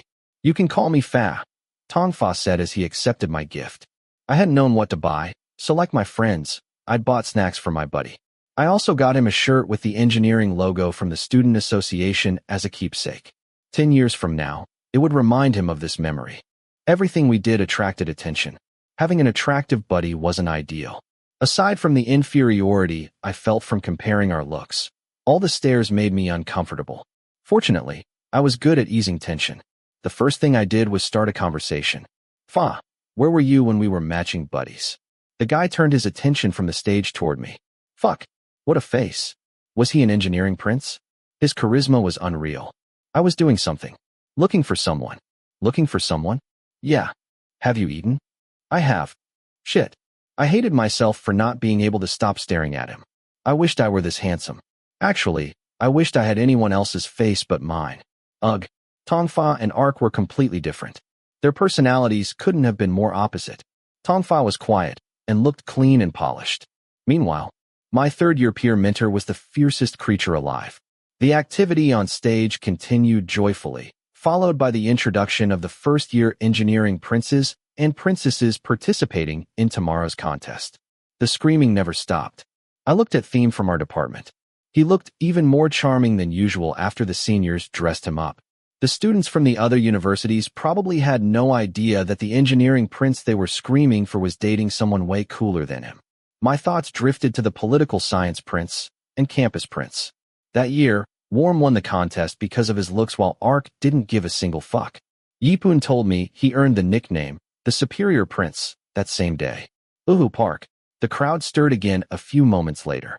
I glanced around only to find the Superior Prince standing over me with a death glare. Arm move, he said. I obeyed immediately, too confused to argue. Ark squeezed himself between me and my buddy. My friends were thrilled their idol was sitting with us. I was probably the only one completely bewildered. What the hell was wrong with him? Why did you come here? I got bored. What kind of answer was that? What about your buddy? Did you take good care of her? She's just my buddy, not my lover. I fought the urge to kick his ass. Who gave you the right to sit between me and Fa? It's my right as your peer mentor. Wow, it's not that serious. What do I have to be to earn that right? I fell silent. I had no response. Your Ark? I heard you're famous. Ark turned sharply toward Tongfa and stared so intensely that I almost wanted to drag him out of the hall before a fight broke out. Not as famous as you. Aren't you the campus prince? Damn, the campus prince. How did you know? It wasn't hard to figure out. You knew? I figured it out from Arm's hint. Who are you to Arm? His peer mentor. I lost interest in the rest of their conversation. What stuck in my head was the fact that Ark said he'd figured out who my buddy was from the hint. Did that mean he'd secretly searched for him beforehand? How sneaky. He hadn't even put that much effort into finding his own buddy. I let them bicker for a while before another question popped into my mind. Fa, are you playing any sports tomorrow? I'll bring you some snacks. Me? He looked at me. I'm playing soccer tomorrow. Same. The Superior Prince growled seconds later. Wait, what the hell? You said you weren't playing. I turned toward my third-year peer mentor and got a cheeky response. Really? Did I say that? Yes, you did. I'm playing now. My friend added me to the team. Do your best, then. Don't embarrass us, I teased. Ark's gaze suddenly turned disturbingly serious. Come cheer for me.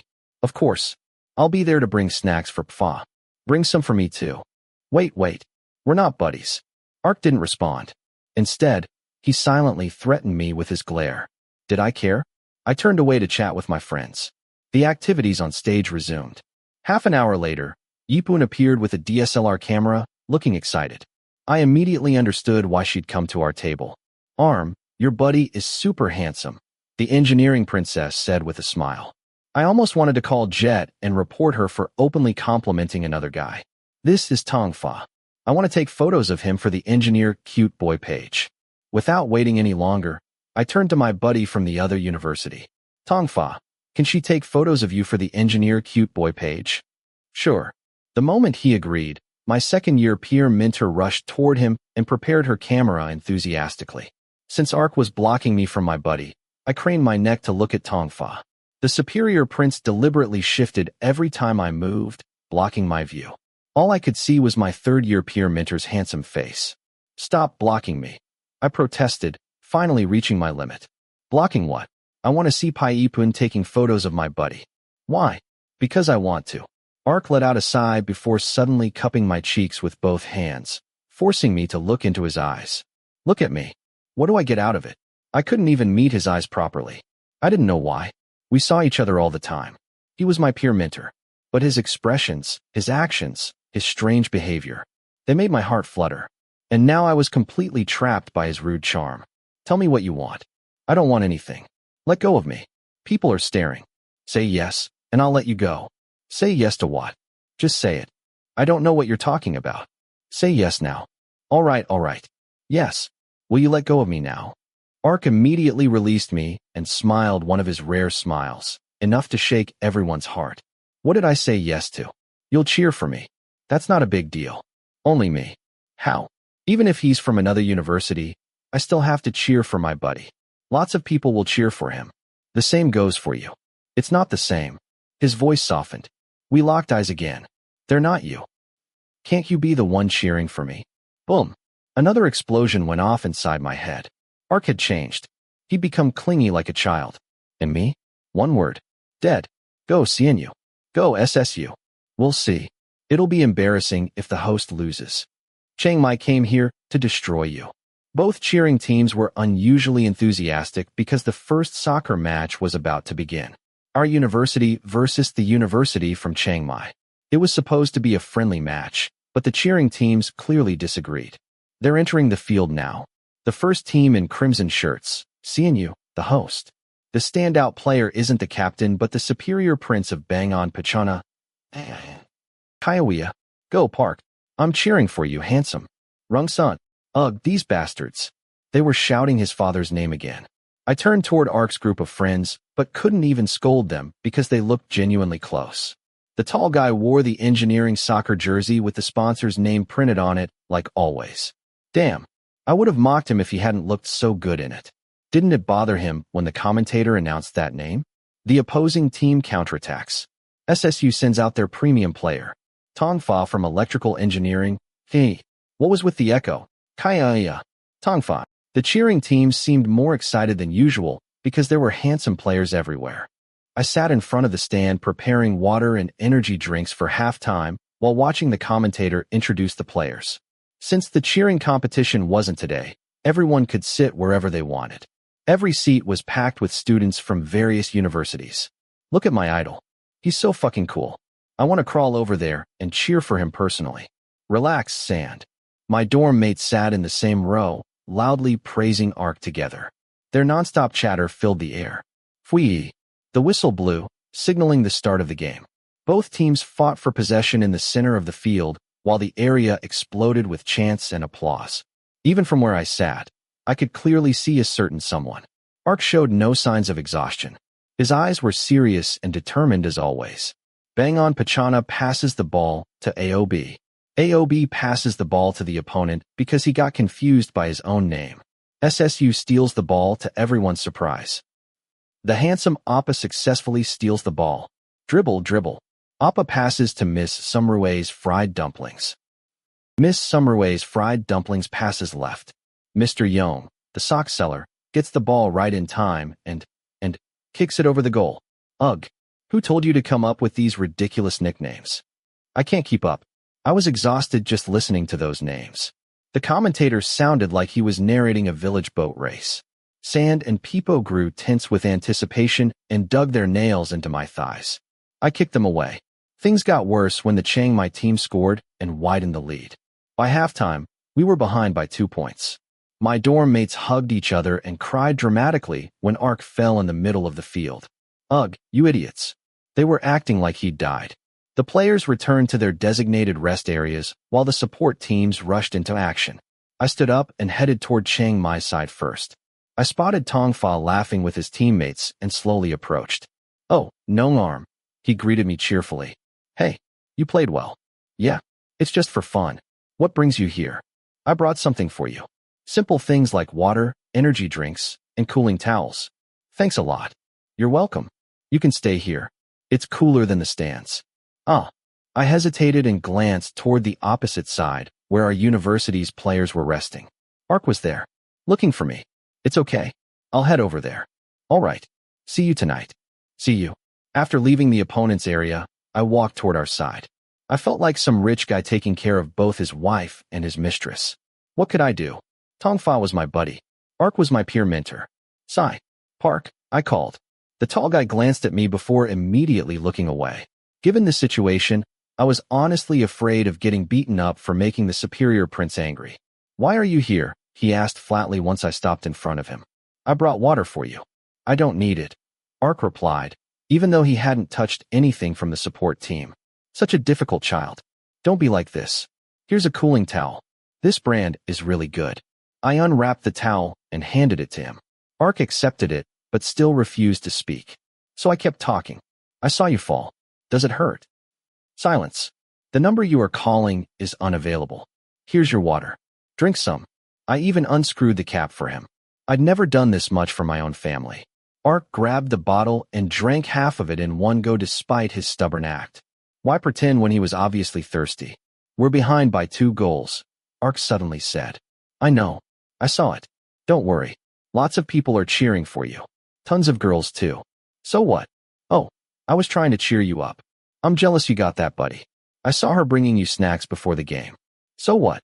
He repeated himself. Take good care of her. I don't want to take care of anyone else. I want to take care of one person. This is exactly how people in love talk. Is that person here? I guess.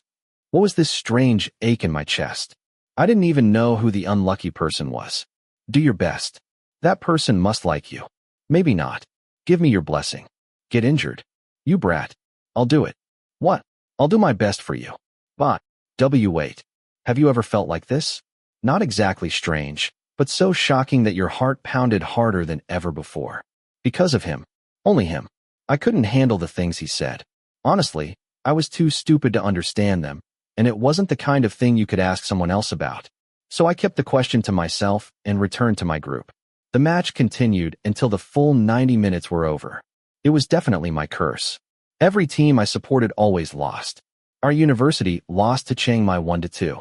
The players themselves stayed cheerful since it was just a friendly match, but the cheering teams groaned dramatically. The worst part was my group of guy friends crying together. The electrical engineering boys would forever stay loyal to the superior prince. Ark must be crying inside. I want to run over and comfort him, Yo said, and the others nodded seriously. When the players returned to the sideline, the guys all sprinted over to comfort Ark. I let them fuss over the superior prince for a while before turning to leave. I was about to follow them when a low voice stopped me. So I stayed behind to face my third-year peer mentor. We lost. I'm sad. His sadness looked fake as hell. You sucked. I went easy on them. Whoa, you went way too easy. Weren't you worried about your pride? I wasn't playing for our university. Oh, then who were you playing for? I teased happily after finally seeing his deadpan expression crack. I'm embarrassed for them. Are you? I'm blushing. Oh, well, who were you playing for? Tell me. I played for you. Oh, well, you're blushing for real.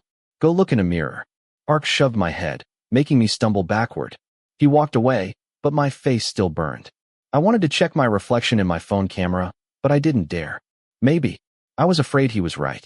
Maybe I was afraid that I really felt something for my peer mentor. The Engineer Friendship Festival remained lively from morning until night. There were many sports events during the day, while the evening was reserved for the popularity contest. Everyone focused on this activity. Each university prepared props, costumes, and performances. I arrived at the venue before the event began, full of anticipation. Who would have thought a sophomore would ask for my help moments later?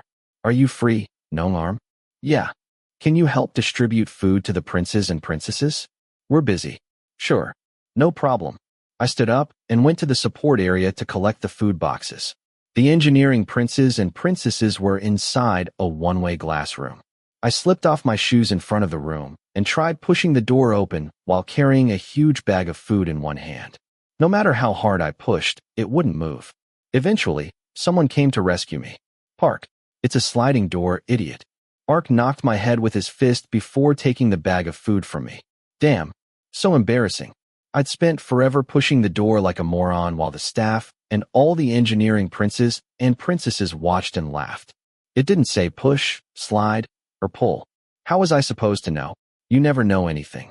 You act stupid every single day. What are you doing here anyway? I came to give snacks to my buddy. Oh, what if your crush gets upset? Your buddy is pretty. I glanced toward Brink, the engineering princess, and my heart swelled instantly. How could she be so cute and charismatic? You talk too much. Annoying. Go away. You're scolding me again. What'll you do if I refuse? I'll kick your ass. So aggressive. Fine, I'm leaving. Thanks for not minding me.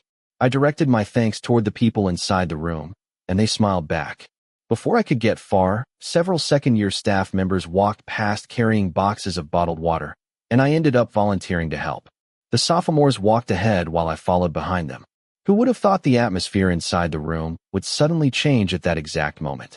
I overheard their conversation, apparently unnoticed behind the water boxes. Arm would have won if he hadn't fallen off the stage. It's good he isn't the engineering prince. He should belong to the superior prince instead, right, Ark? Pond, one of Ark's friends, said. Yeah. I had no idea why Ark didn't deny it. Arm. Yes. Yipoon's voice snapped me out of my thoughts. Why are you zoning out? Is the food bad? No. I'm zoning out because I worked too hard today. A lie. My mind was completely occupied by the conversation inside the prince and princess room. No matter how hard I tried, I couldn't shake it away. The evening followed the same pattern as before. We had dinner before the performances began. The difference tonight was that the seniors allowed us to spend time with our buddies, share snacks, and eat together. Sand and Peepo had gone off to sit with their buddies while Yipun sat with me for some reason. Tongfa brought me juice again, and I gave him dessert from a famous shop near the university in return. Oh, Park is back. What did you buy your buddy? Yipun greeted the tall guy after he finished delivering snacks to the engineering princess who would perform tonight. Snacks, he answered before squeezing himself between me and Tongfa again. Go sit somewhere else. There's no room here. I groaned, unable to meet his eyes while my heart pounded wildly. No, this is for you. Ark changed the subject and placed a large bottle of milk in front of me. Why? It'll help you grow taller. Better than juice. Ark stared directly at the juice Tongfa had bought me. I could already sense a fight coming, though I still didn't understand why Ark needed to compete with him. I didn't get you anything. I still hadn't paid him back for all the drinks before this, and he never even asked for the money back. Rich bastard. Do I ever expect anything from you? Yes. Like what? You made me take care of you at the soccer field every day. Huh. I fucking hated that scoff. Hey, let me ask you something. I overheard your conversation with the guys in the room earlier. Explain yourself. The moment everyone saw me carrying those water boxes, it felt like a scene from a comedy show. They'd all gone silent before quickly changing the topic. Explain what? Pawn said I should belong to the superior prince. Do I need to explain? Yes, you do. Okay. I just wanted to keep you hidden so nobody would flirt with you. Why? Well, lots of people became interested in you after Yipun used your photo as the page profile picture. Be picky. Don't just choose anyone. Really? Oh, then I should check who liked my photo. My stress disappeared instantly. I pulled out my phone and opened the Engineer Cute Boy page excitedly. Tons of students from other universities had liked my photo. It had around 10,000 likes before the festival. Now it was nearly 30,000. Even theme couldn't beat me. Looks weren't everything. Connections mattered too. I seriously wanted to bow to Yipun. I checked the inbox once I got back to the dorm. Watching you get all excited about that page reminds me of the photos I just posted of Tongfa, the engineering princess and page admin said after I'd been staring at my phone for ages. My buddy was the topic again. Why? Mr. Anil asked before Tongfa could. Well, Park, Tongfa's photos are super popular. Good. Then the page will get more attention, and you can finally remove Arm's photo from the profile. What a douchebag. He was stealing my spotlight before I'd even had the chance to shine. The profile picture will change to the second-year winner after a month. You never let me photograph you, Park. Can you let me do it just once? I'll let you photograph me when the page is about to shut down. Ugh, why would you say something so ominous? It's finally time for the thing everyone's been waiting for. Do you know what time it is? The MC shouted, drawing everyone's attention. Yes. What time is it? Prince and princess time. Since you all know already, let's begin with the first university's performance. Woo woo. The spotlight dimmed, signaling the start of the highly anticipated performances. The university from the eastern region went first with a Disney-themed performance. Beautiful, I shouted the moment the engineering princess appeared in a blue gown. Keep it down, Ark warned. I pursed my lips, completely unaffected by his scolding. Even Chirprang wouldn't mind me being flirty. Where am I? How did I end up here? Oh my God, my princess. It's a joke. Students from the surrounding tables laughed and commented while enjoying the show. Everyone stared at the stage without blinking. The performance was cheerful and hilarious, and the song choices were amazing. I became so engrossed that I completely forgot about my surroundings. Before I knew it, only Ark and I remained at the table. Oh, where's Paipun? Pjet called her over to sit with him. What about my buddy? I don't know. He left and never came back. Just like that. Go follow him if you're lonely. How can I? The seniors will kill me if I wander around. The scarier possibility was getting assigned extra work. I'd rather stay and watch the performances. While the staff prepared the stage for the next show, I started another conversation to fill the silence. I've been meaning to ask, did you eat before coming here? No. Ark replied while shaking his head. How are you surviving? There's still food here. I'll eat with you. Just admit you're hungry. It's not like that. I grabbed an empty plate and scooped rice onto it for him. Tonight's dishes were green curry, clear soup, and omelets. The soup and omelets were already gone. Only the green curry remained. Feeling guilty for eating most of the food earlier, I spooned plenty of curry onto his plate. Here. I guarantee it's good. I placed the plate in front of him. The handsome guy looked back and forth between me and the food. Why are there only eggplants? I ate all the pork. Seriously? You're lucky there's still soup left. Stop complaining. He finally gave up complaining and quietly started eating while the staff prepared the next performance. Hey, the cheering competition is tomorrow, I said, uncomfortable with the silence. So what? I'd expected more enthusiasm. Apparently my expectations were too high. I cheered for you during the soccer game. Aren't you going to come watch me tomorrow? No. How heartless. That really shows how close we are as members of the same gear code. Say that again. Why won't you cheer for me after I cheered for you? I'm hurt. I practiced my clapping too. You want me to watch you clap? Sounds like torture. There's a surprise too. The cheerleaders in front of the stands are changing into sexy cat costumes. It blew my mind when I first saw them. It's not a surprise anymore. You haven't seen it in person. I hate noisy kids. I hated him too. I stopped trying to convince him. It was a waste of breath. Instead, I focused on the next performance, which turned out to be a cheesy drama. Woo-woo. The crowd screamed as the engineering prince and princess appeared on stage. Ark's buddy entered carrying a bamboo basket while wearing a bright pink skirt. She looked unbelievably cute and soft. Do you think Brink is cute?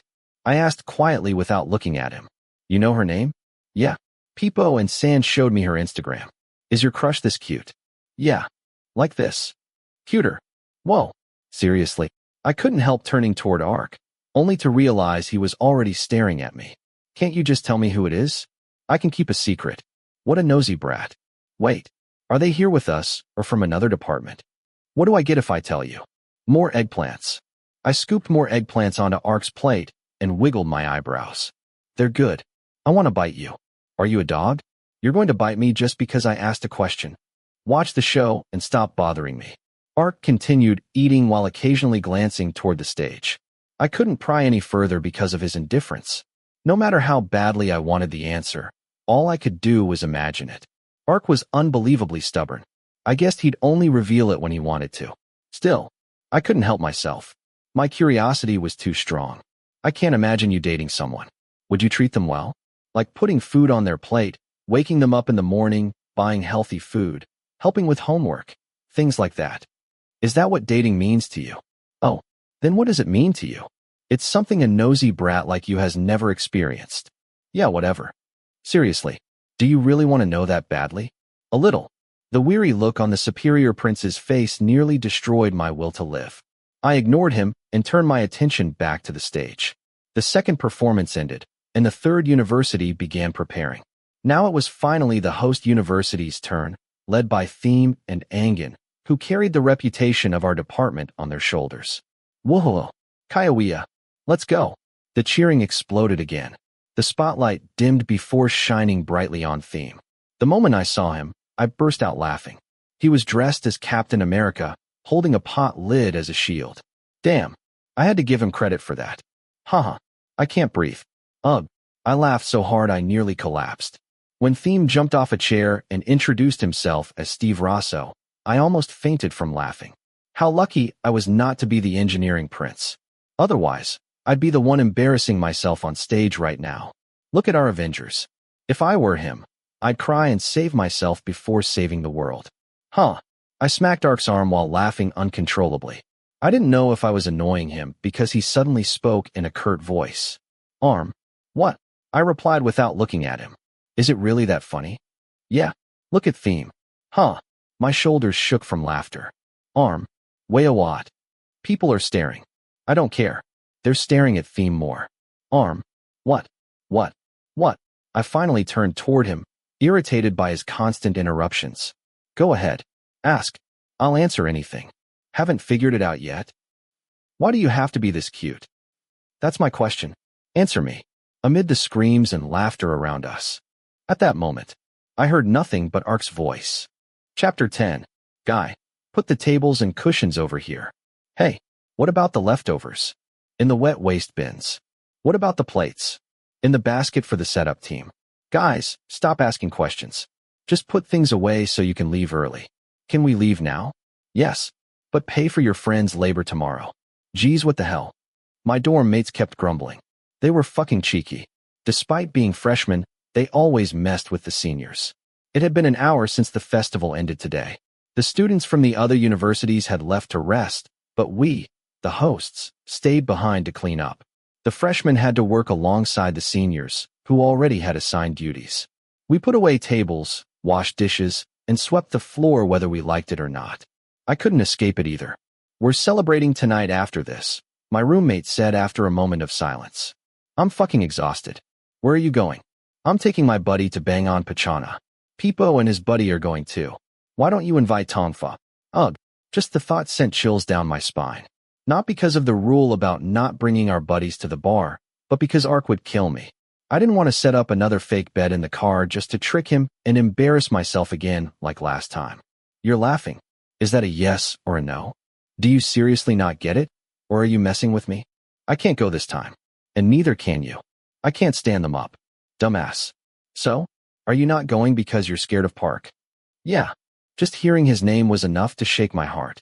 I'd never been like this before, but lately it kept happening. I still remembered his serious words from that night. We'd been sitting together at the small table while the popularity contest went on up on stage, but my eyes and ears had only focused on one person. Arm. What? Ask away. I'll answer everything. Haven't you figured it out yet? Why do you have to be this cute? That's my question. Answer me. What are you talking about? Why am I cute? If there's one word to describe Mr. Anon, it's handsome. Handsome? Yeah. And don't say stuff like that to girls if you don't mean it. You'll give them hope. Hope for what? It feels like you're flirting. I would have fallen for you if it weren't a joke. You're not falling for me right now. Did you not sleep last night? Why would I fall for you? Ugh. Yeah. Guess I didn't sleep well. I'm also sick of talking to you. At the end of the conversation, his friends called him over to sit with them, and he left with that weary expression on his face. I still had no idea why he asked me those questions, but the real problem was why my heart fluttered because of them. I'd been speechless, my face burning like I'd just been hit on by some ridiculously hot guy, even though that wasn't the case at all. Arm, you son of a bitch.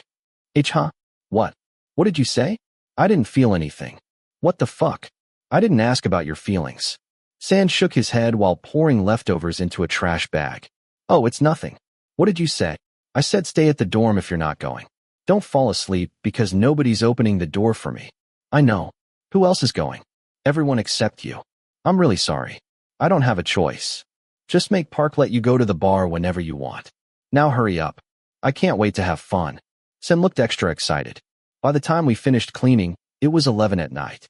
The guys rushed into the bathrooms, changed clothes, and drowned themselves in perfume. 10 minutes later, they quietly snuck out of the dormitory, leaving me behind. Oh, I'm fucking lonely. I decided to snoop online instead. My friends would probably start posting photos from the bar in an hour just to tease the seniors. I opened Instagram and scrolled through my timeline, liking random photos, mostly from people in my department. Tons of pictures had been uploaded because the Engineer Friendship Festival had been so entertaining everyone wanted to show it off.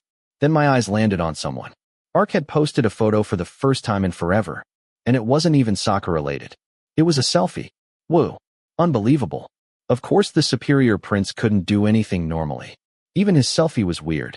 Only half his face was visible, showing just his eyes. Good grief.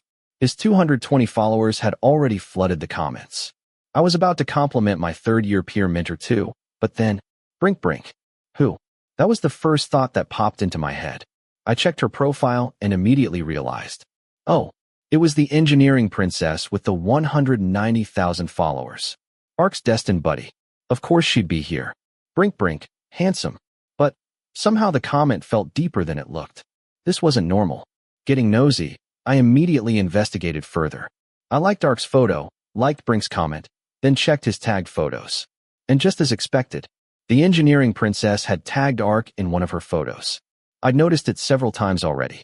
Ever since they met, Ark had been taking care of her, buying her snacks, checking on her in the prince and princess room, getting her anything she needed. Putting all that together, I reached a conclusion. This was hot gossip material. I shot up from my bed and looked around before remembering Peepo and Sand were at the bar. Shit, I wanted to gossip so badly. I suddenly felt lonely again with nobody around to listen. Maybe I should have sneaked out with them after all. RRRR. My ringtone startled me. I looked at the bright screen and immediately lit up. My heart started pounding harder when I saw the caller's name. Ark.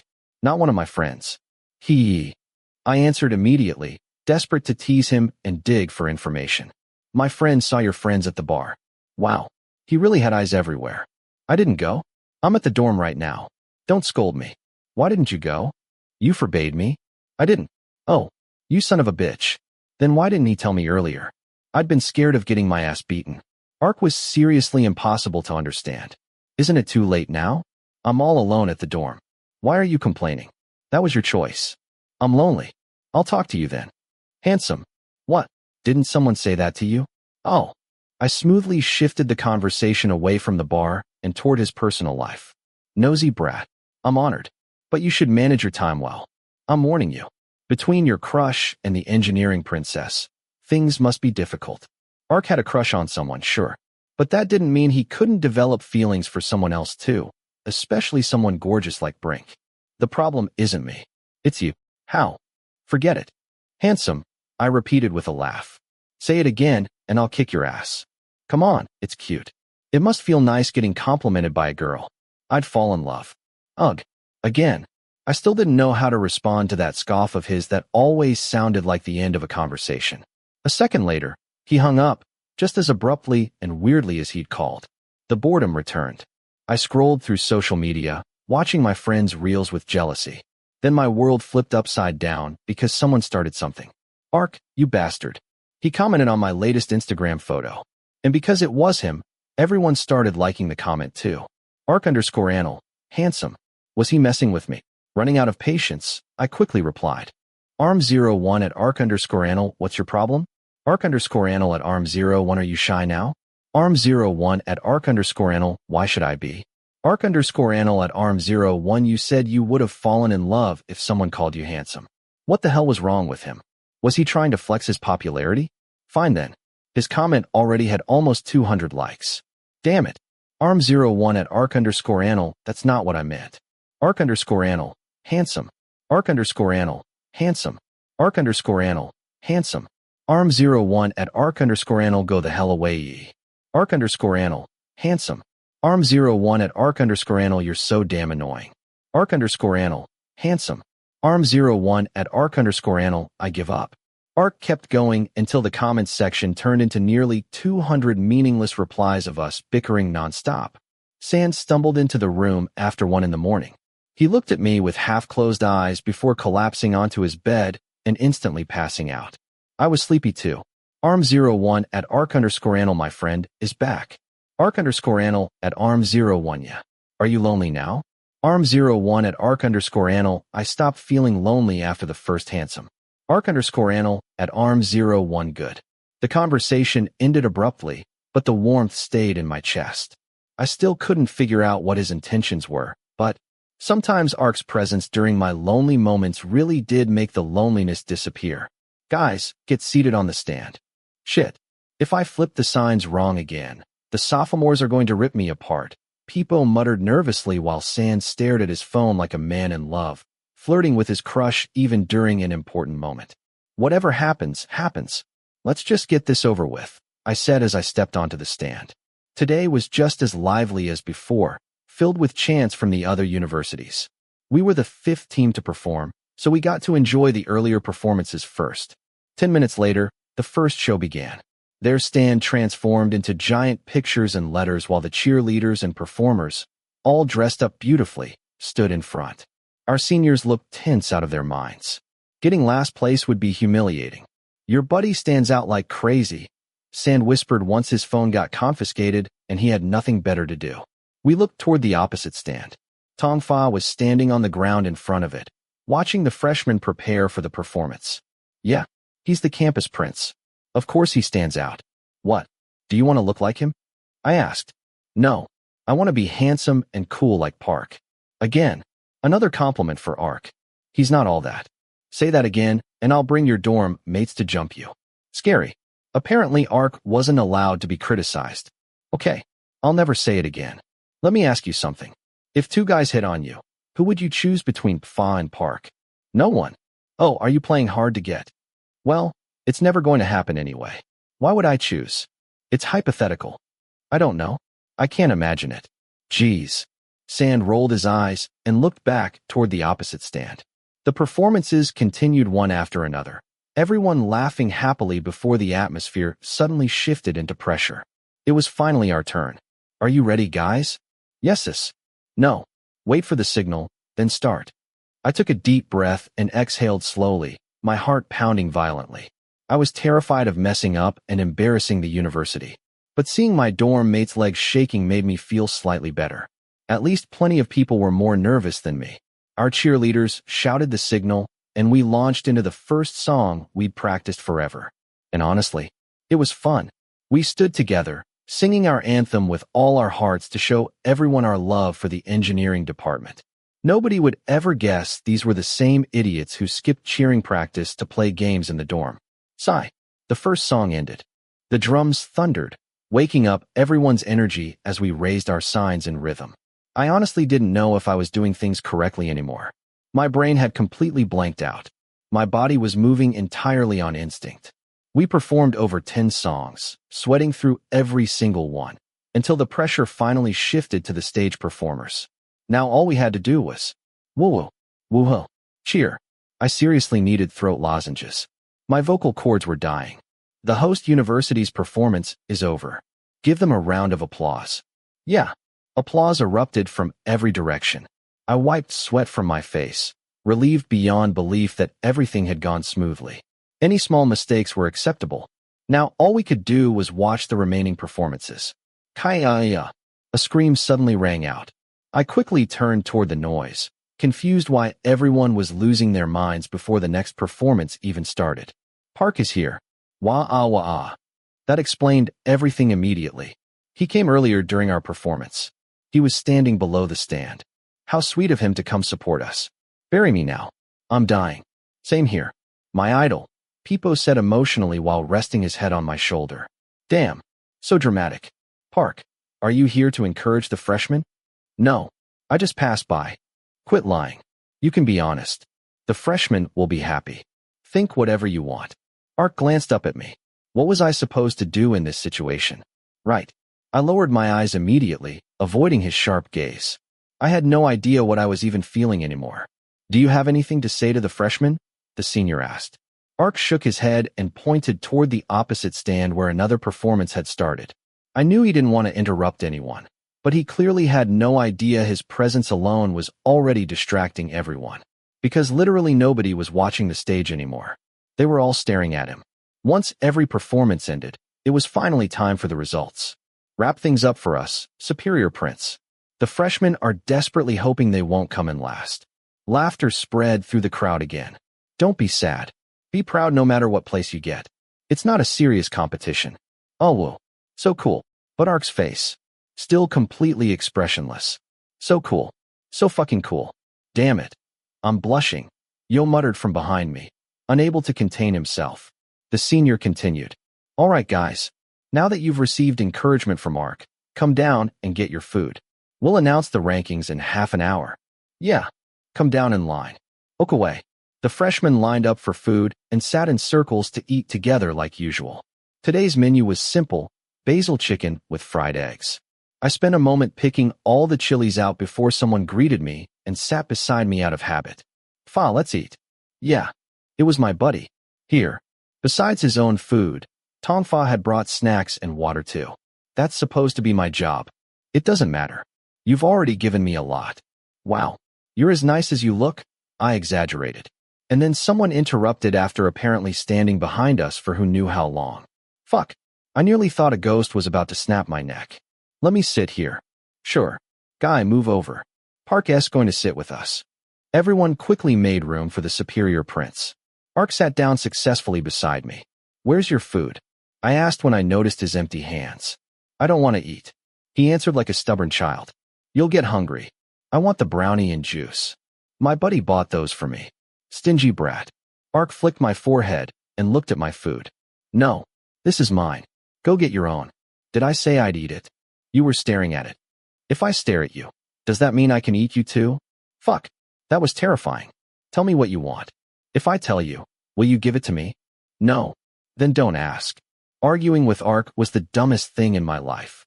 I'd rather save my energy for farting. Not long after we finished eating and chatting, the rankings were finally announced. I almost choked. We got third place. The reward was so enormous I nearly cried. The department president happily ran up to receive it while the rest of us shouted there was no need. Fuck. I was sick to death of those biscuit tins. Ever since I entered first year, every activity had rewarded us with biscuit tins. This time was no different. Worse, third place got 5 tins. The sophomores immediately poured the biscuits onto plates and distributed them at lightning speed. You eat them. No, you eat them. I'm going to throw up. We pushed the plates back and forth until Ark suddenly ended the war by stuffing a pineapple biscuit into his mouth. And of course, his admirers instantly copied him. Everyone started devouring the snacks. There were stick biscuits, pineapple biscuits, and rolled wafers. I rarely got the rolled wafers, so I actually enjoyed those. A small stage had been set up in front for special performances. There would also be a basketball game later in the afternoon, and Tongfa would be playing. Do you have plans after this? Tongfa asked. I looked up from my food. No. What? Nothing. I was just hoping you'd come cheer for me. Sure. I'll do my best. I replied with a smile before looking back down at my food. Ark, you piece of shit. No. That's mine. I whined when I saw half of my bitten wafer roll disappear into Ark's mouth. Completely shameless, he answered casually. What? You saw me bite that already. I know. Get a new one. That one had my saliva on it. Why the hell did he eat it? No. I wanted to try it. Then try a new one. Why did you take mine? Are you stingy? No. It had my saliva on it. I don't mind. Wow. Speechless. There was no reasoning with someone like Ark. He behaved unlike anyone else. And I was convinced that no matter how close we got, I would never fully understand him. So I gave up and returned to eating. Meanwhile, my third-year peer mentor let my dorm mates shower him with praise and questions. Then Tongfa got called away by his university friends, leaving me alone again. Not long after, our biscuit circle grew excited once more when someone new arrived. Can I sit here? Pretty. Fair-skinned. Slender. Smelled amazing. Holy shit. The legendary Brink with 190,000 followers. Why yes. See here. My friends moved aside with even more enthusiasm than when their idol had shown up. Though honestly, it made sense. Everyone knew she was only here for one person. Ark. The engineering princess sat cross-legged beside her buddy, carrying food and a bag of water. And I noticed every single movement. Where did you come from? Ark asked, startling all my friends. And he wasn't even being gentle. You heartless block of steel. Heaven. Are you dead? Park, I'm an angel. Oh. I bought you water. Maybe I shouldn't give it to you. I don't want it anyway. Are you serious? No. Oh. They really did seem close. Even though they'd only known each other for a few days, it felt like they'd been together forever. And the way people stared at them together. I was jealous. But beyond jealousy. I didn't know. Something felt strange. Suddenly losing my appetite, I closed my food box and drank water while quietly watching the attractive people chat. Even my friends had gone silent, knowing nobody could wedge themselves between those two. So this was what attraction between two people looked like. Huh? I hoped Ark's crush didn't know. Though maybe it didn't matter. A handsome guy like Ark could choose whoever he wanted. Give me water, Ark suddenly said in a low voice. Sure. I bought it for you. Brink answered brightly. How the fuck could she be this cute? No. I was talking to my peer mentee. Huh. I muttered, immediately snapping back to reality. Let me drink your water. I already drank from it. My mouth touched the bottle. Yeah. Give it. No. I clutched the bottle tightly. Do you want to get bitten? You think I'm scared? Go ahead. I challenged him. Who would have thought he'd actually do it? Ark suddenly wrapped his heavy arm around my neck and dragged me against his chest like a giant snake. Ugh. You moron. I couldn't breathe. Will you give it to me? He asked. I tried to answer, but I had no strength left. I just slapped his leg repeatedly in surrender. Take it. Take whatever you want. The moment he released me, I threw the water bottle at him. Instead of feeling sorry for me, my friends clapped and gave him thumbs-ups like he'd done something heroic. Can you guys love me a little? That's better. It hurts. Look at my neck. It's red. I yanked my collar down dramatically, but Ark remained completely unfazed. Then he grabbed my neck and whispered quietly enough that only I could hear. Devourable. Every hair on my body stood up. I stared at his handsome face and asked shakily, "Who? Don't tell me it's your buddy. That's mean. Why? You said you want to devour her. That's fine then. Because the one I really want to devour is you." I stared blankly at the basketball schedule projected on the screen after my friends split up to take care of their buddies, play sports, or flirt with girls. I wanted to join all of them, but I had an important mission: cheering for Tongfa during his basketball game. At 1:30 in the afternoon, I finally stood up to head toward the court. But before I could leave, Yipun ran toward me, completely out of breath. Aoaoam. Yep, she definitely wanted a favor. Yes. I have to watch Jet play table tennis. Do you have plans? No. I'm just going to cheer for my buddy. Perfect. Take this camera and photograph cute boys for me. Without waiting for permission, Yipun shoved her DSLR camera into my hands. Why me? You're an admin. Did you forget? But my friends don't know that. If I carry this around, I'll get exposed. There are hundreds of people carrying cameras around. Nobody will suspect you. Find us some gems for the page. I'm already the only gem here. Did you skip breakfast? Your brain's broken. That hurt. I'd rather get punched. Yipun disappeared after dumping the mission on me, leaving me holding the heavy camera. I had no choice. My first target was obviously the basketball court, and the first cute boy I needed photos of was definitely Tongfa. Since the players were still on the sidelines, I walked toward my tall buddy. "Fa, can I take photos of you?" Tongfa looked at me in his ridiculously cool basketball jersey. "For what?" A senior asked me to help with the page. "I'm asking because you're handsome." "Okay, do whatever you want." "Ooh, you're so kind. Can you pose a little?" Tongfa obediently let me take multiple shots. "Is that enough?" "Yeah. Your photos are definitely getting tons of likes. Why don't you photograph Ark instead? He's way more popular." That name alone made my heart race again. I thought about him constantly now, and his actions always threw my emotions into chaos. It had already happened earlier during lunch, but I still couldn't bring myself to ask him directly. And now, after I'd practically run away from him, he was getting brought up again. I'm not photographing him. I'm sick of seeing his face. Really? Huh? Nothing. The game's starting. Go take photos of someone else and take me out to eat afterward. Sure. Do your best. Yeah. Tongfa waved before the whistle blew. The players stepped onto the court while I stayed nearby, taking photos of the game and the cheering sections. There were tons of eye candy around, and thanks to temporarily owning Yipun's camera, I even got to photograph pretty girls too, even though I couldn't post them on the cute boy page. No arm. "Oh, Pop." Ark's friend suddenly greeted me. "It's been a while. Because you're not handsome enough. You brat. Are you being a pervert today, taking pictures of people?" "No." A senior asked me to help gather photos for her page. "You can photograph me. I don't mind." "No thanks. That'd waste storage space." "No wonder Ark wants to bite you. You're too adorable." Ark again. Even Cop talked weirdly. You didn't bite someone just because they were adorable. Is that a compliment or an insult? Forget it. I'm going to take more photos now. Wait. I have a question. Cop grabbed my arm before I could escape. "What? Are you single?" "Why? Just answer." Ark's friend was ridiculously nosy. "Yes." "What's your type?" "Pretty people." "Oh, wait. Why are you asking this? Just admit you're playing matchmaker. My heart's wide open right now. I can even scrub toilets." Cop burst out laughing at my dramatic answer. "What's so funny?" "Yeah, someone has a crush on you." "Really?" My eyes widened instantly. "Who? Tell me." "I can't." "Let me guess. Are they in our department?" "Yeah." "Oh. And are they a freshman?" "No." "Oh, that's okay. I like older people. They're experienced." Looks like my love life was finally getting interesting. Poor Peepo would be the only single one left soon. You're already interested before knowing who it is? Easy. There's nothing wrong with being open-minded. When do I get to know them? Ask Ark. They know Ark. Whoa, they're really close. But I don't know if he'll tell you. A secret for a secret. I know Ark has a crush on someone too, but I don't know who. Tell me so I can negotiate with him. Cop laughed in a suspiciously amused way. Why would I expose my friend's secret? Damn it, I can't interfere with this one. I think he's serious. Wasn't he always? I never even knew his type before. I'd never seen him genuinely like anyone. But now I know. Just wait for him to tell you himself. Why are you being so mysterious? What are you talking about? I nearly jumped when the man in question suddenly appeared beside us with a terrifying expression. Why was he here? Nothing.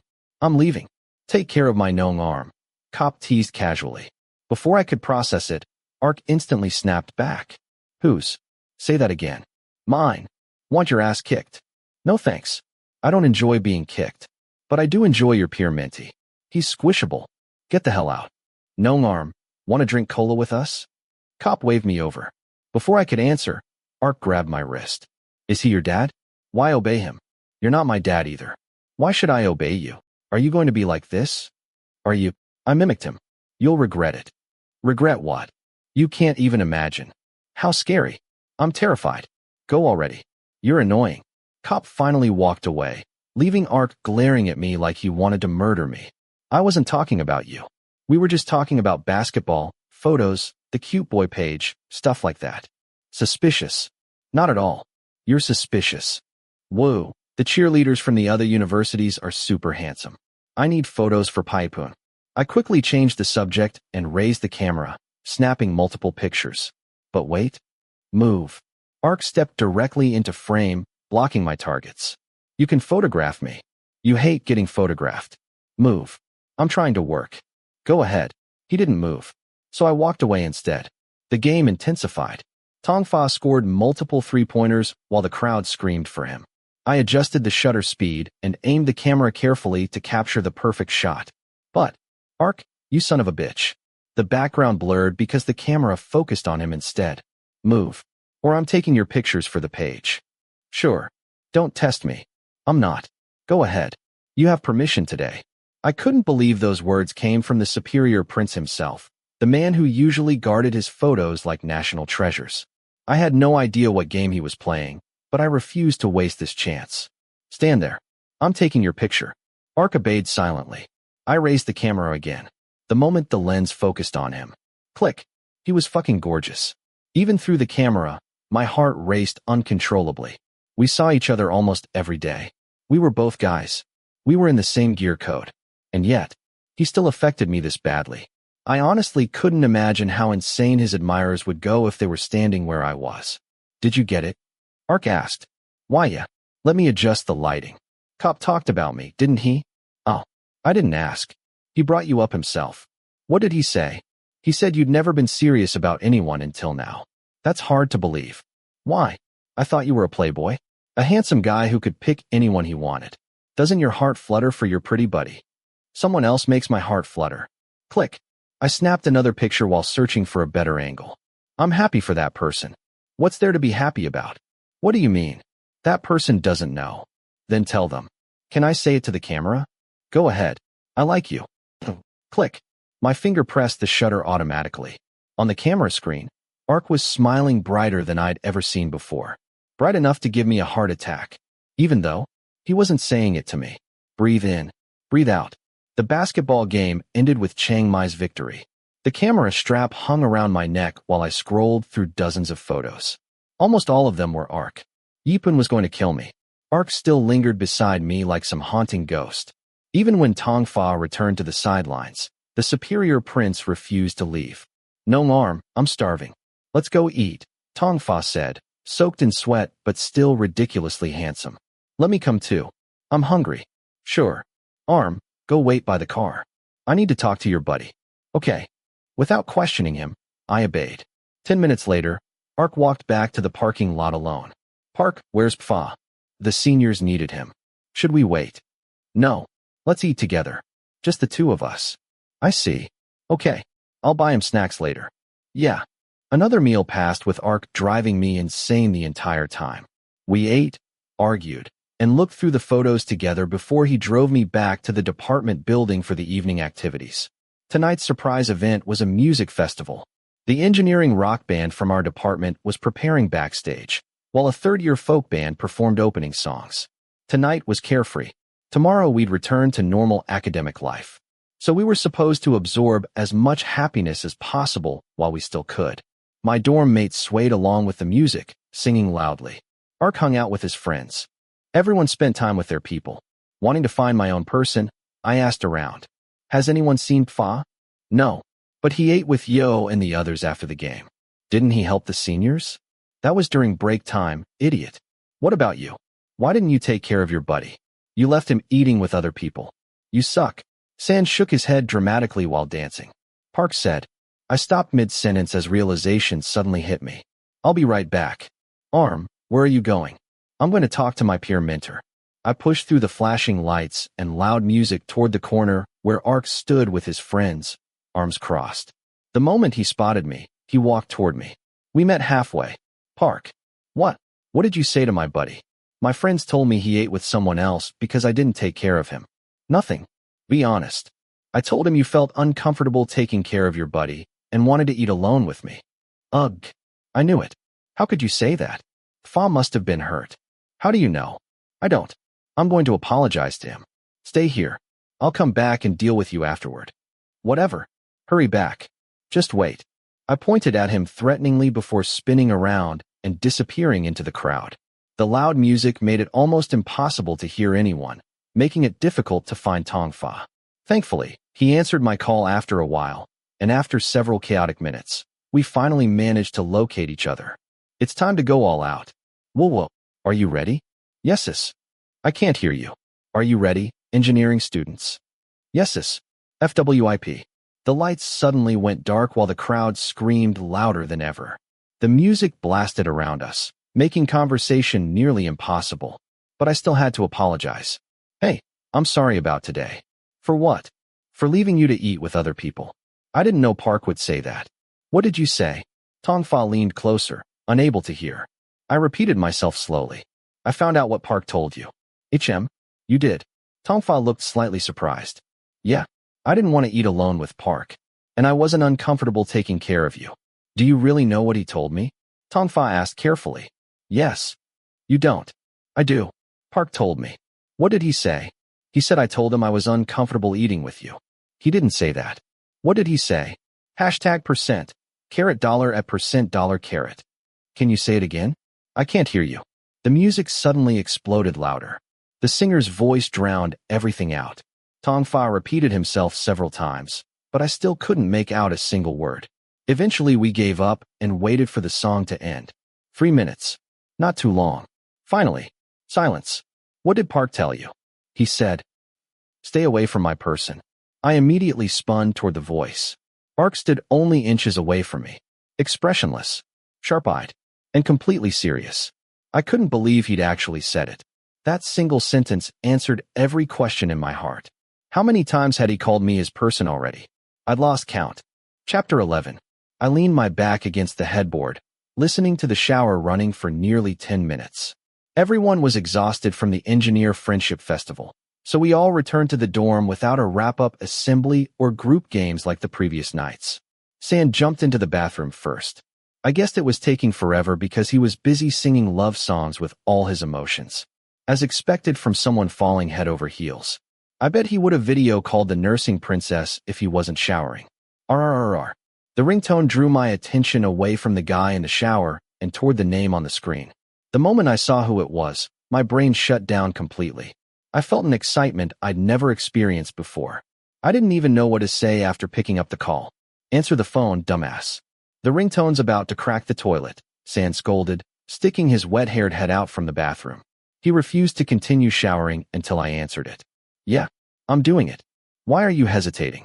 Is it your lender trying to get his money back? No, it's my haunting ghost, I said before answering the call. The you-know-who sounded irritated, and he was. What are you doing? Why'd it take so long to answer? Are you my peer mentor or my boyfriend? What's with these questions? I was taking my clothes off to shower. RRRR. The moment I answered, Ark immediately video called me. You motherfucker. What a fucking idiot. I answered in shock, instantly exposing my lie. What? You're not naked. Are you serious? I was joking. Liar. Why are you video calling me? What the hell do you want? Just wanted to see if you made it back to the dorm. I did. I'm waiting for Sand to finish showering. What does Mr. Anil want? I wanted to end the conversation quickly because seeing his face on the screen made me feel strange.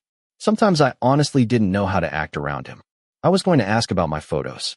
Don't you dare post any of them. I know. Who'd do that to a private person like you? I pursed my lips. But what do you want me to do with them? Should I send them to the Angel Gear Code group chat? Pai Poon would be thrilled. Delete them. Oh, you can't use them for anything anyway. Then why did you tell me to take them? I just wanted to mess with a brat. Fuck. He's driving me insane. You're annoying. Whatever. Go shower and sleep. Don't let me find out you're sneaking off to some bar. I'll beat your ass. I'm so scared. I'm not going anyway. I don't even have money for booze. Yeah, that's all I wanted to say. Okay, good night. I stared at the guy on the screen, waiting for him to hang up. My hope faded when Ark still didn't end the call. Hang up. Okay. But his face kept haunting me. Hey, if you don't hang up, I will. Ark's silence. He stayed quiet, and somehow, I didn't dare hang up either. Tell me what you want. It was fucking ridiculous, arguing over who should end the call. What sin had I committed in my past life? You're so hot-headed. Yeah, my head's boiling. Cheeky brat. You're the cheeky one. I'm hanging up. I'm satisfied now that I made you angry. What's wrong with you? Without replying, Ark gave me a mocking grin and hung up, leaving me completely confused. Besides complicated calculus, Ark was the one thing I was too stupid to figure out. What were you talking about? Sand asked in an irritating voice after my conversation with my peer mentor ended. I turned and found him leaning against the doorframe, completely soaked. None of your business. You were talking to Park. Yeah. What's your problem? Strange. I stared at my roommate's puzzled expression as he walked over and sat on the edge of his bed. It sounded like you two were dating. Ho-ho. I fought the urge to jump up and smack him. What made you think that, my dear friend? Funny. I'm serious. It really sounded weird. Don't play with my idol's heart and say I didn't warn you. Who would play with your superior prince's hero art, idiot? You said it yourself. I'm protective of him. Seriously, do you even love me at all? Now that I thought about it, none of my friends ever took my side. They always shoved me aside. Do I need to? Fine then. How unfortunate, having a friend like this. To avoid further emotional damage, I turned away from Sand and opened my laptop, signaling the end of the conversation. Sand didn't care. He whistled cheerfully while getting dressed. Once he finished, he jumped onto his bed and played on his phone. With nothing else to do, I inserted the SD card into my laptop and opened the photos I took that afternoon. Everyone in the photos looked good, but 80% of them were Ark. Hesitation slowly crept into my mind. I pushed the keyboard aside and kept looking through his photos over and over again, unable to delete them despite his request. So handsome. What a waste. I worked hard to take these photos. He even smiled in some of them, which was extremely rare. Hey, I called to my best friend. Sand lifted his head and frowned in confusion. What? Have you ever hesitated to delete photos you took? What's with the artistic mood? Just answer the question. If he kept messing with me, I'd kick his ass. Of course. Photos are memories. It feels sad deleting memories. Right? Then how'd you manage to delete them? Oh, I could do it because I stopped caring. Damn it. Sand started out emotional only to ruin the whole thing with his brutal indifference. If I can't delete them, does that mean I care? Yeah. I couldn't figure it out. Maybe the bond between Gear Code brothers was just too strong. Sometimes Ark felt important to me. So did Yipun and Jet. But the level of importance felt different. What are you doing? I immediately shut my laptop the moment I turned toward him. Nothing. I was just checking photos of cute boys I took. Yipun asked me to do it for her page. She's the admin? Yeah. She revealed herself after Jet caught her. She never needed to hide it. Work is work. Let me see. Any photos of me? No. You're not handsome enough. I shoved the laptop behind me, too stupid to realize how suspicious I looked. Sand narrowed his eyes. What are you hiding? Nothing. Let me see. Just wait until the page uploads them. Yipun posting them tomorrow. Can I see first? I'm your friend. I hesitated, unsure if I should let him. Unfortunately, Sand moved faster. You asshole. Too late. He reached over and opened my laptop. Ooh, my idol. Yipun took those. Did anyone ask? Fuck you. No one. I just wanted to tell you. Problem. Haha. Sand laughed dryly before turning his attention back to the screen. My heart pounded wildly as he scrolled through the gallery. Arm. W. What? Did Yipun only take photos of Park? Yeah. I only took a few. Really? Yeah. See. Different angles. Different skills. Who else did you photograph? Here. Tongfa. Only 2. There are 2 more guys, and the rest are Park. I'm not good at this. Weird. The timestamps for Pfa's and Park's photos are really close together. How did Pai Ipun come back from the table tennis game so fast? She even left her camera with you afterward. Didn't she take her camera back? Ah, Park S smiling. My idol is fucking gorgeous. Give it back if you're done. Who took this photo? Sand kept digging deeper. I maintained a straight face, determined to stick with my lie until the end. Pai Ipun. Amazing. She actually got him to stand still and smile. Right. Wait. I have something to show you. I frowned in confusion, but stayed silent while my roommate rushed back to his bed and returned with his phone. Look, Arm. Sand opened his gallery and scrolled through countless photos from that afternoon until, why are you showing me this? At first, it was just a stupid selfie of him. Then he zoomed into the background. Zoom in, zoom in, zoom in. Tadeawaya. Isn't this you in Park? He looks really happy letting you photograph him. Ah. Answer carefully. One wrong move, and the guys are hearing about this. Fuck. I messed up. I'm sorry. Ooh. Today was academic day at the Engineer Friendship Festival. Luckily, San wasn't around to tease me. He was helping his fourth-year peer mentor with their booth presentation. Last night, I nearly sweated myself to death after being interrogated by my best friend. Unable to deny it any longer, I admitted that I took the photos. But honestly, it was all Ark's fault for being so demanding. He refused to let me photograph anyone else, which explained why the gallery was full of his face. It was hard to reject him since we were in the same gear code. Everything's crowded, especially your buddy's booth. What should we do? People muttered while looking around with a deep sigh. Let's go check another booth. Like, the electrical engineering project from the other university. I'm gonna puke diodes. Can we not? What do you want to do then, Master Peepo? Play claw machines at the mall. Fuck. Go look around other booths. We can meet up again during the afternoon activity. Okay. The activity everyone mentioned would start around 3 in the afternoon. We'd give our buddies gifts one last time before they left tomorrow. The special part was that we could also give flowers and gifts to people we admired. Just thinking about it already made me excited. I bought something for someone. Well, not because I had anyone special in mind. Yesterday evening, my dorm mates convinced each other to prepare gifts in case girls gave us flowers. Maybe we'd fall in love during the activity, and maybe it would turn into something more. I'm leaving. Don't get caught, and come back on time. Yes, Dad. Peepo bowed dramatically before disappearing into the crowd. Now alone, I stood among all these people without any real purpose. Since today focused on the seniors showing off their talents, the academic booths were lively and far less boring than I expected. Tong Fa displayed his work proudly, and his booth was packed with students. The booths belonging to popular people were overflowing with engineering students. What about Ark's booth? Empty. He was nowhere to be seen, leaving his friends in charge. Invisible. Even I had no idea where the superior prince was or what he was doing. Arm. A familiar high-pitched voice called out. I looked around in confusion before spotting a girl running toward me. Hey. My second-year peer mentor looked cuter than ever.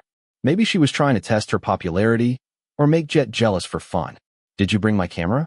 I needed to take photos of cute boys for the page. Yeah. I pulled the camera from my backpack and handed it back to its owner. Thank you so much. Did you take a lot of photos yesterday? No. I think I'm the most handsome. I'm gonna cry. Fuck. She looked completely exhausted. Yi-Poon checked the gallery and happily scrolled through every photo.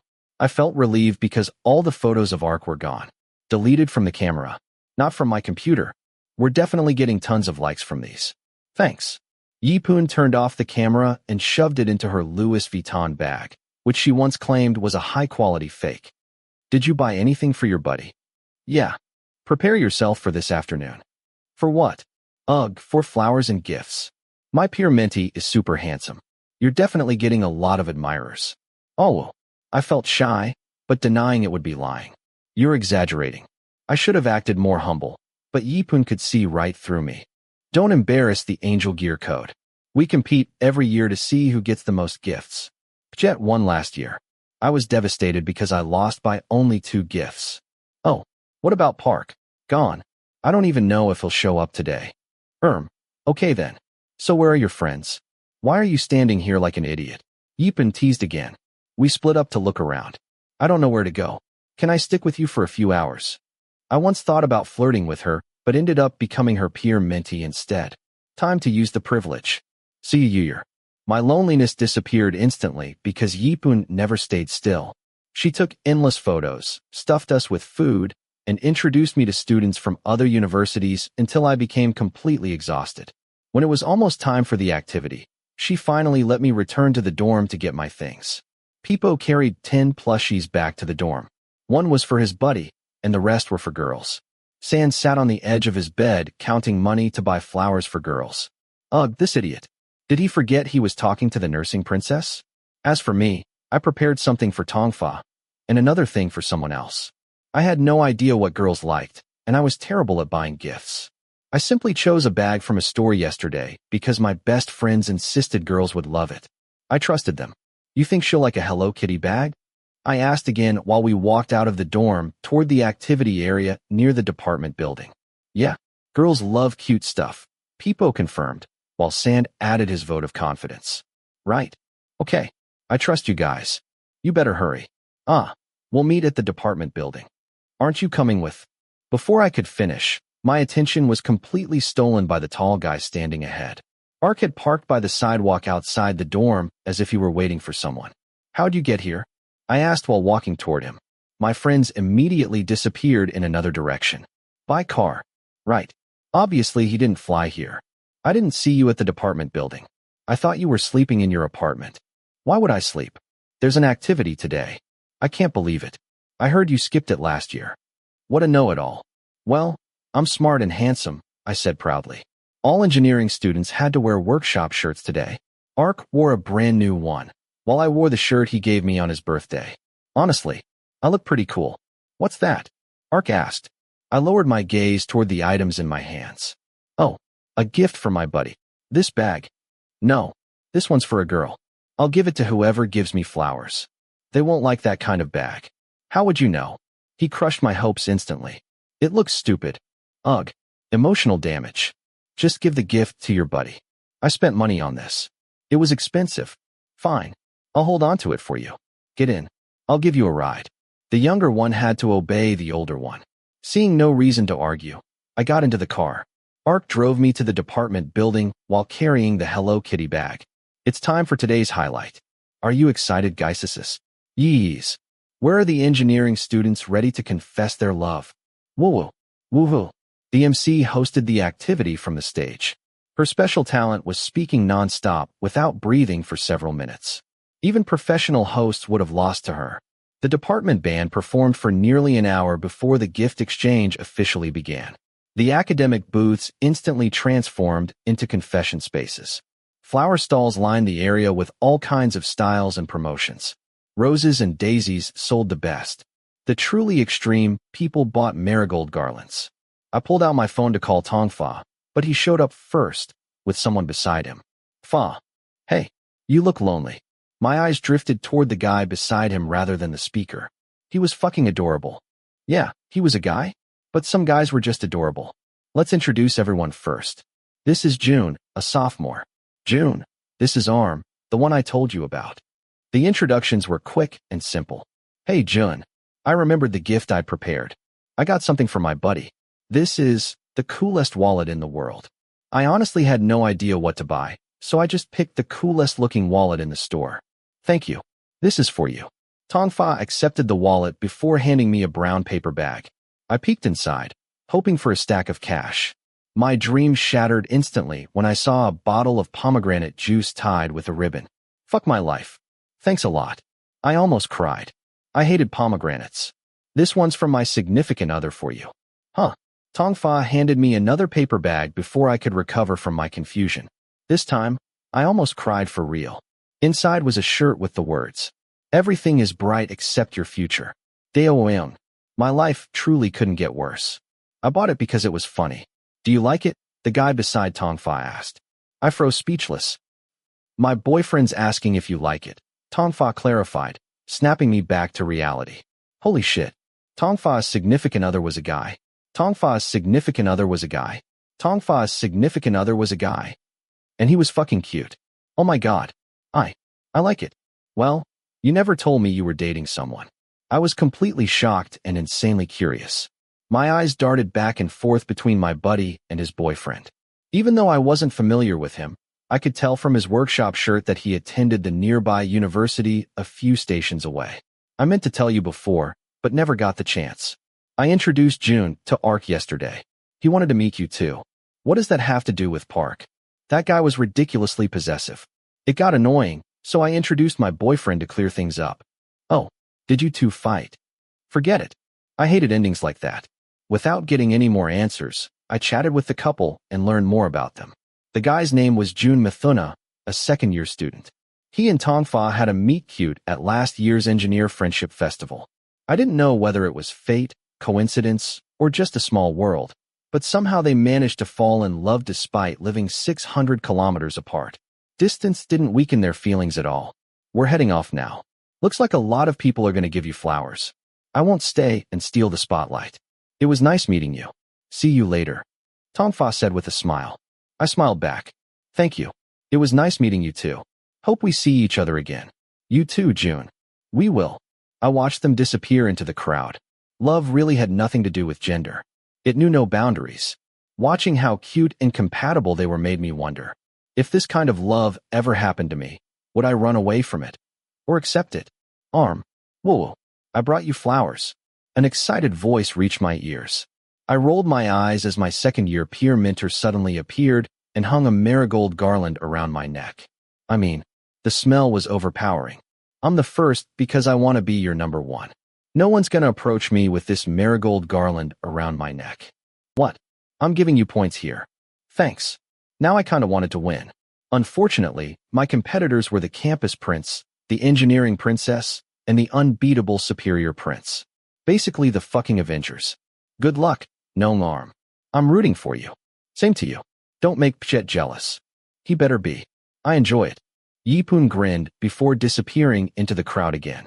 I reunited with the guys and discovered the hottest one among us wasn't Sand. It was Peepo. He proudly carried a dozen roses while wiggling his eyebrows. I didn't know you were this popular. Real men don't brag. Our throats will hurt. What the fuck? He bought those for girls. Nobody gave them to him. Sand, you bastard. My compliment became worthless instantly. I thought girls had fallen for my friend, but he was actually the one planning to make a move. Ooh. The band played folk songs to entertain the engineering students, but suddenly everyone's attention shifted toward one person. Hearing my dorm mates scream, I couldn't help looking too. The superior prince.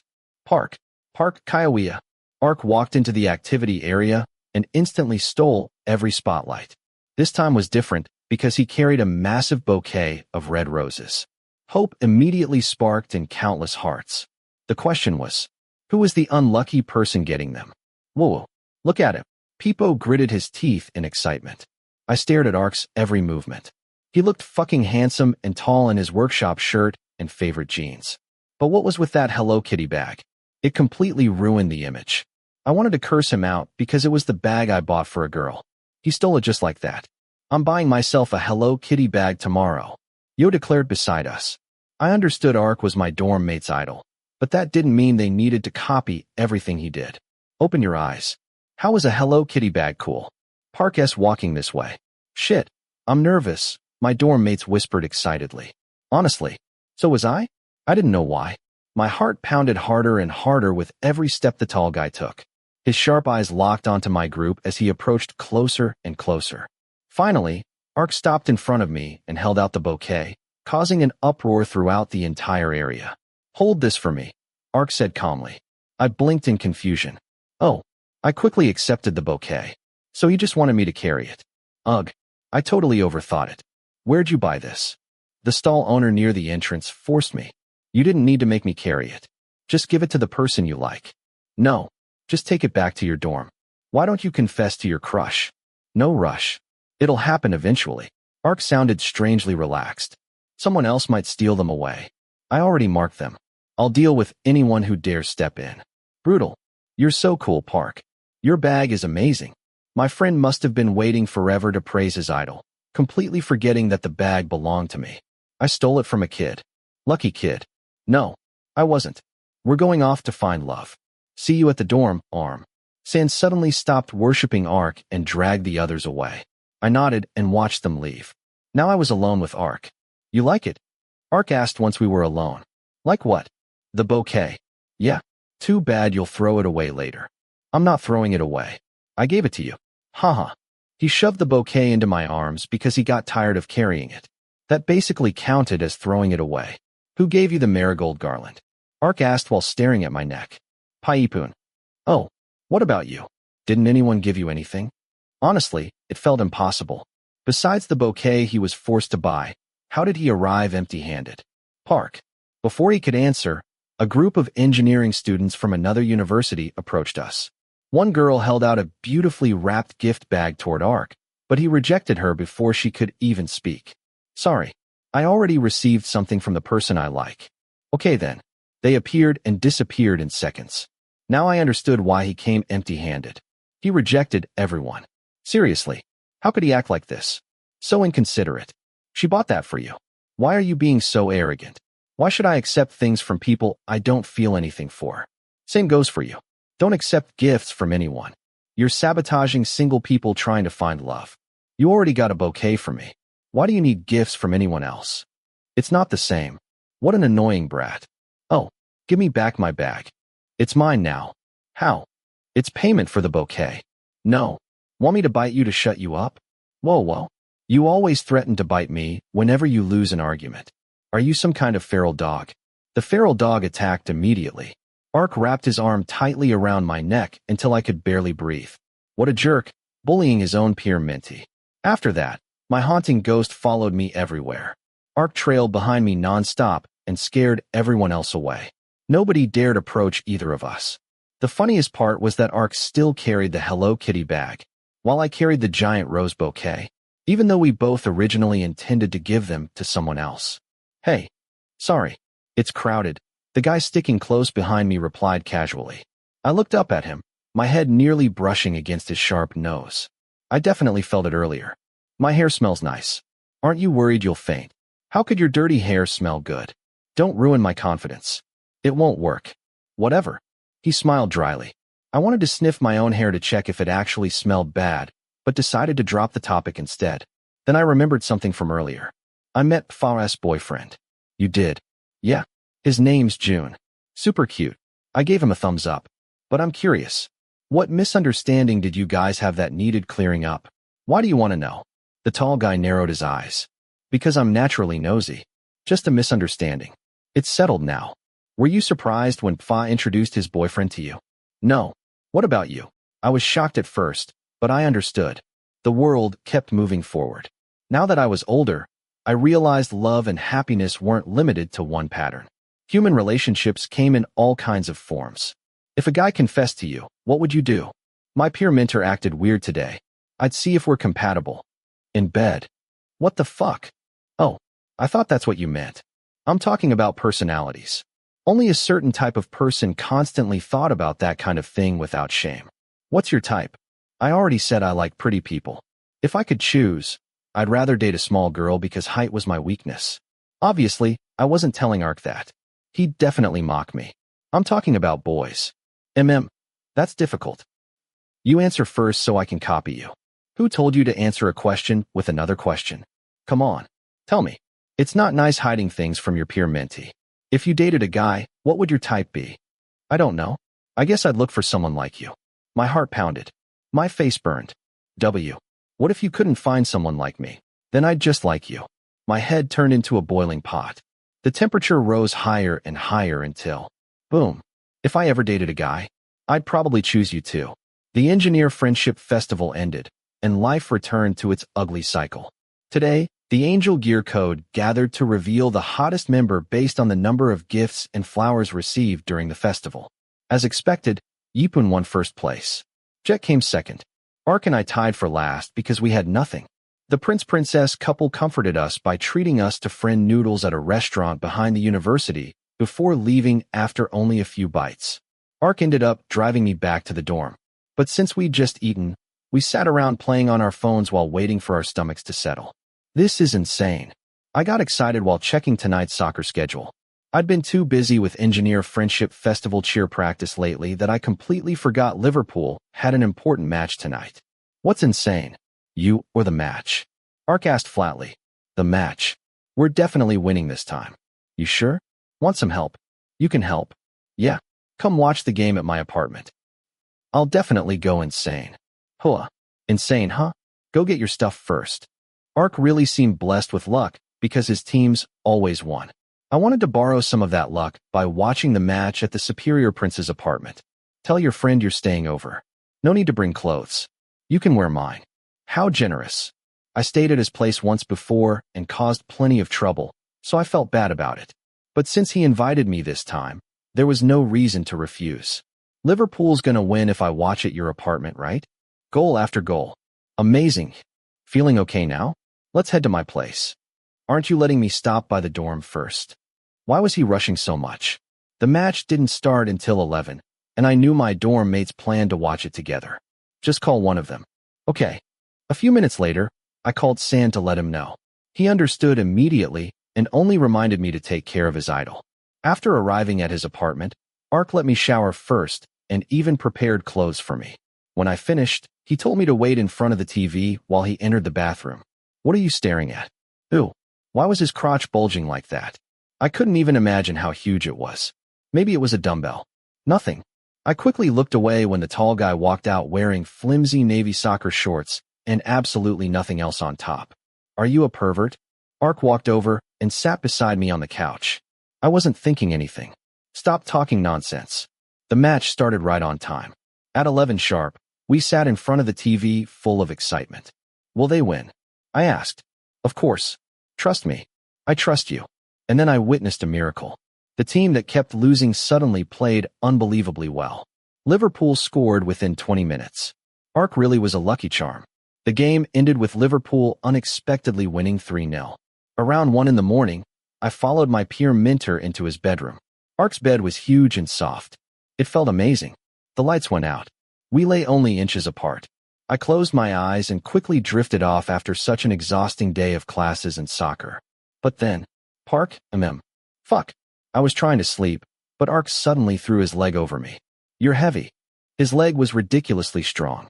Complaining was pointless because the god of fire was already asleep. I had no choice but to lift his heavy leg off me. Thud. The leg disappeared, only to be replaced by his arm. Park, I can't breathe. I whined.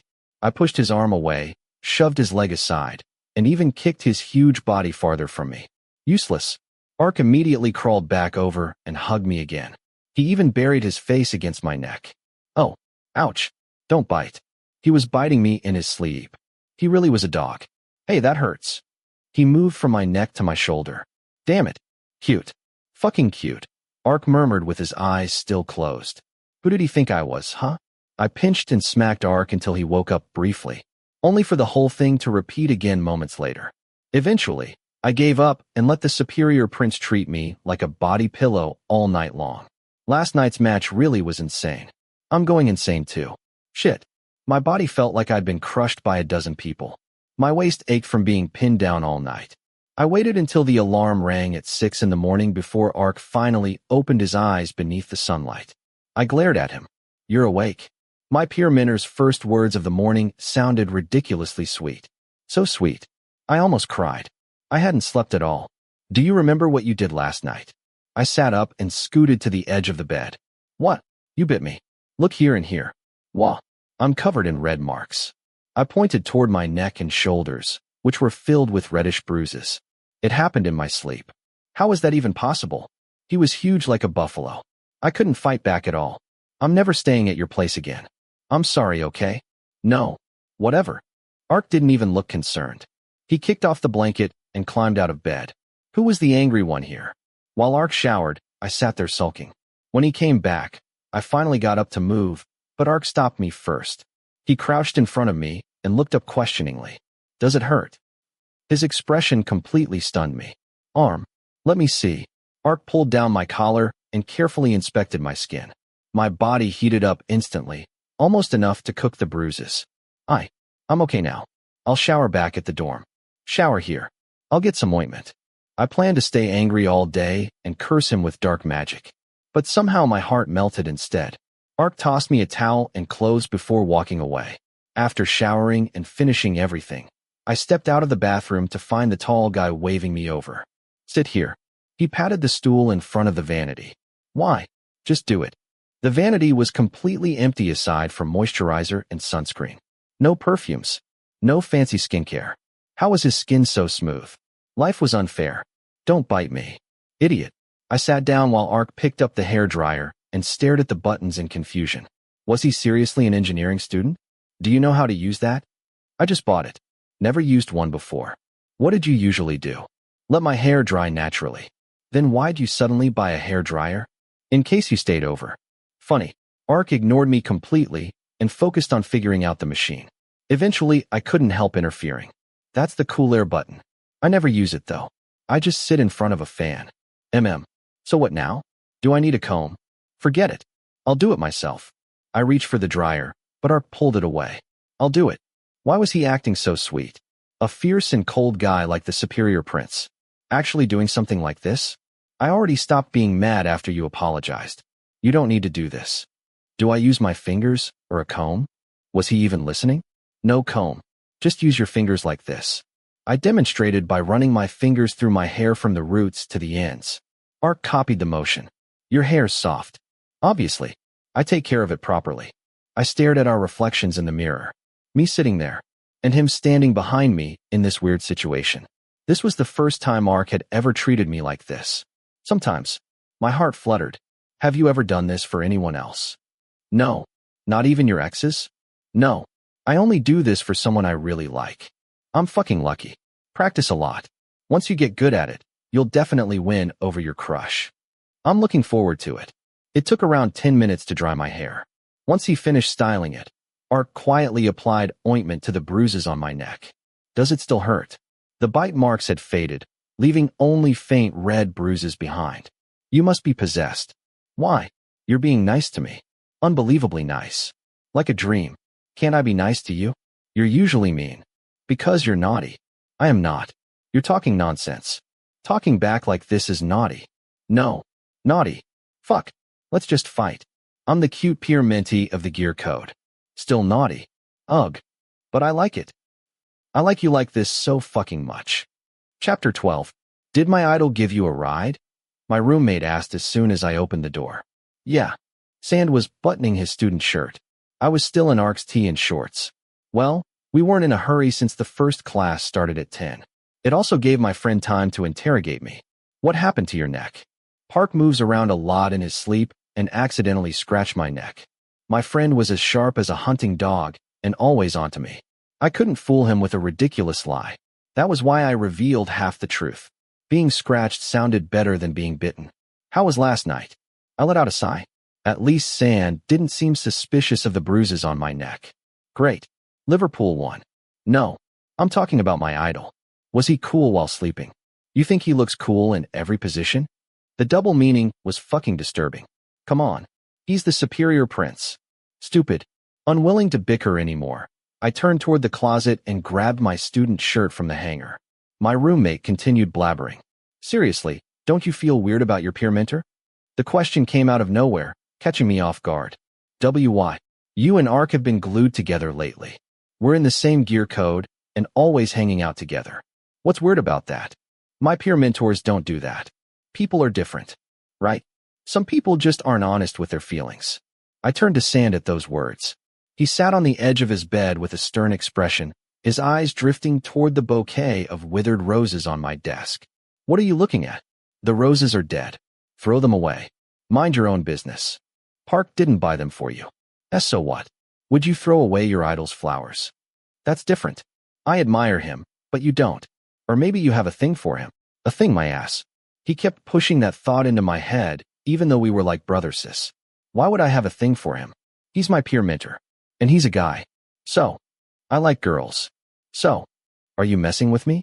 Are you even listening? Just wondering. Sometimes you're not honest with yourself.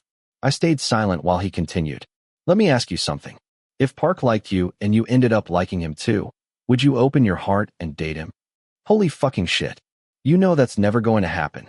Dumbass. Don't you understand hypothetical situations? No. You don't understand, or you wouldn't open your heart. Say it. It's not going to happen. Hypothetically. No. Arm. No. Knock, knock, knock. I was saved by the bell when someone knocked on the door. The person barged in without waiting for permission. Let's eat, Peepo said around a mouthful of his disgusting sandwich. For the first time ever, I loved him more than anything. Wait, I'm putting on my belt, I replied, grabbing it while my heart pounded in fear of more questions. Sand's hypothetical question lingered in my mind. I still couldn't say what I would do if it really happened. More importantly, why would Ark ever like a dumbass like me? Hold up, Arm. What's on your neck? Shit. Peepo started being nosy right after Sand. Why were their eyes so sharp? I didn't think the bruises would be visible, so I hadn't brought any bandages. Quit asking about me. Let's eat. I'm hungry. Suspicious. Bullshit. Fine then. Let's eat. Rubbing my neck, I walked toward the dormitory cafeteria. My life continued as usual. I ate, attended classes, and survived. We no longer had as many activities, and midterms were approaching. Only sports day was still ongoing, taking forever to finish all the competitions. Park. Is that Park from engineering? He's so cool. The commotion pulled my attention away from my omelet toward the other side of the cafeteria. Even from a distance, I recognized him instantly. The tall guy wore his new Navy workshop shirt with his usual Calvin Klein backpack. He carried a tray of food through the crowd of freshmen, standing out more than anyone else. Holy shit. The superior prince is here, my friend cursed excitedly. Everyone looked surprised. So was I. Ark rarely ate here, especially on a busy morning like this. Should we call him? He might be here with someone else, I argued, staring at Ark. How is that possible when he keeps looking around like that? If you won't call him, I will. Peepo stood up and waved dramatically. Park, want to sit with us? Ark quietly turned toward us, sending chills through everyone with his ridiculous handsomeness. Arm's here too. Without saying a word, Ark walked over to our table. Out of all the people in the cafeteria, he stood out the most. My eyes naturally followed him. What brings you here? I asked once he sat down across from me. To check my popularity. Wow, you do that too. Ark usually escaped crowds or got annoyed by them. He was acting differently today. Yeah, it's working. Everyone's staring at you. Look there and there. At 10 o'clock, the social science princess. And another one behind you. Don't turn around, I whispered, leaning closer. She's like a net idol. Super cute. Yeah, cute. How do you know? Do you have eyes on the back of your head? I can tell. Amazing. I leaned back. But I don't think you should flirt with anyone. You already have a crush on someone, right? They're much cuter. Wow. Then hurry up and ask them out already. Get it over with. My ears were practically numb from hearing him talk about this crush. They're stupid. I don't want to embarrass myself. Just give it a shot. You never know what'll happen. Well, would you date me? Oh, well, goodness. Cough. Cough. Sorry. He choked. Sand quickly explained while patting Peepo's back. You okay, bro? Oh, I think I should head out first. Gotta talk to Yo about our group assignment. See you at the department. Bye, Park. Everything happened so fast. Before I realized it, my friends had vanished, leaving me alone with my peer mentor. My brain processed everything too slowly to keep up. My friends are always like this. Don't mind them. Sigh. Why did you sigh? You keep asking who my crush is. My heart raced at the seriousness on Ark's face. I had no idea why I sat frozen in place, staring directly at him without blinking. I'll tell you. I'm excited. Park, why wasn't he saying anything? I was about to ask again just to ease the tension, though I didn't know which of us was more nervous. Are they a freshman? Yes. An engineering student? Yeah. Do I know them? Very well. Can I ask if they're a girl or a boy? What do you think? His eyes looked icy, sending chills through my entire body as the unclear answer slowly became obvious. Are you into boys? I've never liked a boy before this one. How unexpected. But he was fucking cool. He was confessing his feelings to his peer mentee in the middle of a cafeteria filled with clanging pans and the smell of stir-fried basil pork. Park. My voice weakened while my heart shook like it was trapped in a storm. I thought I knew who he meant. How had I never figured it out before? Don't tell me. You like sand. Unbelievably. I'm full. Ark abruptly stood up and turned away, but I grabbed his wrist. Where are you going? To get hit by a car. Hey, why are you hurt? You haven't even confessed to him yet. I already did. But he's too stupid. Sand knew. Ark glared at me so fiercely I thought he might punch me. Why are you mad? I'm mad at you. I'm sorry. Too late. Ark shook my hand away and walked off with his tray. Come back, Park. Come on, don't be upset. I feel terrible. I can comfort you. Tell me what you want. Get away from me. I jogged after him anxiously, worried I'd said something truly awful. Park, I don't have a thing for your friend. Not Sand. Not Pup. I'm sorry. I shouldn't have said that. I was too slow again. The superior prince moved at the speed of light. Before I knew it, his car had disappeared into the distance. I had no idea which parts of today were real and which weren't. 1. Ark liked a boy. 2. I knew him. And 3. I had no idea what I'd done wrong, but I was definitely going to drag my thick-skinned self over there and apologize. Arm, you deserve a slap in the mouth. I shouldn't have said that. I shouldn't have. I didn't see Ark for days after that incident. Our schedules never overlapped. Whenever I rushed to the civil engineering workshop room after class, he had already left. The superior prince had practically vanished. Someone should file a missing person report. When I went to the soccer field, Ark skipped practice. My initial worry slowly turned into a crushing weight on my chest. I never told my 2 best friends about what happened. I kept everything bottled up while waiting for a chance to talk things through with Ark. But when would that happen? I didn't even have the courage to go to his apartment. I was scared he'd throw me out without mercy. That would hurt too much. RRRR. My alarm rang like usual. I sat up and rubbed my eyes before noticing the guy in front of me smiling at his phone. Who are you texting? My darling. I stared at him. Are you dating her now? Not yet, but soon. We were talking about the nursing princess. Their relationship seemed to be going well. Thank God Ark had clarified he wasn't into Sand, or things would have become even messier. Let me ask you something. Have you seen Park lately? No. Sand answered immediately without looking away from his screen. I tried every possible way to contact Ark, but he'd vanished into thin air like he'd never existed. His phone was off. He hadn't been active on Facebook, Instagram, or Line. Everything felt unsettlingly frozen. Knock, knock, knock. As usual, Peepo knocked before barging into our room in his pajamas. He rushed inside holding out his phone. The superior prince is active. Shit. Sand nearly threw his phone as he rushed over beside Peepo. What? When? Show me. After stalking my idol for a week, I discovered he liked someone's photo on IG. Peepo shoved his phone toward us, displaying the Instagram account of a familiar girl, the legendary one with 190,000 followers. She was also Ark's friend. See? They took a picture together. Ark ignored my texts but liked someone else's photo. The Engineer Friendship Festival had ended ages ago, but somehow those two still kept in touch. Brink occasionally posted pictures with Ark, and now he was reacting to them. At least he was alive. Good to know he's not dead. I'm taking a shower. Yeah. Hurry up. Class starts at 8. We'll lose attendance points if we're late. Damn. My friend complained behind me while I grabbed my towel and headed into the bathroom.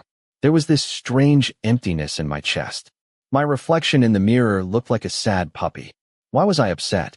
I should have been happy if Ark was happy. Even if we weren't talking, at least he probably wasn't angry anymore. Take a shower. Don't cry, someone shouted from outside. Why the fuck would I? Stupid. Are you sad? Why would I be? Ark interacts with other people, but not you.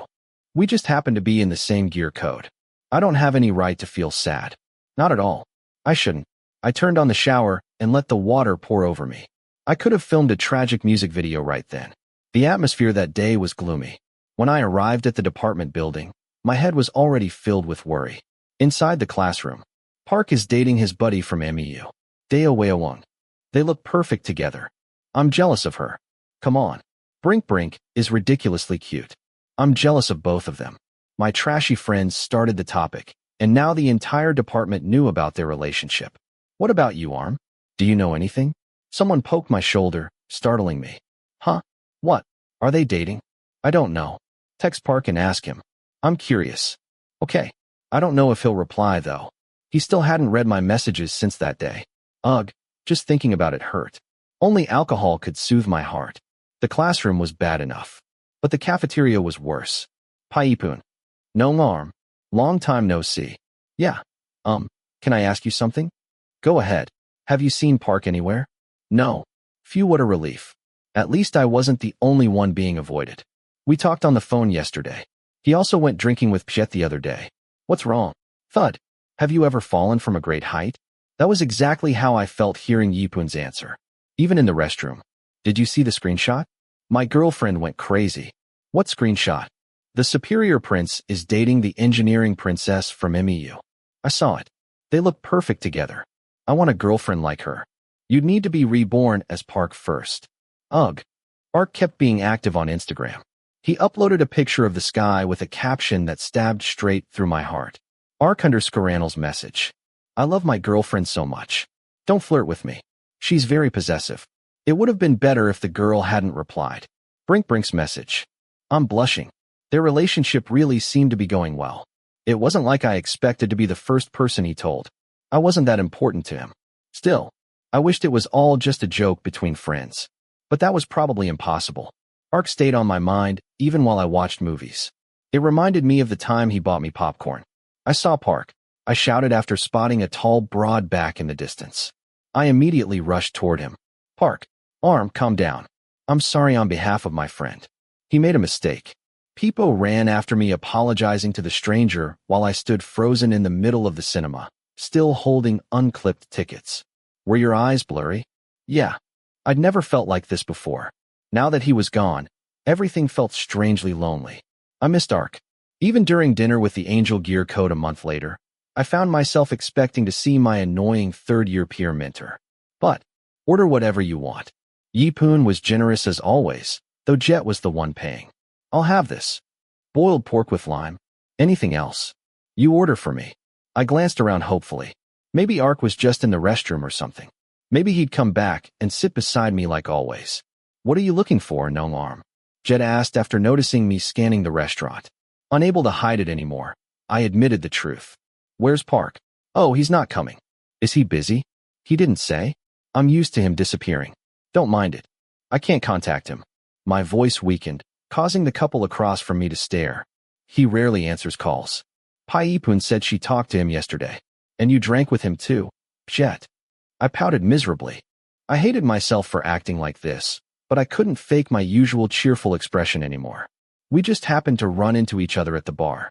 Why can't I ever run into him? I want to see Park. Do you have Mr. Rungson's number? No. Pull yourself together. Don't bother his dad and make this worse. All I got in return was a helpless smile. I couldn't even contact Mr. Rungson, and his son was nowhere to be found. What was I supposed to do? Instagram was on fire. Brink posted another picture with Ark, and it immediately became the talk of the town. The photo had clearly been taken a long time ago, but I still felt jealous because Ark not only liked it. He replied too. Brink's message. The Engineer Friendship Festival. The beginning of a beautiful relationship.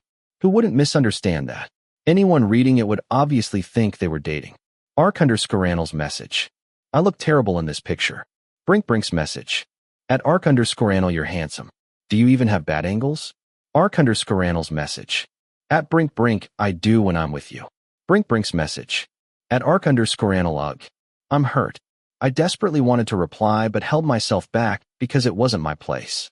I only liked the comments like hundreds of other people.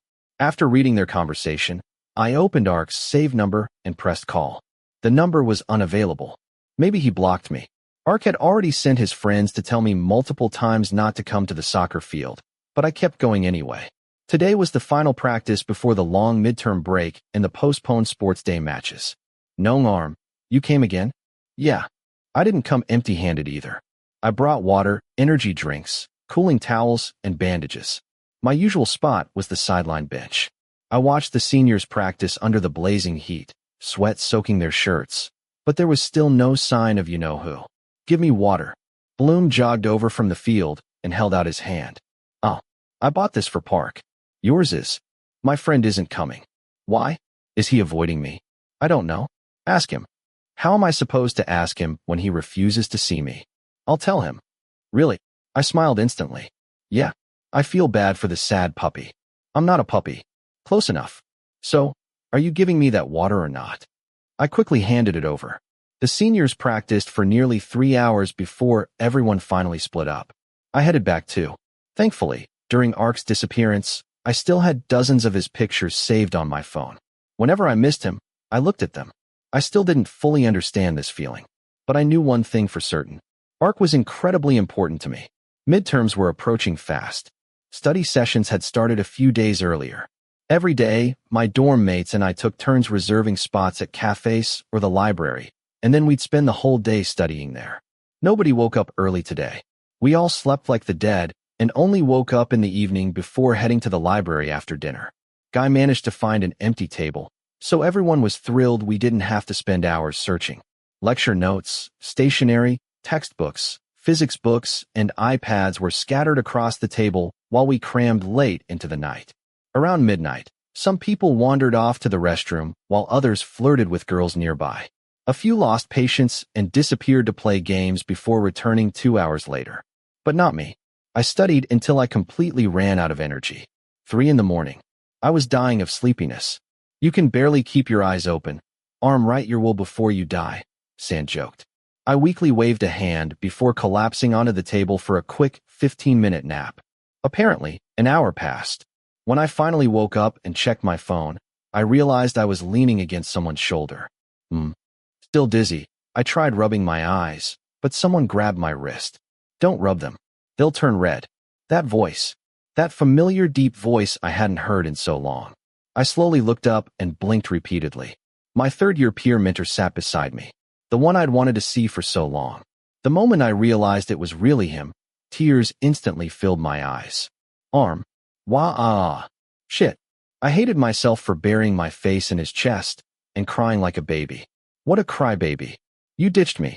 You ditched me. You ditched me. You were naughty. I wasn't. You ditched me. I kept repeating it while Ark wrapped his arms around me and gently rocked me back and forth. His black shirt became soaked with tears, but I couldn't stop crying. Aren't you embarrassed? No. Where have you been? You blocked my number and ignored my texts, but you interacted with other people. I'd been drowning in this horrible feeling for weeks. It hurt so fucking much. Ark cupped my face in his large hands and forced me to look at him. His thumbs wiped away my tears while a faint smile curved his lips. You're such a demanding brat. You're the worst person ever. I pulled away from his hands and looked around. Everyone else was gone. My friends had abandoned me in the middle of the night. Honestly, I wasn't even angry at them. I was too angry at the guy beside me. Go back to your dorm. It's cold here. I know. Ark helped me pack everything up. Before long, he'd organized all my things and slung my backpack over his shoulder. I'll drive you. No thanks. I came with my friends. They left. I'll walk. How stubborn. You're seriously going to walk out of the library alone at 3 in the morning? I'll call someone. Stubborn brat. I'm driving you. Without giving me a chance to argue, Ark grabbed my wrist and dragged me outside. Tears continued streaming down my face like a broken dam. I kept my head lowered, unable to control myself. Still, Ark guided me out without showing even the slightest annoyance. Once inside the car, I wiped my face roughly with my sleeves while Ark tossed my backpack into the back seat and adjusted my seat for me. Stop crying. I'm yawning. You've been yawning for a long time. Are you upset because I ignored your texts? Who's upset? Bullshit. Then don't call me tomorrow. Why not? Why would you? I bit my lip while watching Ark start the engine. He focused on the road instead of me. There were so many things I wanted to say, but I was too stupid to organize my thoughts. I just sat there staring out at the unfamiliar road. Where are we going? My apartment. Ark answered lazily. No. Take me to my dorm. The gates are closed. They're open 24 hours a day. You know nothing. Someone here definitely knows nothing. I know more than you. I know who you're dating. Wow. It must be fun dating a famous girl. I have bad angles when I'm with you. You meant her cuteness overshadows you, right? Nonsense. I was stalking your IG. You guys look perfect together. Thanks for the support. Ark replied without denying it. So you are dating her? No. What about your crush? Forget it. It's not important anymore. How can you change your mind that fast? Sometimes I just can't wait forever for someone to get smart. He'll get hurt. It hurts me more. It hurts me too, I admitted quietly. At least it didn't hurt as much as when he disappeared. Ark glanced at me in confusion. Why? You avoided me. Ugh. It hurt when you ignored my calls. It hurt when you drank with Jet without telling me. It hurt when you ignored my messages but interacted with someone else. And I hate myself for thinking these things when I'm only your peer mentee. Arm, don't scold me yet. There's still more if I'm being honest. How do you feel? I'm fucking jealous. That was the moment I realized Ark was a terrible driver. We nearly swerved off the road. I buried my face in the pillow, completely unable to face the apartment owner currently standing beside the bed with his arms crossed, trying to drag me out of bed to shower and get ready for school. I had plans to study with my friends, but so what? I wasn't mentally prepared.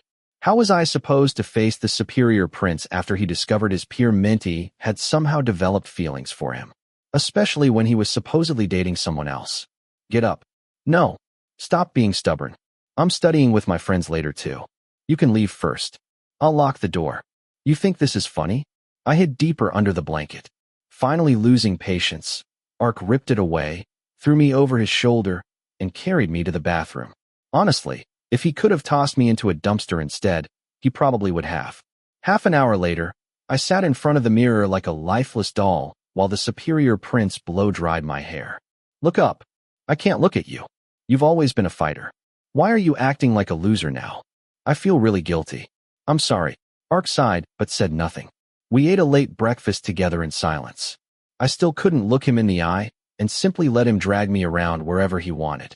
Eventually, we arrived at a cafe where his friends were studying. A brat's joining us today, Ark announced while pulling me into the chair beside him. Damn, why does he look so depressed? I scolded him. Naughty brat. I'm not naughty. I mumbled before greeting everyone. Hey Arm. Books opened. Notes spread out. Everyone started studying. After a while, Pon spoke up. Ark, let's hit the bar tonight. Why? Are you serious? There's a soccer match tonight. Oh, so are you coming or not? I'll reserve a table. Let me ask Arm. What does that have to do with me? I was trying to stay as quiet as possible. Why was he dragging me into this? I'm asking because I'll bring you along if you want to go. I'll ask my friends first. Sand, Peepo, Yo, and the others. You're very sociable. Of course. And very jealous. Fuck. I'm sorry, okay? I didn't mean it. I desperately wished he'd forget that confession. I'd only said it because I was upset. I didn't want Ark feeling uncomfortable around me. Arm should come. Cop interrupted with a grin after letting us bicker for ages. It's Arsenal versus Liverpool. Who are you supporting? Of course he supported the opposite team from mine. Right. I was cursed. I'm loyal to my team. What score are you predicting? 22-1. Idiot. You're exaggerating again. We'll see. Fine. Haven't you learned your lesson yet? Every time you exaggerate, your team loses, Ark remarked. I had no comeback, so I lowered my head and pretended to study even though I wasn't absorbing a single word. Time moved painfully slowly. I stayed in that cafe for hours. No one made me uncomfortable, but I still couldn't properly face Ark. Sometimes I escaped to the restroom or pretended to chat with my friends on the phone. Eventually, I brought up the bar tonight. Midterms were right around the corner, yet everyone got excited over a soccer match. My dorm mates immediately agreed, especially after hearing the invitation came from Ark. Honestly, I would have preferred staying in bed, but somehow I still ended up at the bar. Arsenal. Is Park here yet? No. He abandoned both us and his juniors. Alcohol, ice buckets, and food covered the table while everyone prepared for the game. The third years had arrived half an hour before us. But even now, Ark still hadn't shown up. Cop, call him. Did he die somewhere? No need. He's over there. The superior prince finally walked into the bar, and everyone exploded. Some people laughed so hard they nearly fell over. Others immediately pulled out their phones to record him. Damn, Ark was wearing a Liverpool jersey. That was practically a once-in-a-lifetime event. Hoa, what the hell? Do we have a new Liverpool fan now? My peer mentor had to be possessed to wear the rival team's shirt. Has Ark changed? Or did someone change you? Whoa, I didn't do laundry. This was my only option. That's bullshit. You never owned that shirt before. Stop lying. Shut up. I have shirts for every team. Ark replied expressionlessly before dragging a chair between me and another friend and sitting down. You're late. Sit somewhere else. I'll sit wherever I want. Arm, switch seats with me. It's crowded here, Cop suggested. I obediently nodded, but Ark immediately stopped me. Cop, you move. Fuck. I'm your friend. This is Arm. What the hell? You're this protective of your peer mentor now. This has nothing to do with me. I'm here for the match. I quickly interrupted before getting dragged into another argument. Alcohol slowly spread through my system. I wasn't allowed to drink much because Ark kept stopping me, so I only sipped while watching the game. Half an hour later, my team scored. Hoa. Amazing. Ugh. What the hell? I'm begging you, as a soccer fan, please don't upload Arsenal statuses. I won't be able to like them all. Ha ha ha.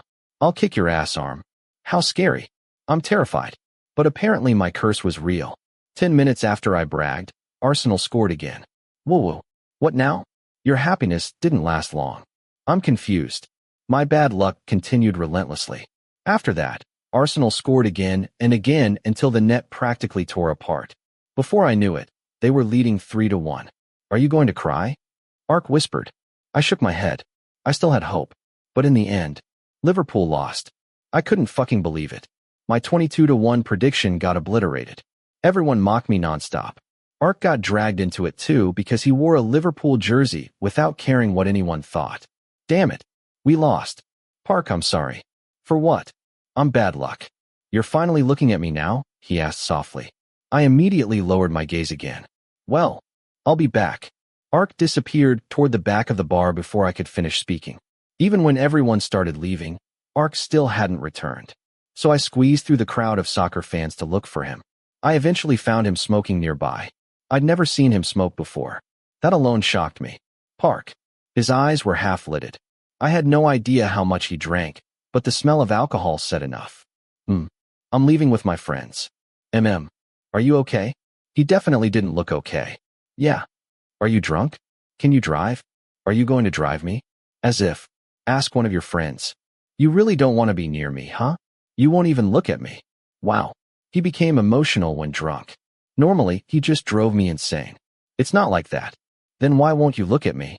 Ark dropped the cigarette onto the ground and crushed it beneath his shoe before gripping both my shoulders. I am looking at you now. I just feel terrible for saying something I shouldn't have. Ark was forcing me to face him. You have a crush on someone.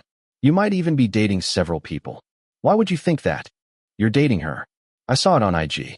But all this time, from way back then, when you practiced confessing and treated me kindly, you gave me hope even though it meant nothing. Why do you think it meant nothing? Idiot. I'm not an idiot. And you're naughty. I'm not. You always argue back. If you keep doing it, I won't go easy on you anymore. You've never gone easy on me. Have you figured anything out yet? Do you know who I like? Ark sounded completely serious, but I still clung stubbornly to what I thought I knew. You like lots of people. You like your buddy. I don't. My friend made that up, and Brink played along.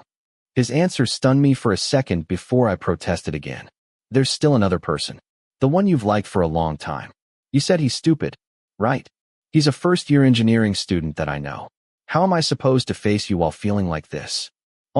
Ark's voice softened noticeably. If you keep being this stupid, I'm really going to deal with you this time. Well, I am stupid. Ark suddenly pushed me against the wall and buried his face in my neck with a heavy sigh. He stayed there quietly for a long moment before whispering something only I could hear. I'm tired, Arm.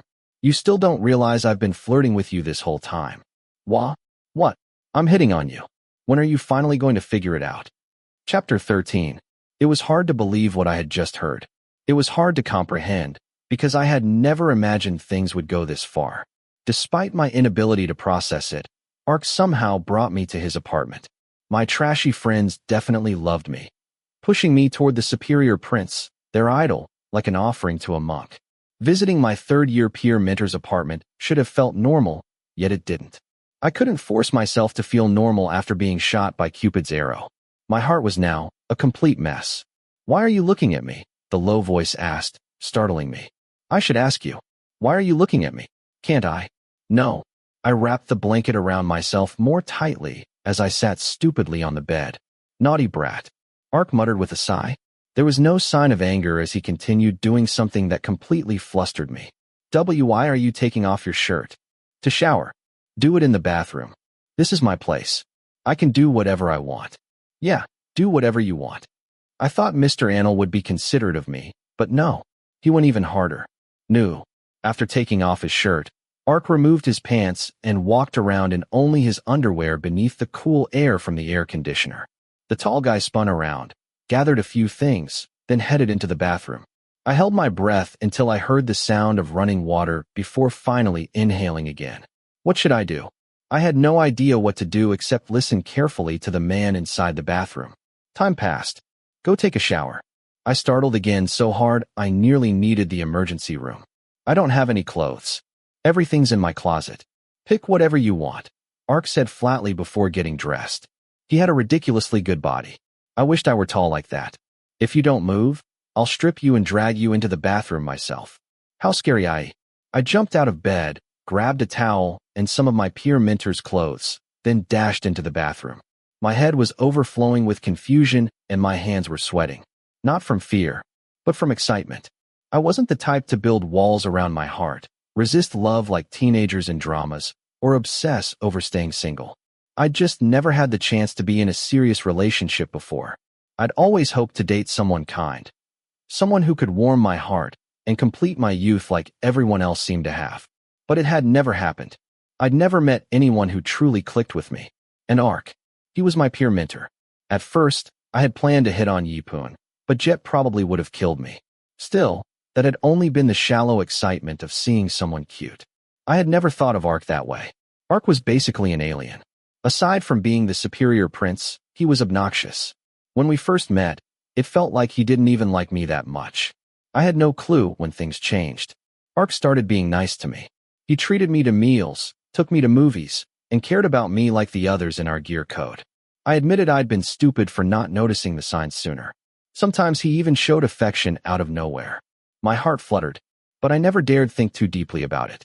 He once said he had a crush on someone, and that only reminded me that we were both men and in the same gear code.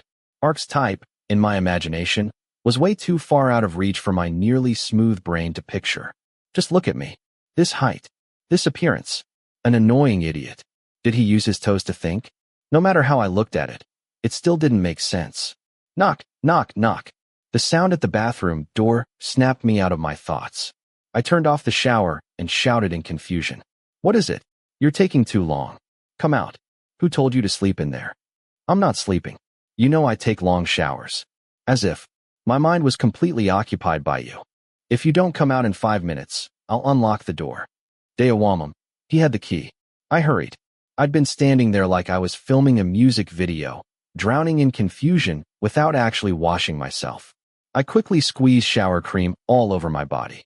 Ark never joked around. If he said something, he meant it. I wasn't risking getting kicked in the ass. Click. After finishing, I opened the door nervously and came face to face with the tall guy. My heart fluttered wildly. It wasn't like I was completely insensitive. The moment I met the gaze of the man waiting near the vanity, my heart started pounding like crazy. Sit here, Ark said. I walked over like a programmed robot without arguing. What are you going to do? Your hair's wet. If you sleep like that, my pillow will get damp. Are you going to take responsibility? A wet pillow isn't a pregnant girl. Why would I take responsibility for that? Ark lightly knocked my head and pushed me down into the chair. Keep barking. I will. Did you use body wash on your hair? How did you know? I can smell it. You've got a dog's sense of smell. Do you want to get bitten by a dog? No. Are you wearing underwear under there? Ugh. Stop paying attention to my crotch. My heart was already a disaster. Yes. Which pair? Does my size fit you? I'm wearing the old one. I glanced up at the guy standing over me. When I noticed him staring, I hurriedly added. Besides, I only wear size XL. XL or XS? You're underestimating me. I'm not wrong. Why do you care about my size? Who cares? I'm just asking about underwear. What are you thinking? I wanted to spin around and kick him in the chest, but he was way bigger than me. Since there was no way I'd win, I swallowed my anger and replied flatly. You're an unforgivable pain in the ass. The argument finally stopped, replaced by the sound of the hairdryer. Ark ran his large hand through my hair, rubbing it gently while blow-drying it on medium heat before lowering the temperature. The guy reflected in the mirror right now didn't feel like someone I knew. He looked gentle, caring. Sometimes I wondered if he treated everyone this nicely. A few moments later, my thoughts became restless again. There were so many questions trapped inside me because I lacked the courage to ask them. Just ask, Dayon. It was like he could read my mind. What should I do? Should I ask or not? If I didn't, it would keep bothering me until I lost sleep, got fidgety, developed athlete's foot, itchy fingers and toes, crotch itch, and ringworm. So I should just ask and get it over with. Are you really into guys? Yeah. Ark answered immediately in a quiet voice. I had to listen carefully over the sound of the dryer. How come? Because I like you. Shit. Cupid fired another arrow. Why? Why do you like me? Seriously? There's nothing good about me. No matter how much I hyped myself up, I knew I wasn't particularly handsome. Armanon was painfully average. I'm already used to the fact that there's nothing good about you. Ouch. That hurt like getting stabbed in the heart. Was that supposed to be an insult? Can't you give me a better answer? I saw your ass and got horny. Fuck off. I resisted the urge to snatch the hair dryer and smack him in the face with it. How is that a good thing? Arm, stop being stupid. That's difficult. I could stop being smart instead, though. You already did that a long time ago. Bullshit. This is why I like you. That instantly shut me up. Ark continued drying my hair without looking at me. You don't always have to fall for smart people. Someone who's sometimes smart and sometimes stupid. Someone who tries to learn and understand the things they're bad at. That kind of person is more interesting. I'm not the only one like that. Yeah, but nobody's like you. How am I better than everyone else? You're not. You're fucking worse. Fuck. Do you remember that day? Ark asked. No. I answered quickly before he could explain further. I just wanted to avoid the uneasy feeling building inside my chest. I'll deal with you if you mess with me again. Okay. I don't want trouble. What happened that day? We were in my car. I got pissed off and slammed into the trunk of another car. Whoa. I remember that perfectly. I almost died, but it felt satisfying seeing Pjet scold you. You deserved it. It was the first time I cared about someone in a way I never had before. I started driving slower and became more patient on the road because I wanted the person beside me to stay safe. Maybe that was the beginning. I wanted to protect you, take care of you, and over time, you became more important to me. I never knew that. My chest felt warm. When you were nice to me, my heart felt warm too, even though I didn't understand what the feeling was. When Ark disappeared, my heart felt empty. When I saw him interacting with someone else, I nearly cried. It was a mixture of anger and jealousy. Of course, I thought those feelings were temporary. When I tried to analyze them, I convinced myself it was probably just bromance because he was my peer mentor. You'll understand eventually. Really? Yeah. What should I do to understand it? Have sex with me. Bastard. It'll be fun. I guarantee it. I refuse to acknowledge your perverted side. You might end up liking it. Stop joking around. Take your time thinking about your answer. No rush. Slowly figure out your feelings. What about you? What did you feel before you realized you liked me? Do I really have to answer that? Yes. Ark switched off the hair dryer and put it away in the drawer. I looked up and met the eyes of the emotionless man standing behind me. Silence filled the room. Thinking he wouldn't answer, I shifted as if to stand, but he spoke first. Sometimes there's no specific reason for liking someone. But back then, when you were talking to Tongfa, I felt something. We're not different. I was jealous. Seriously, I stayed overnight at Ark's place, and in the morning he drove me back to the dormitory. I survived the night unharmed. My peer mentor didn't bite me in his sleep this time. He even kept a large distance between us and didn't touch me once until dawn. Maybe I had become slightly smarter after Ark finally lost patience and confessed. I was stunned. It was too fast for me to open my heart and accept everything immediately, so I needed time to sort out my feelings. How was last night? A sudden question. Peepo and San sat fully dressed at the edge of the bed with extremely nosy expressions. Midterm exams were approaching, but classes still continued as usual. We'd only get a few days off before the exams for review, so we still had to wake up, shower, and drag ourselves to class. Nothing much, I answered as I closed the door. I trudged toward them and squeezed beside Peepo until he scooted away toward my roommate. The lights in the bar were dim. What was the score last night? Fuck you. They were messing with me. The team's hopes are riding on you. Yeah, whatever. You broke the record. Losing every single time. What a miserable life. I'm unlucky because you guys are my friends. But I fucking love you. You'll never walk alone. For fuck's sake. Ark even got mocked because of me. I felt bad. So what if Liverpool lost? At least they've won plenty of trophies before. Yeah. Living in the past. Don't be mad. I'm done teasing you about soccer. Let me ask about last night instead. Did you and Park fight? Peepo and Sand took turns asking questions in perfect synchronization. Unsure where this conversation was going, I answered vaguely. No. You took forever bringing him back inside, and afterward he insisted on taking you home with him. Of course we're curious. Why didn't you stop him? You just let me go with him. Why would we stop him? What Park wants, Park gets. Wow. My friends never treated me this well. You also let him hold your hand and drag you out in a daze, so I didn't ask questions. Yeah, just forget it. Stop dodging. Did anything happen? No. Ark was smoking, so I went outside to bring him back in. That's all. Good. You're his peer mentee, after all. I nodded, turned around, and packed my backpack while preparing the presentation file for today's class. Meanwhile, my trashy friends chatted happily behind me. Oh, San, did you know? Know what? About Park and the pretty brink. The caption disappeared. Everything got deleted except the photo. Oh, really? Bloom and the others got drunk and told me everything last night. Turns out Cop posted it from the Superior Prince's phone. Then the Engineering Princess played along for fun. Not so fun for the nosy people, though. Everyone knows now there's nothing between them. Good. I also overheard his friend saying he already likes someone else. Thud. I dropped my book on the floor while eavesdropping, causing both of them to stare at me. What's wrong, Arm? Nothing. I just dropped my book. Then pick it up. They continued chatting. Damn. I was taking forever to pack my bag because I kept listening. What kind of person do you think Park likes? Me, obviously. Bam. Peepo immediately got smacked on the head by Sand. Park would never like you. I'm cute and innocent. Maybe the Superior Prince has weird taste. I doubt it. I bet he likes someone gorgeous. If not Brink, maybe his type is a Victoria's Secret model. Wow. I agree. So who could it be? There are tons of possibilities. Maybe Jitty, the campus princess. No way. That girl's impossible. I don't think Park likes her. I think it's probably this person. I listened to every single word.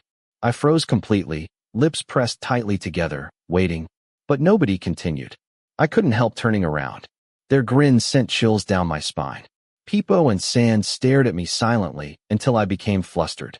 What? Were you eavesdropping? I was curious. Park is my peer mentor. Well, we think he has a crush on a first-year student. Wow, he likes someone younger? Yeah, someone from our department. Shocking. My eyes widened dramatically to hide the strange uneasiness growing inside me. And here's the craziest part. What? We have no idea who it is.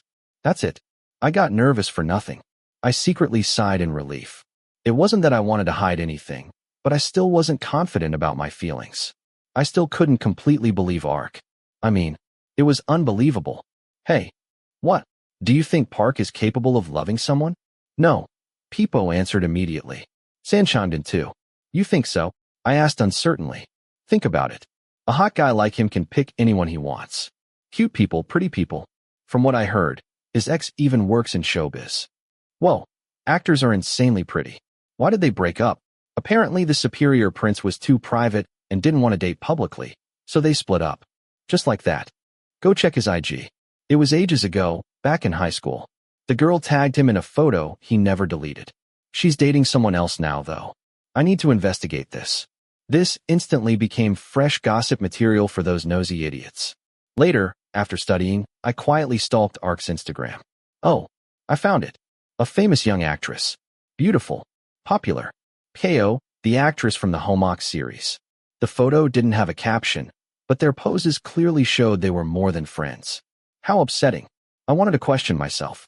The answer was becoming clearer and clearer, just how important Ark was to me. Otherwise, I wouldn't feel this bothered. I kept scrolling, but there were no other photos. Just that single one. So I kept rereading the comments and staring at the same photo repeatedly. Karma truly worked fast on nosy people because I accidentally pressed like on the photo. Damn you, Arm. I hurriedly unliked it and prayed nobody noticed. The post had thousands of likes. My mistake lasted only a second. But, my phone rang. My doom had arrived. It was Ark. I couldn't ignore it.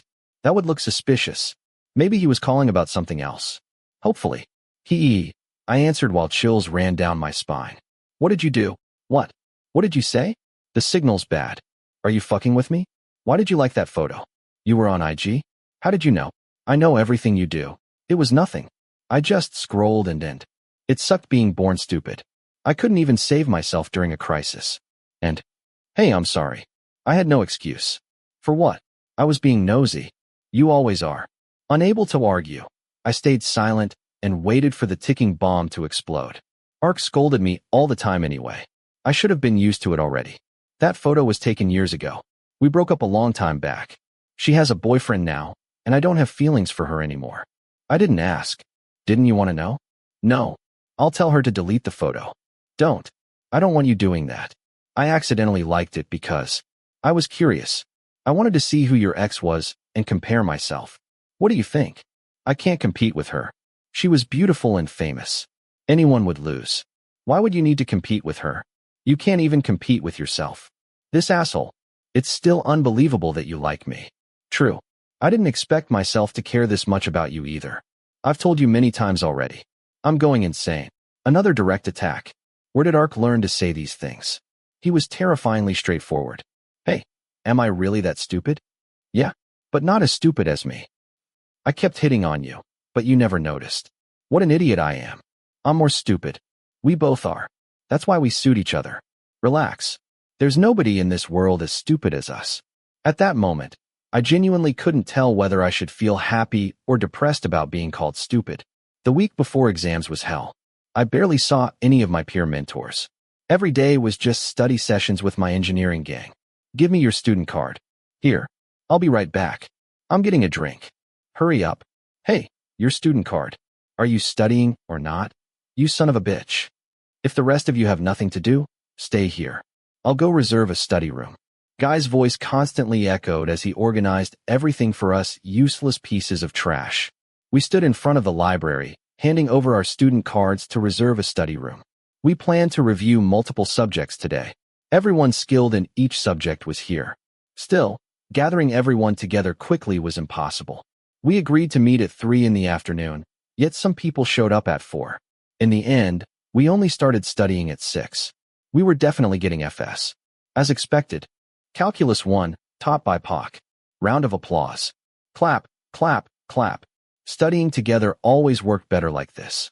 Easy subjects could be reviewed alone, but calculation-heavy ones were torture. That's why dorm friends preferred group sessions during difficult times. There were a few brilliant electrical engineering students. Only a few. The rest of us weren't aiming for As. We just desperately wanted to avoid FS. Let's start with the first problem. The friend at the front began writing on the whiteboard while everyone focused seriously. We studied non-stop, moving directly from one subject to another without slowing down. We took a break at 8 for dinner before resuming after 9. I had no idea where everyone found this determination. Usually they complain non-stop. Seeing them so serious made me feel motivated too. We took another break at midnight. Is that Park? Oh, well, my idol's here. One of the guys screamed dramatically, drawing everyone's attention toward the glass door. The tall guy stood there with his friends, looking like they were about to leave. Should we call him? Don't. I answered weakly, even though we hadn't seen each other for 5 days. I didn't want to bother him if he was busy studying. Still, just seeing him somehow calmed me down. He looked fine. Why, Arm? We should greet our idol. Yo opened the door before I could stop him. Guys, how's it going? Oh, freshman. Studying hard. Pond asked. Yeah. Are you guys leaving? Yeah. I won't bother you anymore. I just came out to say hi. Is Arm here? The familiar low voice interrupted. I froze while my heart pounded like a marching band. Yes. He's right there. Come in. Everyone pointed directly at me as the door opened wider. Ark stepped inside. He wore a black t-shirt with "In Me Here" printed on it, jeans, the Hello Kitty bag I hated with my entire soul, and old ripped black sneakers. Despite being rich, his fashion sense remained tragic. Park, you're freaking cool, one of my idiot friends praised him. Yeah. Ark, we're leaving. See you tomorrow. Yeah. The third-year guys casually said goodbye and left, leaving the superior prince standing in the middle of the room. He stared directly at me. Meanwhile, I glued my eyes to my lecture notes and highlighters, unable to look back. I'm not sleepy yet. Do you guys want anything? I'll go buy food. Oh, well, Park, that's okay. Who would dare make you do that? It's fine. Write down what you want. I'm so moved by your kindness I want to kneel at your feet. These idiots were as dramatic as ever. Everyone scribbled down orders and even volunteered to help, but Ark refused. Well, I wasn't going to stop someone from doing good deeds. Arm, what do you want? The fierce guy asked calmly. I'll take an energy drink. What if they don't have any? They have to. What if they don't? Then coffee from the convenience store. I need caffeine. Anything else? No. Have you eaten? Yes. Okay. I'll be back. Ark disappeared for almost 20 minutes. My friends became completely distracted while waiting for their fierce idol to return. Finally, my peer mentor came back, carrying piles of plastic bags. Park, let me help. Let me eat. Everyone swarmed him like hungry ghosts. The room descended into chaos for a moment before calming down again. Any chairs left? Yes, Superior Prince. Wait a second. One guy sprinted outside and returned with a chair. Seriously, why was Ark dragging the chair to the corner beside me when there was plenty of room elsewhere? Where's my energy drink? I demanded. After everyone took their food, there was nothing left for me. I was about to cry. They didn't have any. My coffee? None. Then why are my friends drinking coffee? None for you. Drink this instead. Ark handed me a carton of milk. My dream shattered. That won't keep me awake. If you're sleepy, go sleep. The midterm's in 2 days. I won't catch up. Then why didn't you study earlier? You had plenty of time. Have you never heard of a one-night miracle? No. Fuck. He refused to play along. His presence wasn't helping at all because he only kept messing with me. Was I annoyed? Honestly, no. I'm done arguing with you. Go study. I avoided you these past few days out of pity. Why? I can barely control myself when I see your face. It turns me on. Hold your freaking horses. Ark was the ultimate pervert. You piece of shit. Damn you. Okay. I'm fully awake now. The milk's refreshing. I tried focusing on the problems again. Hopefully Ark would leave me alone. But after 2 examples from my friends, I still couldn't follow. I hated mechanics. Focus. The low voice whispered while everyone else concentrated on the whiteboard. You're distracting me. How can you blame me for your stupidity? Ark mocked. Seeing me fall silent because I truly was stupid, he leaned closer. I instantly stopped breathing. Wrong evaluation. Look carefully. It's not this one. Like this? I checked again. Oh, right. You can't even evaluate properly. An F is waiting for you. Don't say that. I'm already stressed. If I fail during first year, my dad will cut my allowance. I still hadn't repaid the money I owed Ark. If your dad does that, take mine. There you go acting like a sugar daddy again. Are you buying me an Audi too? I'll need to consult Mr. Anaruj first. You brought up my dad? Then I'll tell Mr. Rung's son. Huh. As if I'd be scared. We'll see. Fine. Bring it on. You understand this problem now, right? Our argument ended when the tutor interrupted us. After seeing us quiet down, he continued. Let's move on to problem 13. Wow.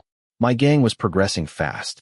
Meanwhile, I was still stuck on problem 11 because I kept bickering with Ark. Poor me. 3 in the morning was the scariest time. Not because ghosts came out, but because nobody could stay awake anymore. We'd been studying nonstop since evening. Once the final problem was reviewed, everyone hurriedly packed up. Thank you all for the study session. And thank you too, Park, for helping explain the difficult problems. Yeah, you're welcome. Ark stood up, swung the Hello Kitty bag over his shoulder, then asked me, how are you getting back to the dorm? I came with Sand and Peepo. Okay, drive safely. Tomorrow, are you free? I have an exam tomorrow. Huh. I stared at him in shock. I didn't even know third-year students started exams tomorrow. Damn, I was such a fucking idiot. I'd let Ark stay here all night instead of telling him to go rest. Why the long face? It's fine. I only have one subject tomorrow. You? I don't like that fake guilty expression. But Ark casually waved goodbye and left first. My friends gradually disappeared until only my best friends and I remained. Ready to go? Wait, I need the bathroom first. But while saying that, my hand already reached for my phone.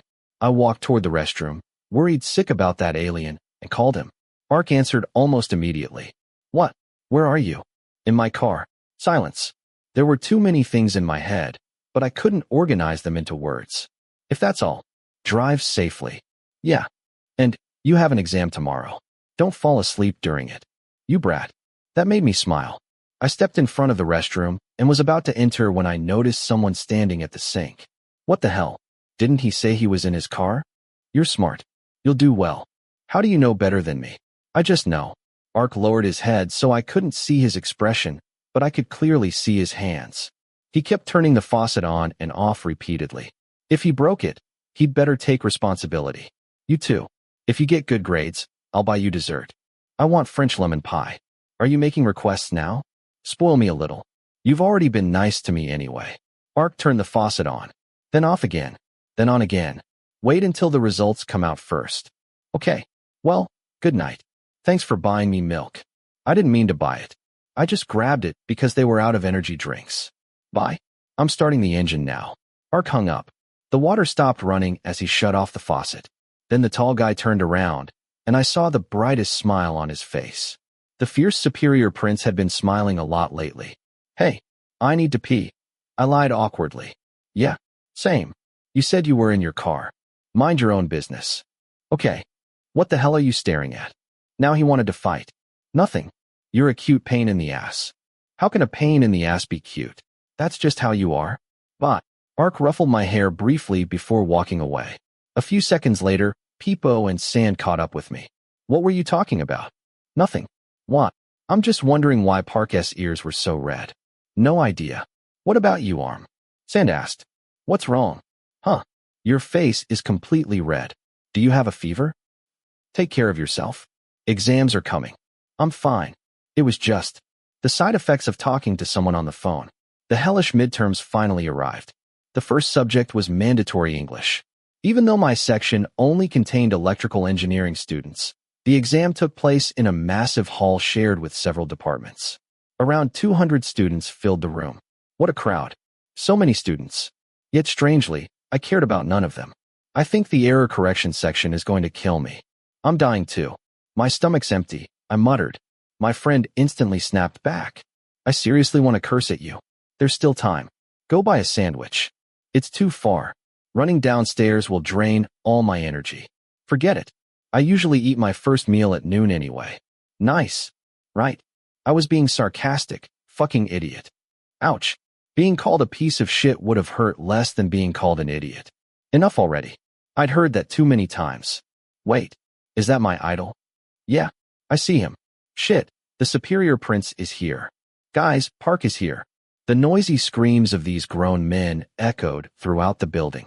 The dead souls instantly revived. The crowd stirred before gradually quieting again. I looked toward my third-year peer mentor. He was wearing a proper student uniform from head to toe, which was rare enough to be a miracle.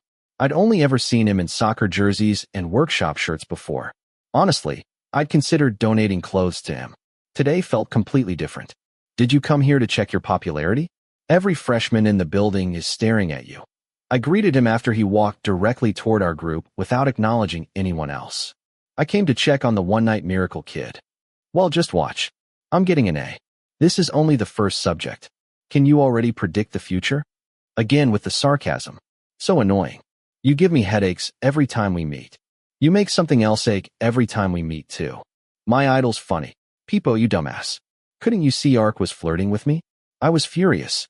Since you're here, give us a blessing first.